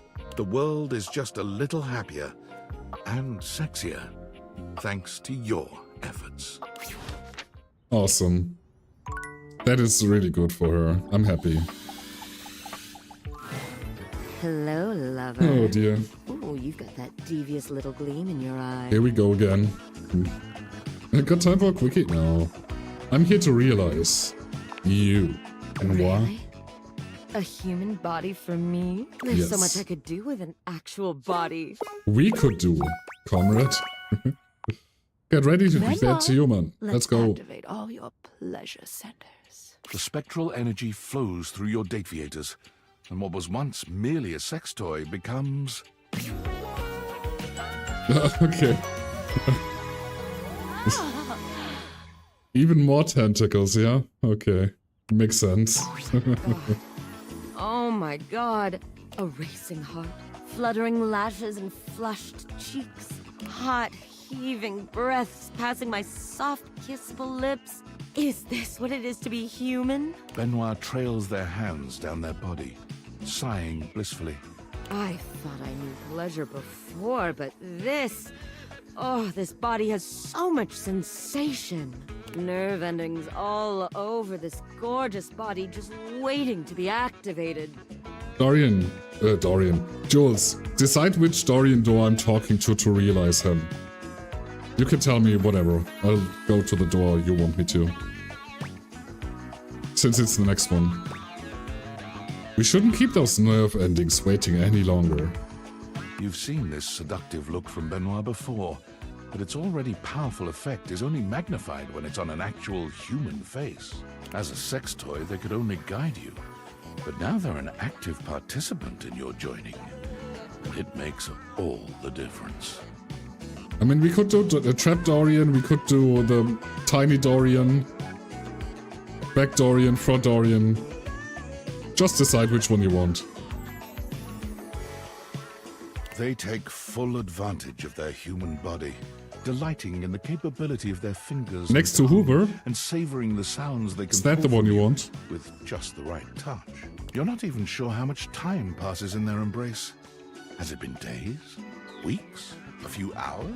All you know is you've seen heaven in Benoit's arms, and you'll never be quite the same again. Okay. Benoit sets off into the world fully intent on pushing their human body to its absolute limit. And they are successful in a sense.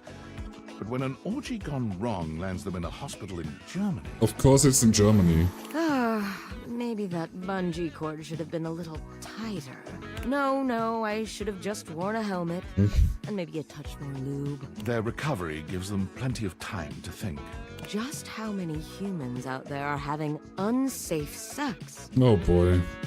One shudders to think, how did they get this far without me? As soon as their shattered pelvis and splintered legs heal, Benoit embarks on a global journey to advocate for safe, unsafe sex. Before you leap from that rooftop onto your waiting partner, always check your safety gear. I don't want to know. Ready to It's set okay. your dick on fire? Make sure you've got a partner with a fire extinguisher close by. Benoit says, unsafe sex doesn't have to be dangerous. Benoit's charming Sure. personality and invaluable advice sees them grow into a global icon of sexual safety. Posters with their smiling face and bullet points are posted by and in club bathrooms all over the world. Alrighty. Dorian, it is time for you to fuck off. Alrighty. There we go. Back again. To the most miserable place in the house. You know it. I have news. Since you last left, there have been so many new objects who've moved in. Would you like to hear? Actually, I was thinking of realizing you. I'm not opposed to it. You have the requirements, I presume. Fighting Prometheus right now, this is weird. I have what it takes. Knock, knock, Dorian. Here comes a whole new form. The spectral energy flows through your Dateviators, and what was once merely a door becomes... Ah, look at him. Yeah, that's a fit, for sure. At long last, I stand as a human. How do you feel? A bit wet. A bit wet. Squidgy, there's something I've been looking forward to trying for a very long time. From out of his pocket, Dorian pulls a jump rope. How that got in there is a miracle of Dateviator technology. What the fuck? Dorian gives the jump rope a firm squeeze, then proceeds to hop in place for around 30 seconds. Really? He stops and looks around. Well, that was quite fun. Uh-huh. I think I'm done here. Okay. Dorian places his hands on the front door frame as he looks back into your house one last time. Stay strong. He turns to go. Wait! Hey? What are you going to do? There's only one path for me. When you're ready, I'll see you on the other side. Okay. Sure, okay. So, Skylar. With our last heart too. Okay, let me double check here. Yeah, it's only Skylar and then we're done. We only fucked up 2. Man, that's so unfortunate. Well, Skylar? Hey! Hey, interrupting our regularly scheduled flow for just a little tip.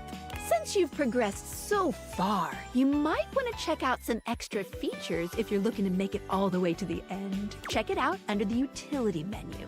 Don't want to add tedium to your nice little dating sim. Okay, back to it. Welcome! What can I do for you in my Should we check out the utility thing?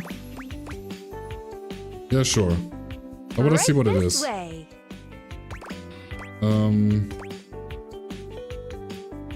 I need some extra help. What exactly does that do, though? Can I back out? You sure have. How can we make this more enjoyable? Oh, okay, it's nothing interesting here. Okay. Moving on up. What can I do Never for you in mind. my main Okay. menu? Well, time to realize, Skylar. Did you realize everyone? Are your specs enough? Not everyone, but it's okay. I'm ready. Sorry, but without Okay, so we realize, cannot. otherwise, it's basically game over. I don't want to talk to these freaking datables anymore. There are too many of them. That is so rude. It's just 2 that I hate. I got hate. Is that what I pick now? Like, feels bad. Man, it's fine. Oh, all right. Then let's get this started. Sorry, textbooks, Sean. Well, this time, let's do it right.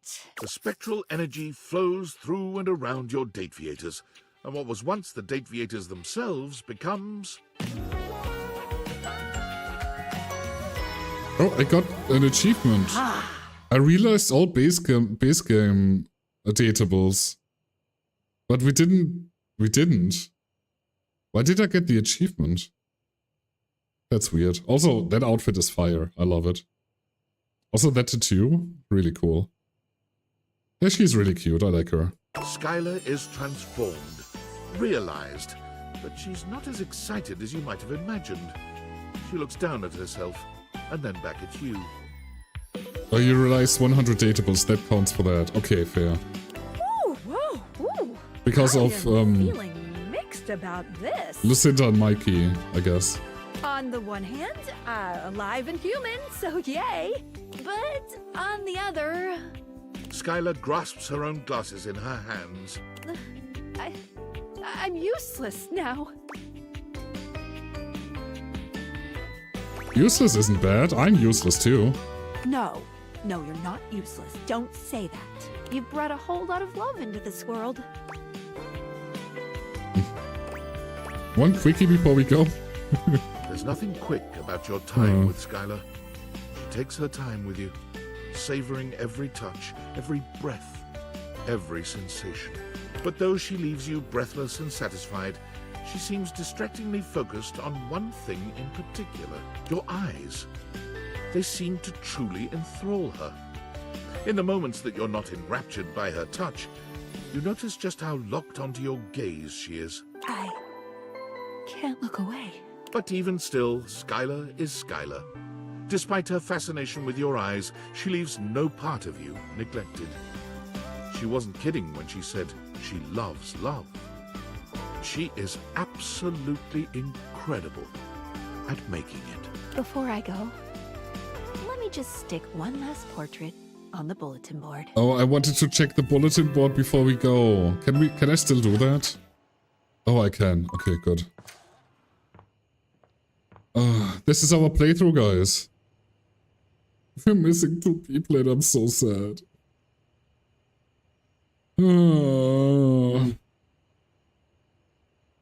Man.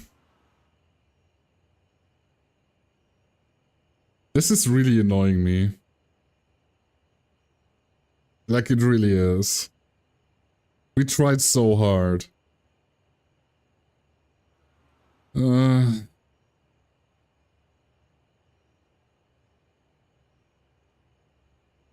Yeah, still there's 2 missing people and I hate it. Like, especially for...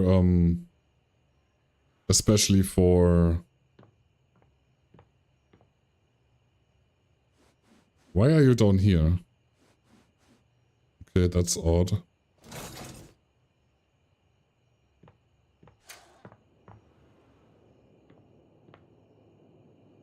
Oh, hey, Damon.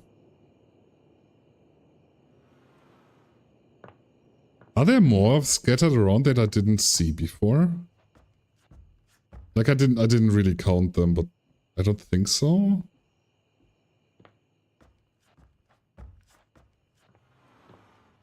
It's really interesting that Damon is here, though. Oh, you can right-click on the... Oh! You can't be quite sure, but with Damon gone, the frame rate seems to have gotten a little bit better. Okay. Interesting. What about you? Before leaving, she showed you the best way to use the camera and laid one more sticky note down on the desk.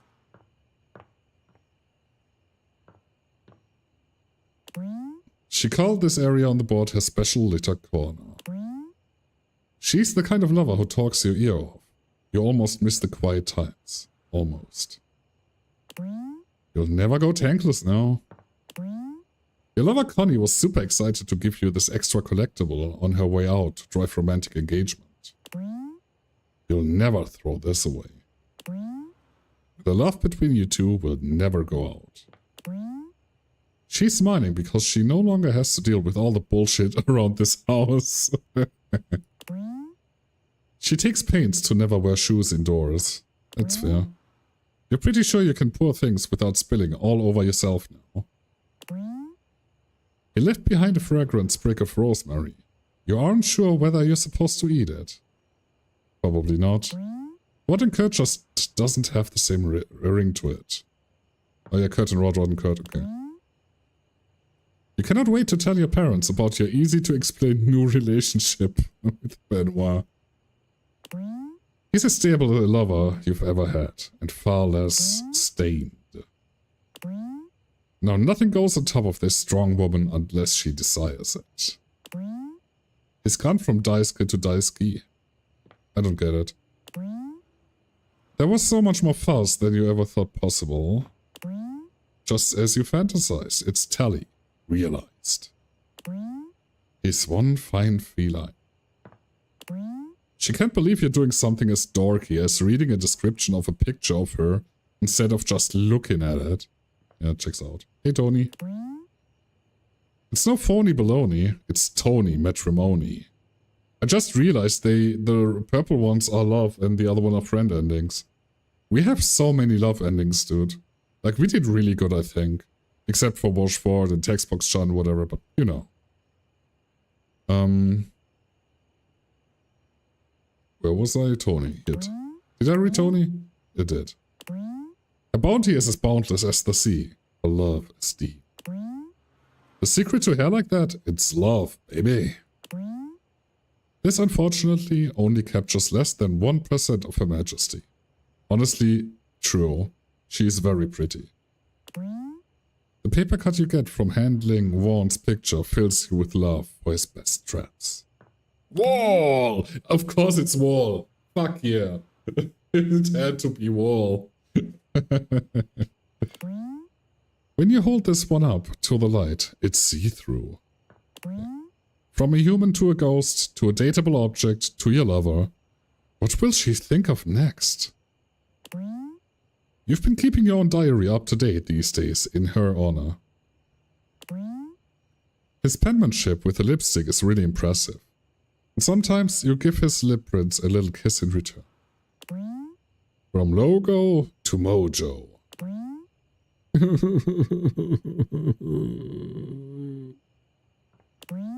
The bronzer on this photograph makes it look 10 years younger. Shelley called this one her latest progress pic. You feel preheated just looking at this image. He's still trying to figure out how you got him to love you.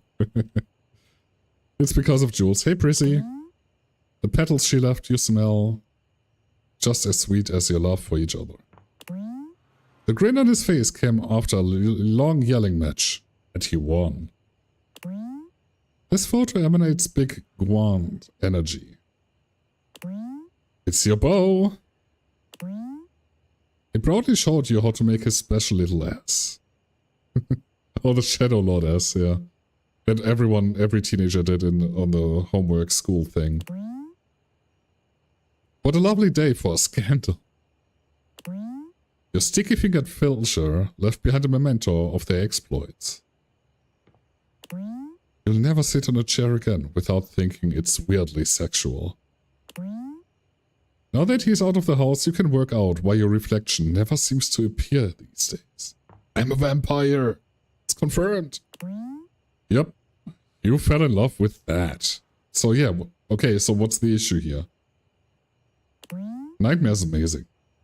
The cold, unflinching gaze of a madman. He practiced his signature for hours until you lovingly guided his hand. Her screen time has been down 50% since becoming human, just like yours.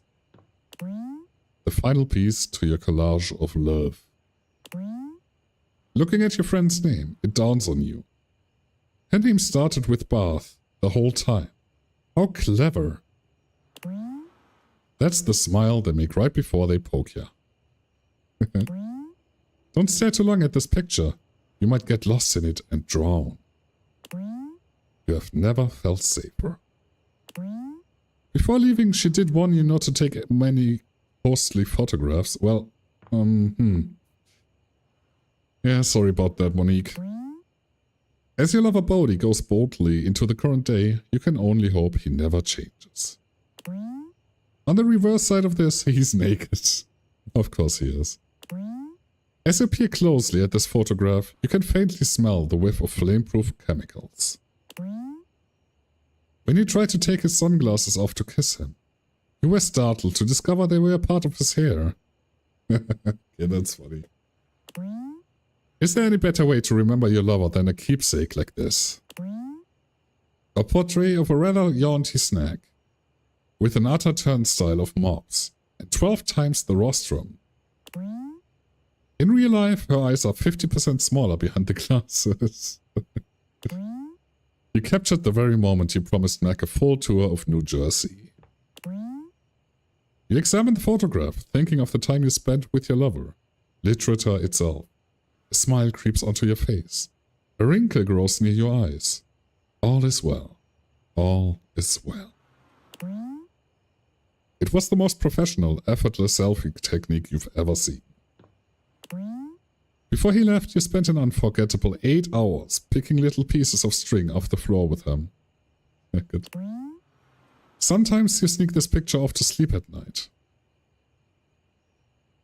Why is this weirdly reflective? Like his titty. That's fine. Luke refused to smile for the picture, saying that he'd been identified his bikers pits one too many times. That rearranger would understand. He scratched his signature with his jawline. Okay, that's really funny. The only quick pick-me-up you need these days is looking at this photograph of your love. Just looking at him makes you want to curl up and get snuggled. You may only have had a job one day, but you found a love for your life. You captured Key's gaze into your eyes the moment she had inspiration for her latest piece. Wild, all-night dancing not depicted in this photo. This photo was taken mid-roof jump. Now that your lover is a human, you can tell he's going to play a critical role in the world.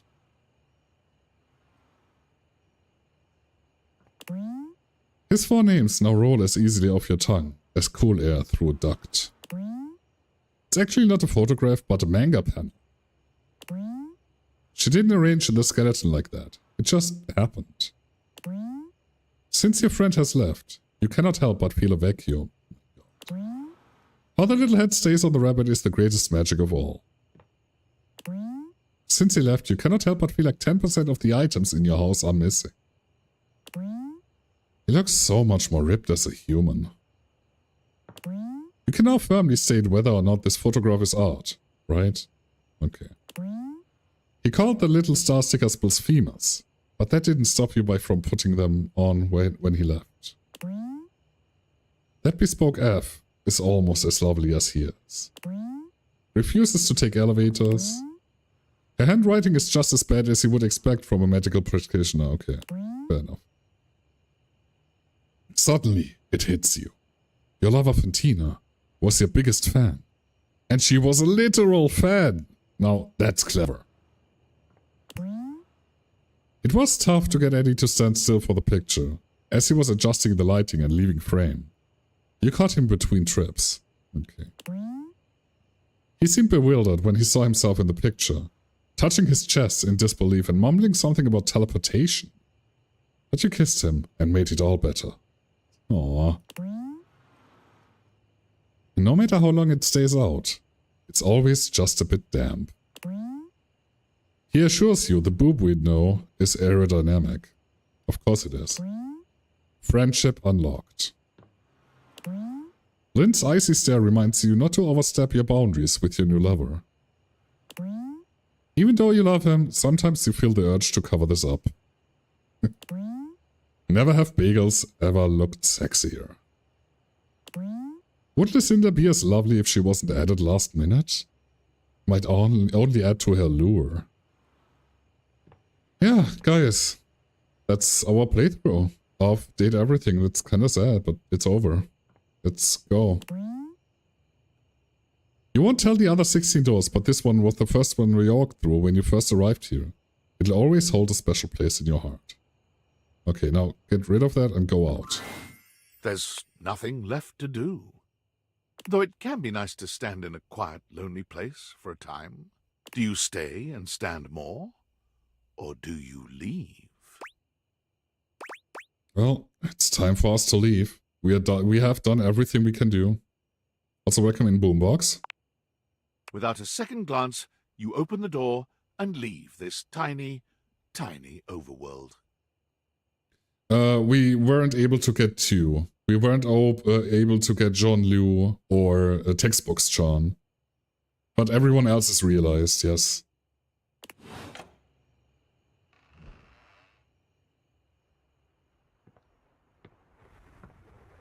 Yeah, it happens. It's my first playthrough. It's okay. I'm not mad, just disappointed. Okay, can we actually see them now? Oh. There he is. Billionaire David Most. You've seen so many photos of him, but no photograph has ever accurately captured the experience of standing in his presence. He's short, although he still manages to feel like he's taking up more space than he deserves. But where he's usually looking rather unapproachable in the pictures you've seen of him, today he looks downright cuddly. I don't know. Like, I didn't think David Most looked like that. You've done it. You brought me and Franklin together. A tall, thin redhead steps forward. That checks taking out, though. David's hand in his. That checks There's out. a very tired air about him, but he has a smile just like David's now. It's me. I'm Tinfoil Hat. I look like this. Aren't I cool? Yeah, super cool. We love each other very much, and we're just so grateful for your help. Is this like a trap? I told him. What was the first thing I said? He said, I made the damn things because I missed you so. No. Well, I did miss you so. I didn't realize how much I missed you. But now we're together. So together. So in love with you, David Most. I will kiss you now. Oh, please do. Franklin. Oh, and David, I guess. Give me hubby David. Fair enough. I'm glad you two are doing well. Can you get off my lawn? Oh, about that. The second thing I said to David, what was the second thing? The second thing was that you deserve something special for all your help. And it was to make you partner. When I found it was you who had the Dateviators, I was astonished by your customer service skill. It was like he was the customer and you were servicing him the whole time. I cannot believe we finally did it. And I cannot believe you got these two together with you being as shitty to Franklin.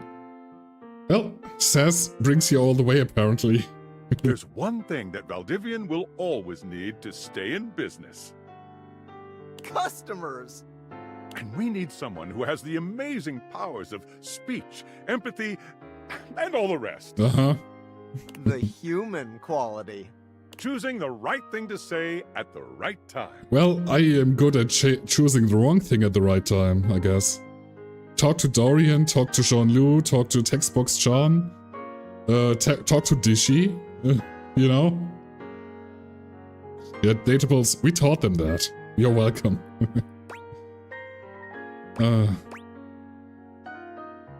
Choosing from potential options, there's no one better. Told you. Will you join us? As Vice President of Human Experience? I cannot wait for the next adventure. Excellent. We'll have the lawyers do the rest. Hopefully not eat all the ice cream. Oh, it looks like you have more visitors. We'll get out of the way. Oh? Bright and early tomorrow, Valdivianite. Hey! Oh, hey. Years of You're friendship, cute. ambiguous flirting, and wondering what it would be like to see Sam in person. And now here she is, just casually showing up at your doorstep. They showed your house on the news, you know, because of all the helicopters and shit, and I guess I just thought if strangers can pop up at your place, I mean, it's less weird if I do it, right?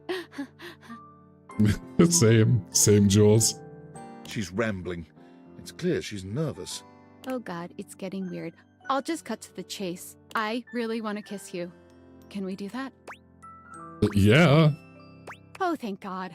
You kiss, and it's everything you ever hoped for, and more. Sam's lips are soft, and she tastes like sweet mint. Oh, wow. Did your little lover objects teach you to kiss like that? Maybe. I'm not sure if there's a right answer to that question. The answer is actually, it was my love for you, Sam, that made my kiss so righteous and hot. Oh yeah, totally, like, for sure. Oh yeah, that's exactly what I was going to say. Duh. Yeah, right. Anyway, I'm actually kind of a traditionalist, so let's do this again sometime, but without the helicopters or me inviting myself over. Invite me out for a real date, okay? See you on Discord, cutie.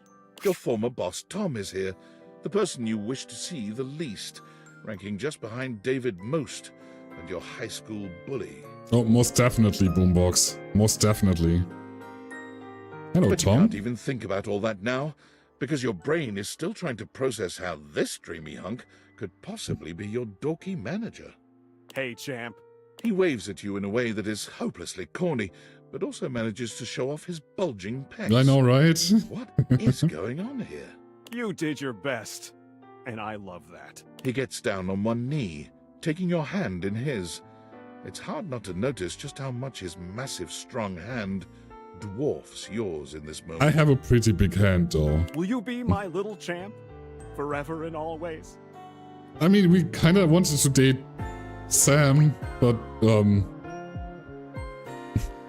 we'll see about forever, but for now you gotta jump my bones.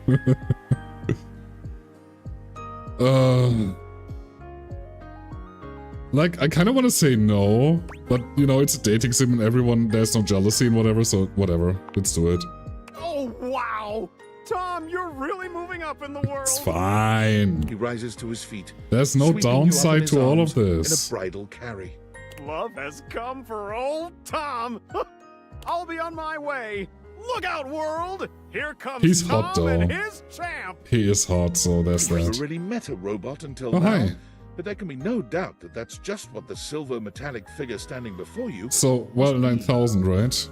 They're dressed strangely, Yes. as though the concept of human fashion hasn't quite landed with them. And It their looks wide better than what silver I eyes wear. seem to stare into the depths of your soul. This must be Val. Something in you just knows. Hello, human.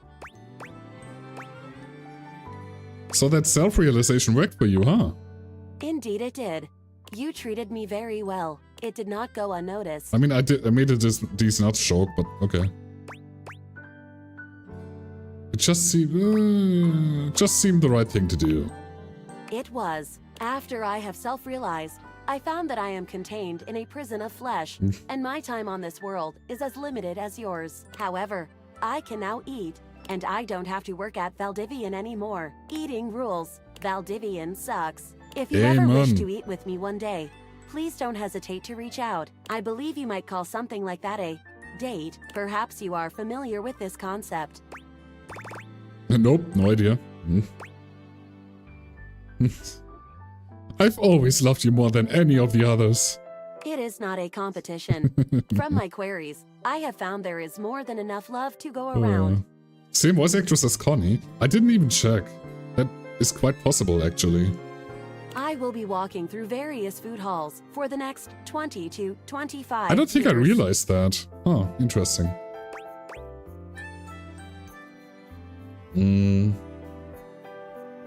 Eat well, Val. Yum yum. Yum yum. So you leave your home for the It's first time fine. in what feels like weeks. Though the world can be frightening, your new friends and lovers are there to welcome you with open arms. Valdivian was quietly taken over by Franklin Least. Franklin's tenure at Valdivian sees him as a figurehead for good deeds and great business the world over.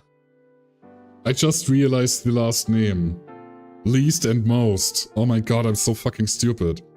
Why? How did I not... You know? Oh dear. It's genuinely incredible how much good Valdivian does for the world out of David Most's hands. Abel is a regular fixture at the farmer's market, Oh. giving his homegrown vegetables away to those in need. Look at him. You're not entirely sure how he supports himself, but whenever you Oh, ask, that's so Abel just cute. tells you a man's entitled to his secrets. Abel's veggies regularly find their way to your kitchen, hand-delivered by the man himself, with a smile and a warm hug. Erin continued her storied career as an auctioneer, Best with her clothing. uninterrupted chattering bringing the highest prices no matter what was being sold. Which also increases the value of your own time together, as she breathlessly recites the reasons she loves you. Amir never stopped attending the awards ceremonies, as it always gave him a chance to show off his fabulous gowns. Eventually, a special category, most times nominated without a win, was created, especially for him. Unfortunately, he did manage to lose that as well. The girl went from quiet girl to yapper. That was like the funniest thing. Like, them telling us that she's gonna be an auctioneer is like, what? Amir's only consolation is Really the fun. visits he makes to your house. He has never stopped loving you, and being loved by you is better than any award. Almost. Now and again, Arma would invite Oh. you for a night at her remote lookout tower to get away from it all and enjoy the peace and quiet. When you visit That's her, so the glint of the cute. medals she's won fighting blazes all across the country can be a little blinding. To Arma, though, the real prize is the safeguarding of her beautiful surroundings. Although the noises that the two of you make together during nights spent in the lookout towers can be heard for miles. I mean, gotta make a show, right? Eventually, Barry could not bear the tide of demand for his own bespoke line of beauty products. Unfortunately, he remained too candid to satisfy the marketing department. It's alright. One customer he Oh. was able to satisfy was you.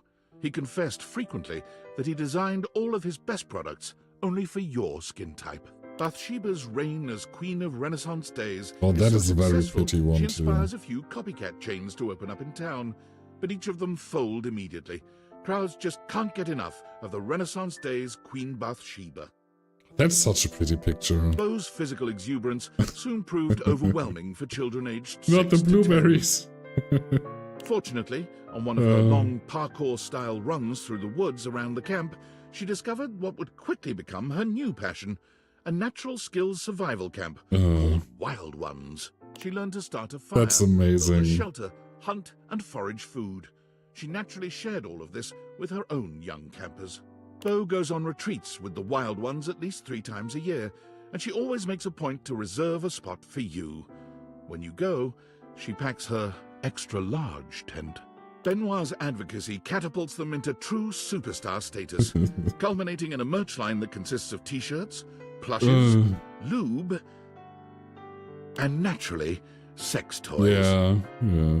They send you a sex toy plushie for your bed, reminding you to keep it safely unsafe and never forget your first. Betty's near instinctual ability to help people comfortably and safely find their sexy side soon leads her to Hollywood, where she takes up a second career as an intimacy coordinator. You're excited to see her name in the credits of some high-profile releases, including an award-winning adaptation of a beloved fantasy novel. But even booked and busy, Betty always makes time for you. The Tipsy Tumbler became famous for Bring Your Own Ingredient Nights, where local patrons can bring whatever food and drinks they like to try to stump the master mixologist. That is so cool. Beverly has never failed, and has created a hurricane of new custom cocktails named in her honor. Bobby is Employee of the Month for the 3rd time. Oh, look in a at row. them. They try to rationalize this as them finally being good at crime, but both of you know better. Those slides are absolutely amazing, by the way. Can we just say that? Those slides are... Man, oof. That's really brutal.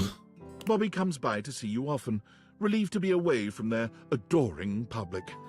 It's just so hard to be popular, Oh yeah, you know? I feel it every day. Last Typhon run, let's go. Yeah, you got this. Sometimes it takes them a little while to drop the 20s affectation their work requires, but they deeply appreciate the safety to be themselves with you. Bodhi's consulting work has made him a regular fixture on the awards circuit, including the Emmas. He normally makes a splash on the fashion pages for his daring and colourful ensembles. You are always the person he begs to be his +1. Aww. Eventually, Fabrizio decided that the best use of his time and talent was just to stay at the airport. It is the hub, he claims. It's like the that nexus fucking of meme. the perfect decision to come to Italy, and the disastrous decision to leave. Oh, it's like that fucking meme with the dude trying to tell his girlfriend or whatever stuff, and she's like, whatever. Okay, we have ads coming up. I'm not gonna continue on the slides until we're done with the ads, because I feel like, you know, as an ending, we want to see that everything. So I'm gonna keep them running. I'll be back in 3 minutes. We will be continuing then, okay? Thank you very much, and I'm really sorry about that, but I don't have any snoozes left. I'll see you around.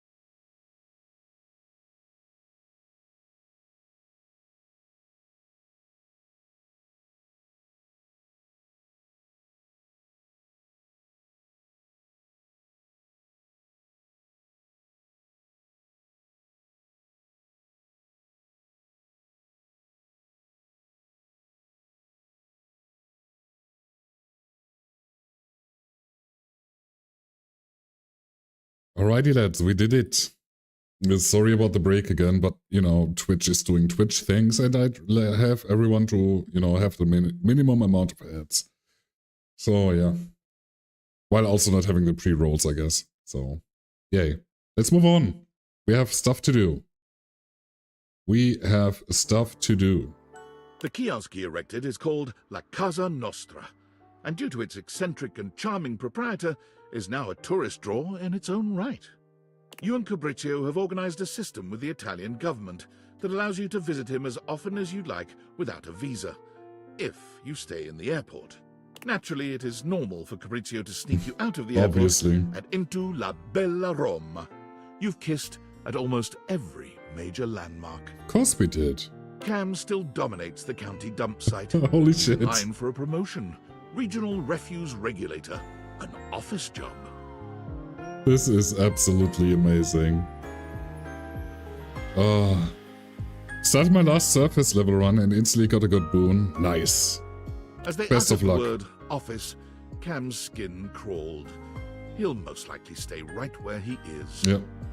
Man, those slides are so good. He's even created a cozy trash cave for your love visits, whenever you happen by. Oh, trash cave.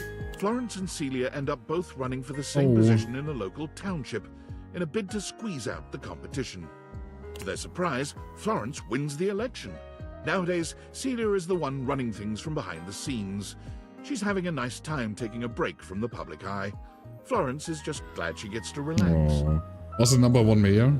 That's really cute. Jeremy is currently holding down just one job, for the moment anyway.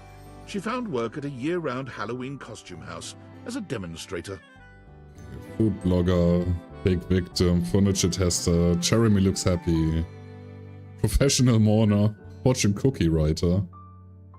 Every day she goes into work to find out what she'll be wearing that day, and even though this is not strictly included in the job description, she creates an in-depth and engaging backstory for every character she portrays. Jeremy might insist that this is coincidence, but every time you go by the store to visit, the character she's playing has a love interest. A love interest who simply must be played by you. You usually relent. Of course I do. Despite his name, Chance did everything for his community, deliberately and lovingly. Oh, look at them. He became so well known that his patients urged him to start streaming his play sessions. He's just begun, though he can't imagine that anyone would ever want to watch someone playing G&G. Yeah, why would anyone ever play G&G? Fucking nerds, right? When he develops his campaigns now, Chance routinely drops by to consult with you.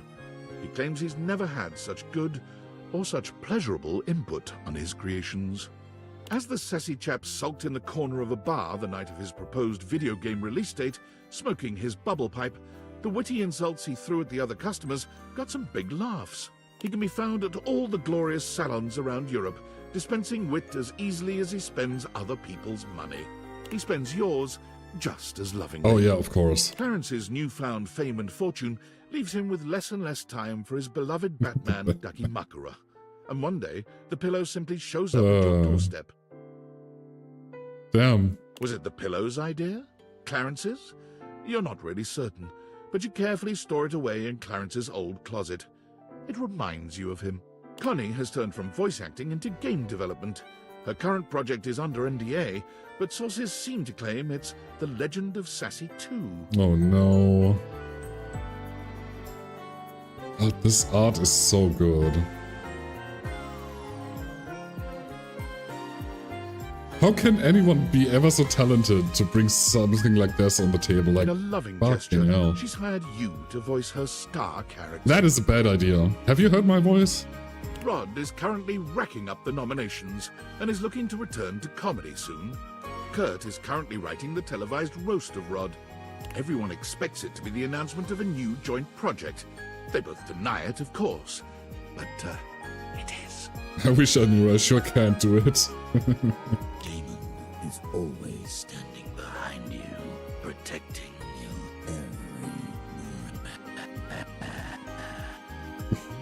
every Damon is such a cool character. I love him so much.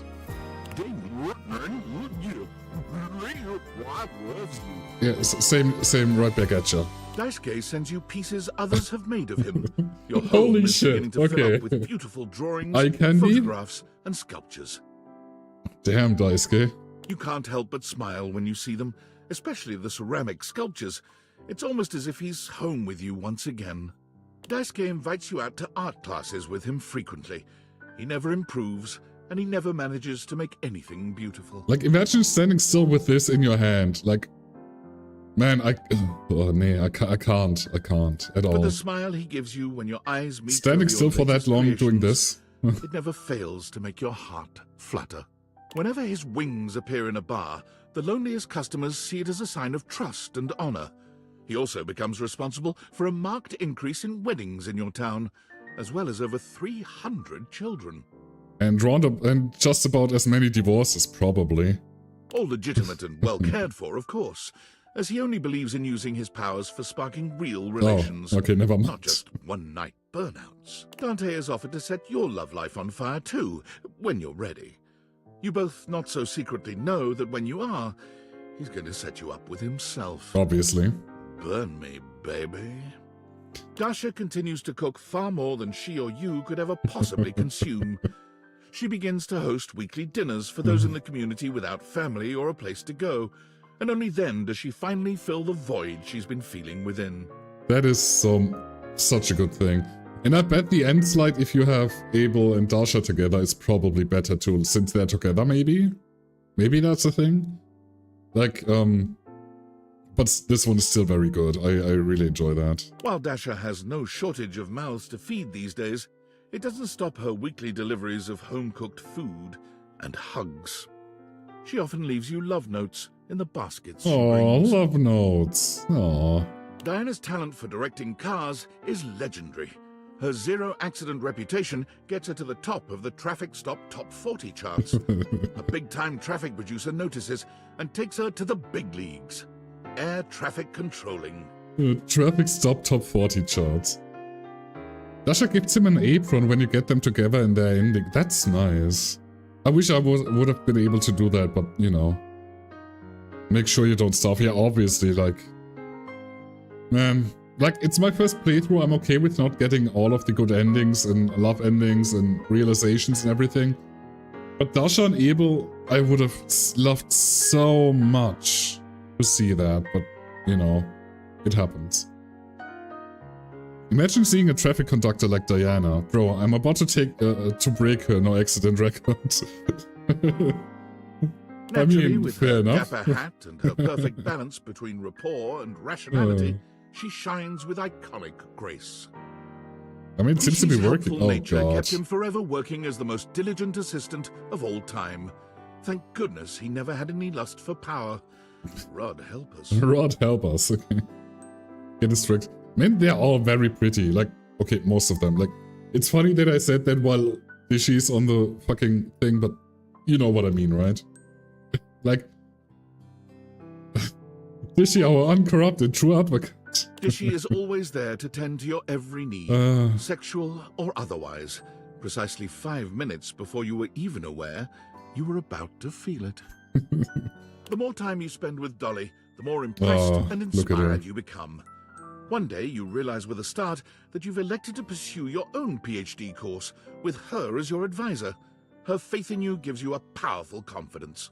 Your thesis is tentatively entitled The Effects of Tantra on Getting a PhD. Happy studying, graduate. It's very cute. Dorian became a Oh. doorman. Shocker. What else did you expect? He's happy, though. Doug's path Oh, for that's it? entertaining people through the story of the yo-yo was never truly destined for success.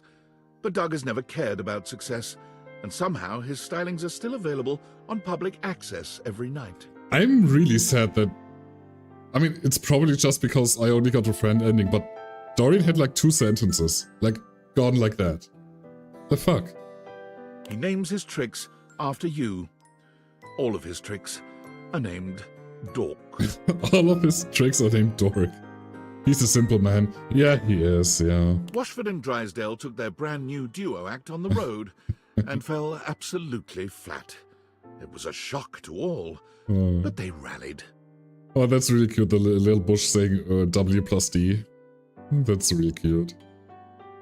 And all this acrobatic stuff. Really, really cute. If you have the romance ending with him, there's another slide. Nothing big though. Okay. I mean, next time. They found work I get together it. at a landscaping company.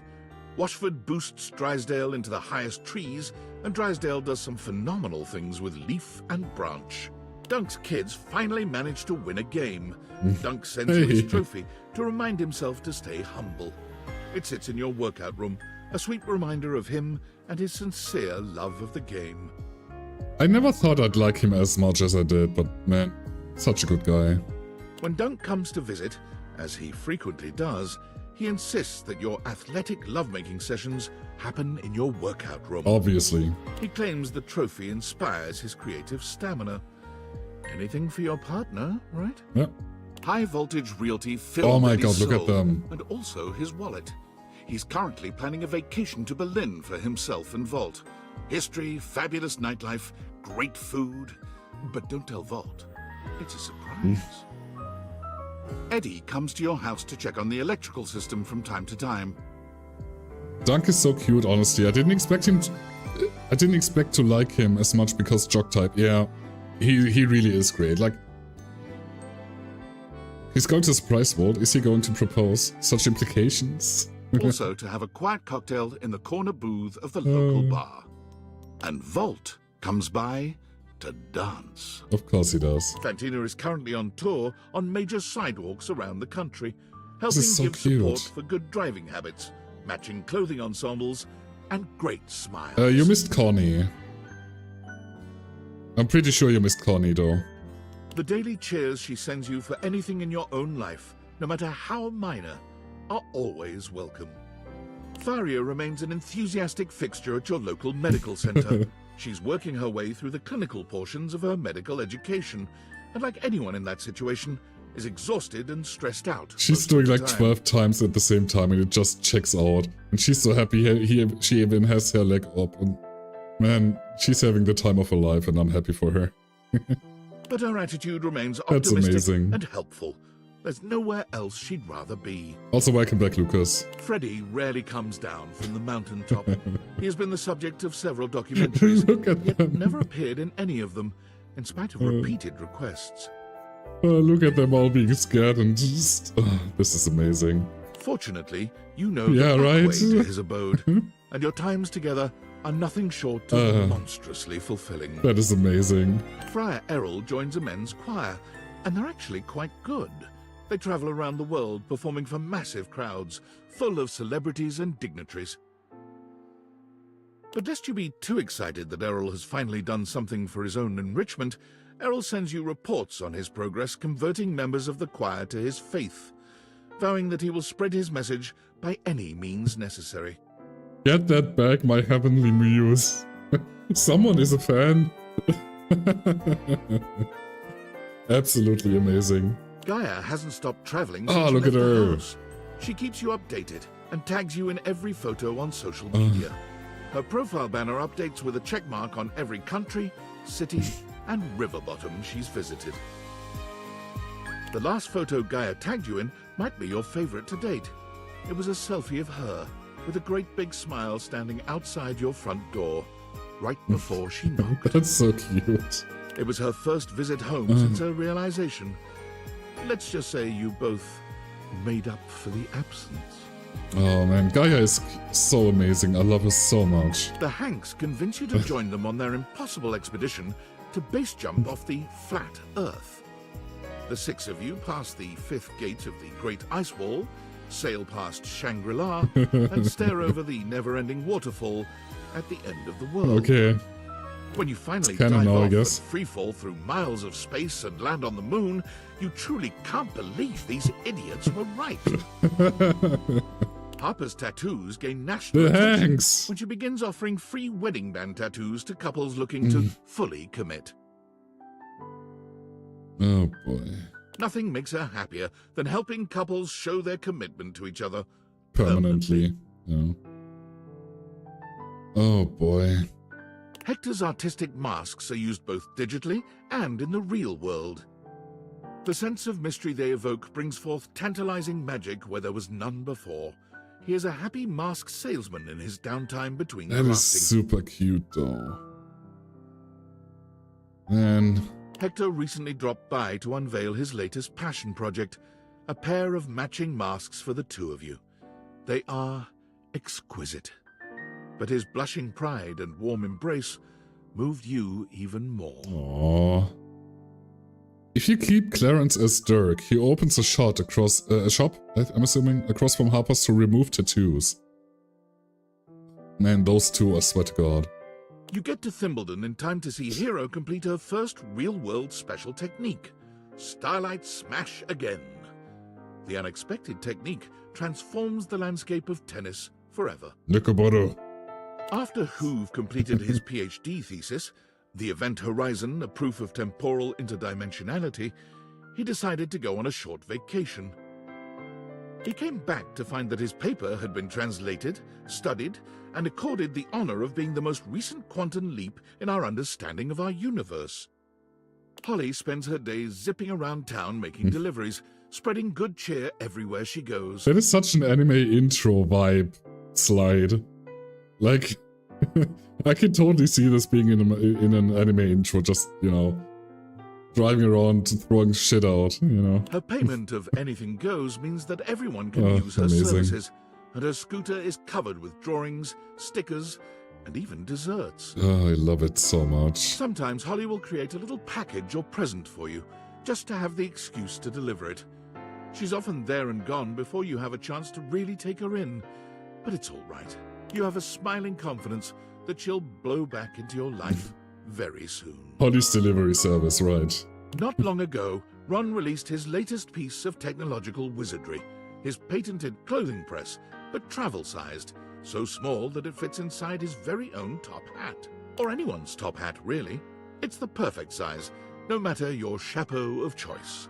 Jacques regards his budding Look career at with him. Fantasy Cruise Lines with great sincerity. Sorry. He has been the most highly reviewed captain in the company for almost 5 years now. I don't know why, but this is so funny to me. Having the captain's hat and shit. It's so funny. TripAdvisor, in fact, sorry. recommends him so highly that his cruises sell out up to 6 months in advance. So far, no paying guests have died. That's good. Kids come from miles around to see Jerry's intricate model train sets. They're free to peruse his miniatures and control the RC train cars, but heaven help them if Jerry spots them moving any of the pieces around. Uh-oh. Johnny made a splash as the premier wedding officiant in all of Vegas.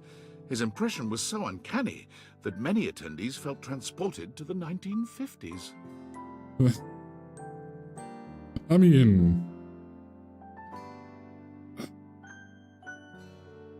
That's really good for Johnny, honestly. I'm happy that he got his thing after everything he went through. So He still finds time to that's look good. for Duke, who just never seems to show up these days. Probably off gambling, Johnny supposes. My boy. Uh-huh. His dreams of hitting the big time are right around the corner. You whisper in his ear each night. Rock and roll will never die.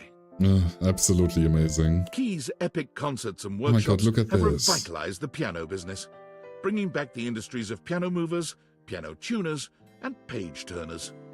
Her content has millions of followers, though she is yet to find out how much popularity she has, since she hasn't been able to tear herself away from the keys for more than a few moments each day. And those few moments are always spent with you, talking about music and making plans for more. Keith's body was never found. I wish it was, so we can burn it. Koa's Comfort Warehouse becomes a massive success look at him. after an ad of Koa snoring on a couch for 30 seconds goes viral. Good. F that guy. Koa refuses to let fame go to his head, however, and despite the increased demand, prices remain as affordable as ever. Despite an entire warehouse of comfortable places to sleep, Koa's favorite snooze spot is still in your arms. Aww. While her coffee shop runs smoothly, Kobe. Kobe finds herself having to battle numerous lawsuits about the use of their business name. Kopi decides to change course and change the name to something totally different. Dunkin' Donuts. You try to tell Kopi that you'll happily help her name her business. It doesn't seem to be her strong suit. She's just so flattered by your interest that she blushes and hugs you harder. You suppose that's all right, too. Oh, bless Kopi. Kristoff yearned for greater challenges than he'd Holy been able to shit. find on the entire surface of the Earth, so he went within. He shaved his armpits. After learning that the gravitational constant increases dramatically Yeah. at the boundary of the Earth's core and its mantle, Kristoff determined that he would go there. Oh no. He would be the first human to survive and work out in that environment, all because of his beautifully engineered intra-Earth submersible. But intra-Earth or not, Kristoff knew that no environment could possibly be hotter than Kristoff himself. Duh. On his most recent visit to the house, he claimed that since you survived him, you were more than qualified to come with him on his trip. He offered to build a teeny cabin on the submersible just for you. Oh my god, have you not dated everything yet? We are on the finish line. We're just watching the credit end slides of all the characters that we dated. We will be done after today. So yes, I have dated everything today. Everyone. Yeah. I've dated everything. Comment redacted. Retracted even. You are still considering. Redirected? Memoria's company Memorandum continues to Aw. satisfy and unsettle. Look at them. That's great, slut. I hope you're doing alright, Asa. Nice to see you.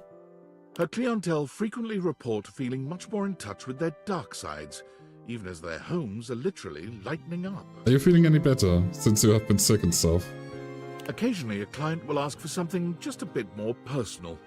You can always count on hearing from her under these circumstances. The two of you are an on-site team when it comes to the sensual exploration of the shadow.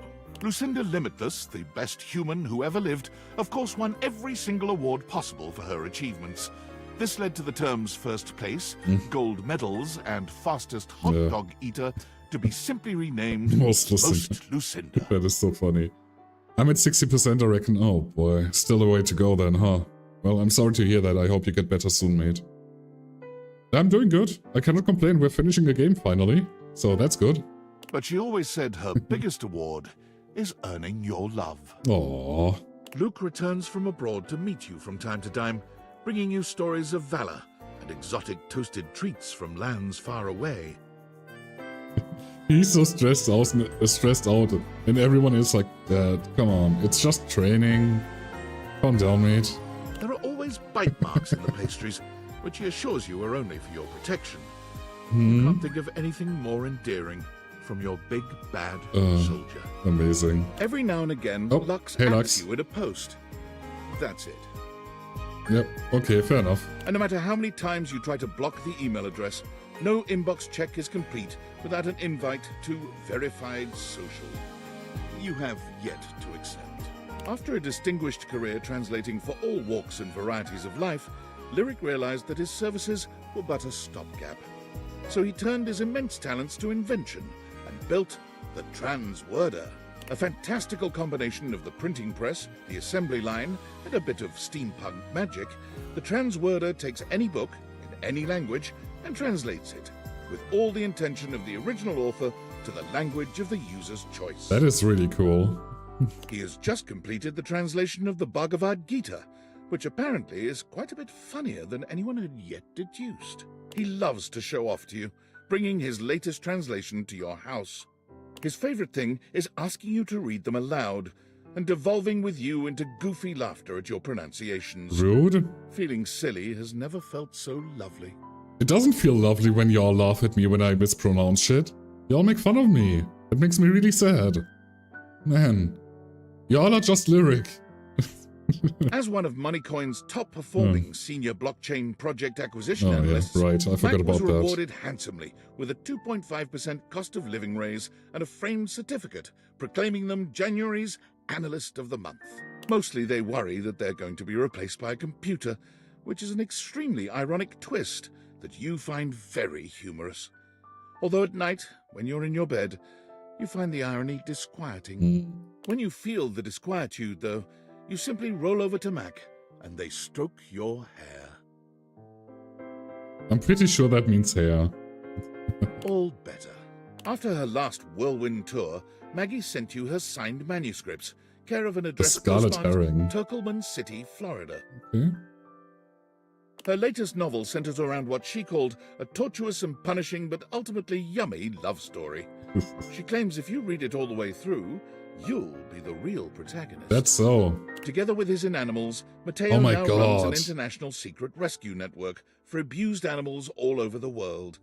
So far, he has shut down 4 dogfighting syndicates, a sales ring for exotic parrots, and a chain of backwater circus houses. Fuck yeah, Mateo. But this slide is amazing too. I love it. Davy still wanders off from time to time, Yeah, but obviously. he always comes home with several new members to add to the pack. Recently, Mateo had to go on a rescue mission overseas, and bringing his Inanimals was impossible. You thought he'd called to commiserate, but he was actually asking you to watch over them while he was gone. Aw. You have never felt more trusted or more loved. Yeah, Mateo is awesome. Whenever you and Mitchell find yourselves in the same city, he treats you to the kind of meal most mortals can only dream about. But he always leaves room for the main course, Roast Critic. Mikey and his children spend their days together Oh my God, learning, that's so cute. laughing, and loving each other's company. The world is open and free for their futures. Oh, that is super cute. You and Mikey always find time to talk on the phone and wonder what will happen next for the Transaction family. While it never replaced fiat currency, Monique's Pizzas ended up becoming a franchise that was sorely needed for America's ailing middle class. A large film distributor buys the rights to Nightmare's Oh most my popular God. films, setting about remaking them with massive budgets. Look at that slide. That must have been such a pain in the arse. Jesus. Absolutely amazing. Nightmare is so disgusted by the whole thing, she quits film, only coming out of retirement to help you decorate your yard for Halloween once a year. Aww. She volunteers at the senior center now. Many of them mistake her for an angel of death. Oh. But they love her, all the same. Nightmare still drops by many nights, never failing to startle you as she materializes suddenly from the dark. But your sleep in her embrace is nothing but peaceful. My wife. Also, can we talk about the lion having the little thing in his mouth? That's really funny. After many record-breaking years of album releases and performances, Miranda Dulcita Tostadora launched her own label, Crispy Baby Records. She still sends you an advance copy of any album her label releases. She values your feedback above all others. That's amazing. The only problem is now everyone is aware of your love life. All her songs are about you. It's only one of my love lives. Like, I have like 99 different ones, so it's fine. Parker's days of being an umpire add a powerful nobility to the profession. His steadfast regard for rules makes the players respect him, though his unpredictability makes them fear him. God damn it, Sharon. He's never been happier than when making a difficult call. Penelope convinced her boss to invest in a struggling office supply retailer, insisting that computers will someday let us down or perhaps kill us all. The company has not gone under. Blunder Muffin? That is really funny. Blunder Muffin is really funny. Penelope takes advantage of her boss's latest investment, proposing an office calendar filled with romantic motivational business quotes. She credits you with the idea and sends you love notes on torn-out pages from the calendar. Phoenicia's murals of positivity have adorned the sides of skyscrapers from Dublin to Dubai, bringing smiles to people all over. Her next project is to be even more fantastic and visible. Crop circles. She always wants to paint you to prove her love, but you always reply that love is best expressed by doing your favorite activity. Simply talking with each other. Prissy still works for the Prissy, Great Nations hey. Park Service, but she has been promoted. Several times, in fact. She is now in charge of all the fieldwork for the MRC, the Mycelial Research Campaign. That is absolutely gorgeous. Prissy studies mushrooms and has found them to be an endlessly fascinating and intricate celebration of life, death, and evolution itself. I know, right? She's so beautiful. On one of her recent visits, you were able to open Prissy's eyes to the psychedelic aspects of her beloved mushrooms. She now comes over often to continue her education with you. Rainey's run of talc was so successful that it got picked up for a sold-out stint on Broadway. Rainey left acting soon after the run, insisting that she'd rather go out on top and that she could never play another role with the same commitment and authenticity. Oh boy. Rainey's plays keep her busy, but she always finds time for you. She comes to see you as often as she can, bringing with her stories about show business and life on the road. She sings for you when she's in the mood, putting on fabulous world-class and personal performances. Graduates of Rebel's unincorporated charity home found their GPAs stunningly high, athletics through the roof, and more importantly, lots and lots of dates. Obviously, it's Rebel. Rebel comes to the house regularly, just to check in and explore with you the new sexual frontiers they've discovered. There are so many things they can't share around the charity, after all. The number of hate crimes around the world has gone down tremendously Look at due to them. Reggie's tenacious tricksters. Groups are terrified of banana peels, hand buzzers, and whoopee cushions. Human rights for me, not for thee. Sucks for you, I got mine, lol. But if there's one thing that Reggie always wants to heat up, it's his confused love for you. Oh, this is so fun. River creates a candle she claims is look your at own that. unique mix of scents, and it proves to be quite popular. She sends you one of your own. It smells amazing, but does it smell like you? Who knows? Look at her. Jeez. River tries not to bring work home with her when she comes to see you, but she can't help herself. She loves testing scents against your skin and getting your thoughts on various scent combinations. She insists that your skin chemistry is just far superior to that of anyone else she works with. Yeah, sure. Rongo Maifenwa quickly worked her way up to management at the dairy farm. Queen. The freedom to give orders once more pleases her greatly, though she never misses a chance to play in the mud with the kids, both goat and human. Working his way up the chain at the barber shop, the Scandelabra dispenses the sharpest cuts and the most cutting wit. His most special slices he saves for you, though. A mincing mot juste, cubed concision, the laceration of his love, thrilling to this day. Skips gives you comps to every performance of every show. We're getting so many invites, we have to be all over the freaking place all the time. Some nights, as the lights go down and the we are play is very about to busy. start, you swear you can hear him whisper, "Luna Knight, is that you?" Like, the slides are all awesome. Like, there's so many details here, like the dude in the back, and, you know, it's just... You know, every slide so far is blasting me away. Like, it's really awesome. The stage door, after the curtain comes down, is awash in fans waiting for the actors to emerge. You wait alone for the one slippery shadow who drifts through the crowd. To your eyes, the real star of any show. And he drifts right towards you. Every time.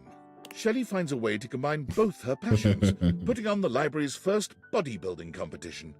The winner receives a $20 gift card to Beanbucks and all their library fines wiped out. Damn. The competition is a rousing success, going viral on social media and ensuring the library's funding remains secure for years to come. Hell yeah, Shelley. Of all the things Shelley lifts to stay in shape, you remain her favorite. She stops by the house frequently for bone-crushing hugs, basking in the positive glow your love provides. She's still getting used to letting go, even as a human, but you always make her feel safe. Sinclair, the proverbial philosopher king, led humanity into a new era of prosperity. When you ask him his secret during your candlelit nights together, he quietly responds, "Turtles. Turtles all the way down." Despite having disappeared off the grid after the thrilling and dangerous heist, you are still pleasantly surprised to receive anonymous postcards affectionately addressed to my worthless little wretch. Duh. You're the only one who gets the address to whatever bunker she currently resides in. Stefan and Mr. Cluckles eventually become the faces of a successful artisan seaweed brand, though Stefan is rather miffed when he realizes that customers are more attached to Mr. Cluckles than to him. How couldn't they be? Look at Mr. Cluckles. What the fuck, Stefan? Come on. Stefan, of course, had no real reason to feel miffed. Mr. Cluckles is cute, but Stefan will always be the true hottie to you.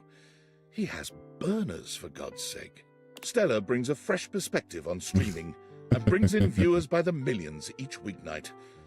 Though she knows that those viewer numbers could always be stepped up. That is so... Man. Stepford frequently sends you motivational Monday texts, often at ungodly hours, with photos of himself working out, body paint and all. Telly is the most prolific blogger for Valdiviflix, having written reviews of just over 15,000 shows. All of them rhyme. Disgusting. Oh hey, it's the dude. There's probably a lot of different references here that I totally don't get, but here this is the dude. Shit, what was his name? The dude. You know the one. From time to time, you check in on him in his screening room and talk long into the night about what... Yeah, they're all references, but I only get this one, I think. So, you know.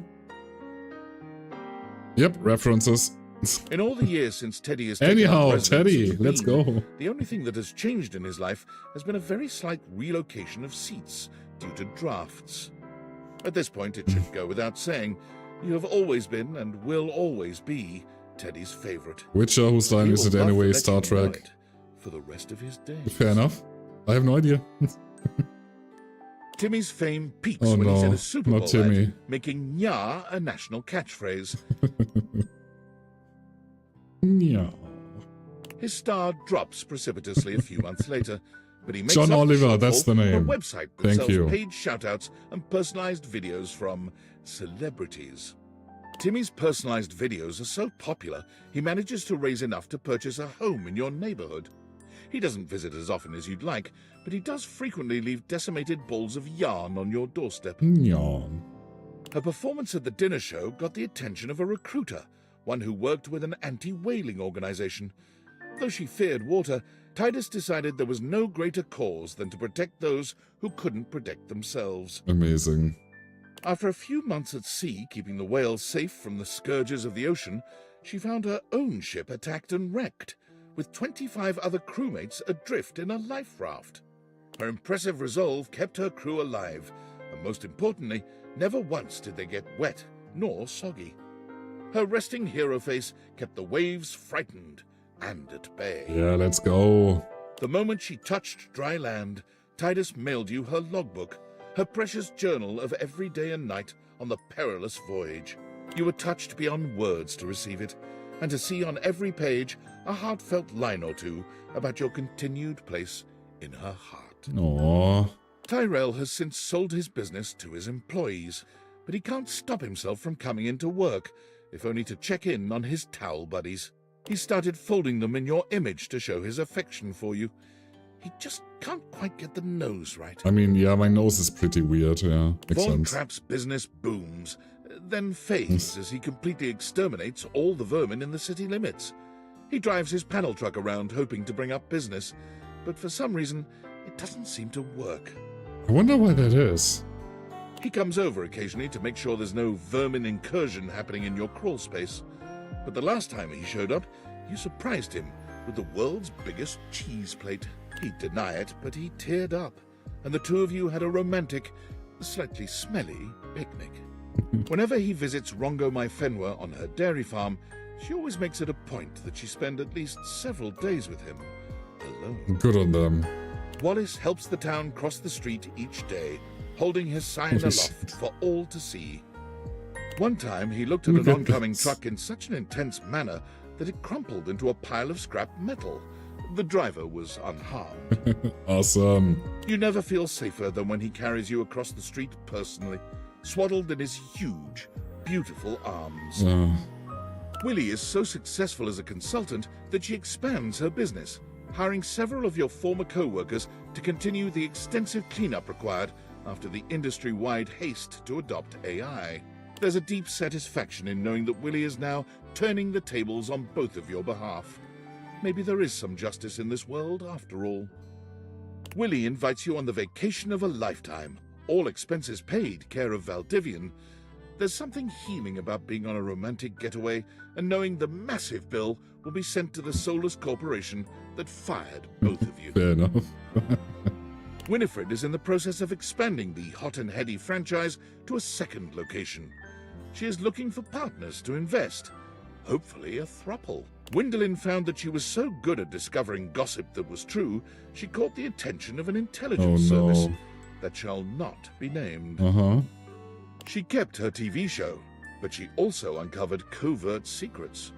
She's in talks for the rights to the movie dramatization of her life, though she's holding out for a better price for her bird friends. Zoe continues to love her life and her job as a paranormal facilitator.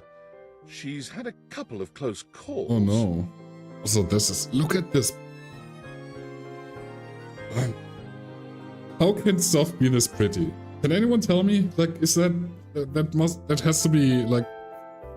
impossible. Like, it's so pretty. Holy shit. But the majority of her ghostly clients are nervous, if ultimately grateful. Zoe is always happy to see you. Your house is, after all, the best place for Miles to hold a successful seance. You do sometimes wish your house wasn't quite so haunted, but seeing Zoe makes it worth the bumps in the night. Skylar gets to work immediately on creating a new version of the Dateviators, one that everyone can use. Look at all of this. The world seems to be full of these days of happy, realized people doing wild, magical things. Skylar visits you often for inspiration. She stares into your eyes deeply, gratified, saying that yours were the ones that made all of this possible. Your eyes. Kind, friendly, loving, sometimes even a little hateful. Nah. But ultimately the ones who listened the most, who trusted the most, who felt the most, and who defeated David the most. I knew this was coming. Fucking hell. Your eyes. Those beautiful eyes. The eyes of a true hero. Through your power, we can see that there was love always around us.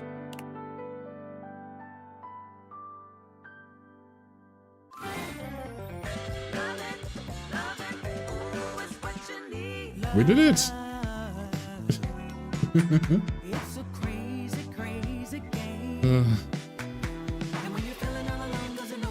Amazing.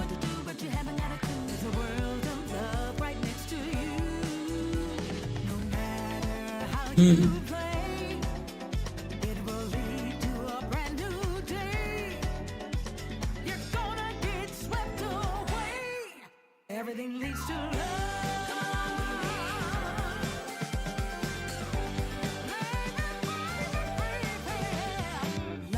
It feels good to finally finish a game, huh?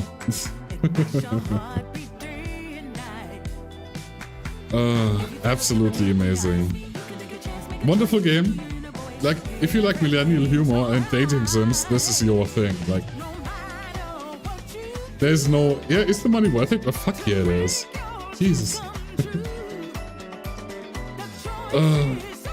We still have our tier list to do, so that's probably another hour to go.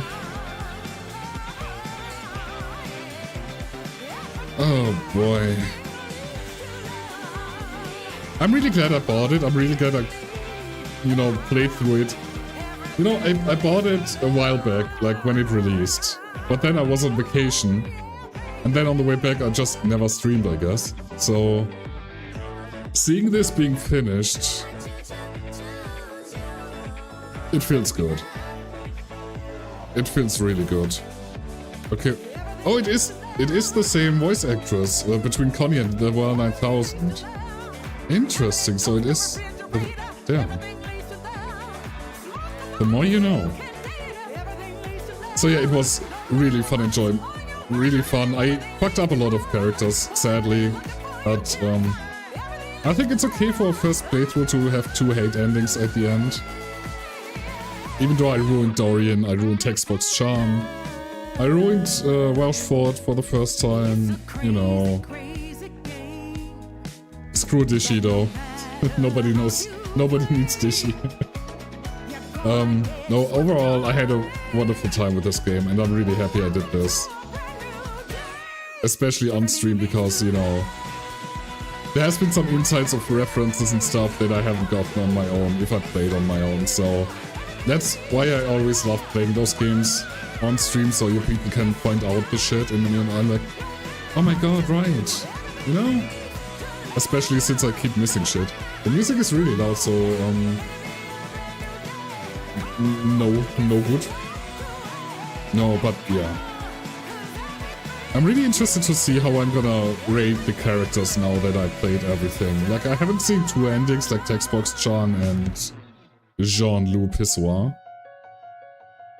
But yeah, I will still... We gotta do the tier list together, but you know, I'm still gonna be able to veto stuff, so we'll see how that goes. So if you wanna stay for that, we can skip Jean-Loup? Nah. I'm really sad about Textbox Chan, but I really wanted to get the Drysdale Washford story done. And the Dorian thing, that was a bug too. I shouldn't have been able to do that, but you know, I still keep getting all the shit, so it's fine. I keep getting the shit anyway. Now still, I think favorite character still Nightmare. Like, we have seen a lot of them. A lot of it changed my mind from where we started and where it ended. Like Duncan, for example, or I totally remember all the names now that I could now list, and I didn't forget them at all, and I'm distracted by the music and the credits rolling. Yeah, but there's a lot of characters where I'm like, okay, I like them more afterwards. I don't think there's like characters I actually hate. I mean, one that did a good switch was Vaughn. I wasn't sure I would like Vaughn because, you know, killing animals and shit. But he was pretty cute at the end. Like, you know, he's still being stuff, but yeah. Look at that. That's our first playthrough. That is our first playthrough in one Monitos.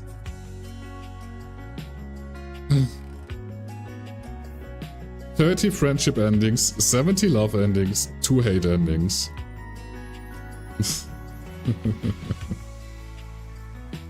And we're still missing over 100 collectibles, and our playtime was 64 hours. That is a lot of hours to play through this game. Damn. We didn't even make it to 69. That is really unfortunate. But yeah. That was Date Everything. Yeah, and again, our 2 hate endings being Jean-Loup and Textbox Chan. One of them we could have, you know, fixed, but oh well. Thank you for playing Date Everything. You have unlocked New Game Plus. This allows you to start a new game without progress reset, except for collectibles, giving you a chance to collect all 409. New Game Plus is shown on the Save Load screen by a locket icon. Would you like to start a New Game Plus now? Yes. We're not gonna be playing it, but I just wanted to make sure that it's saved. Okay. There we go. Good. That was Date Everything. Ain't that amazing? New Game Plus also keeps all your spec points, which is really helpful, I bet.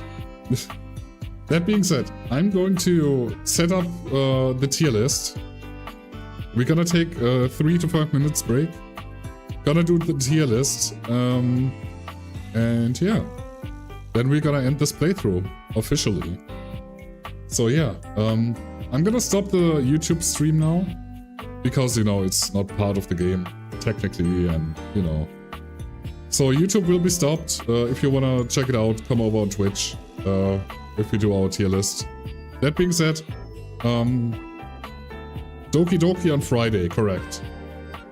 Friday, I'm not sure if 10 AM, but we gotta start Doki Doki then. For now, we're gonna take a little short ad break for the Twitchers and then do our tier list. I'll see you at 3 to 5. Take care.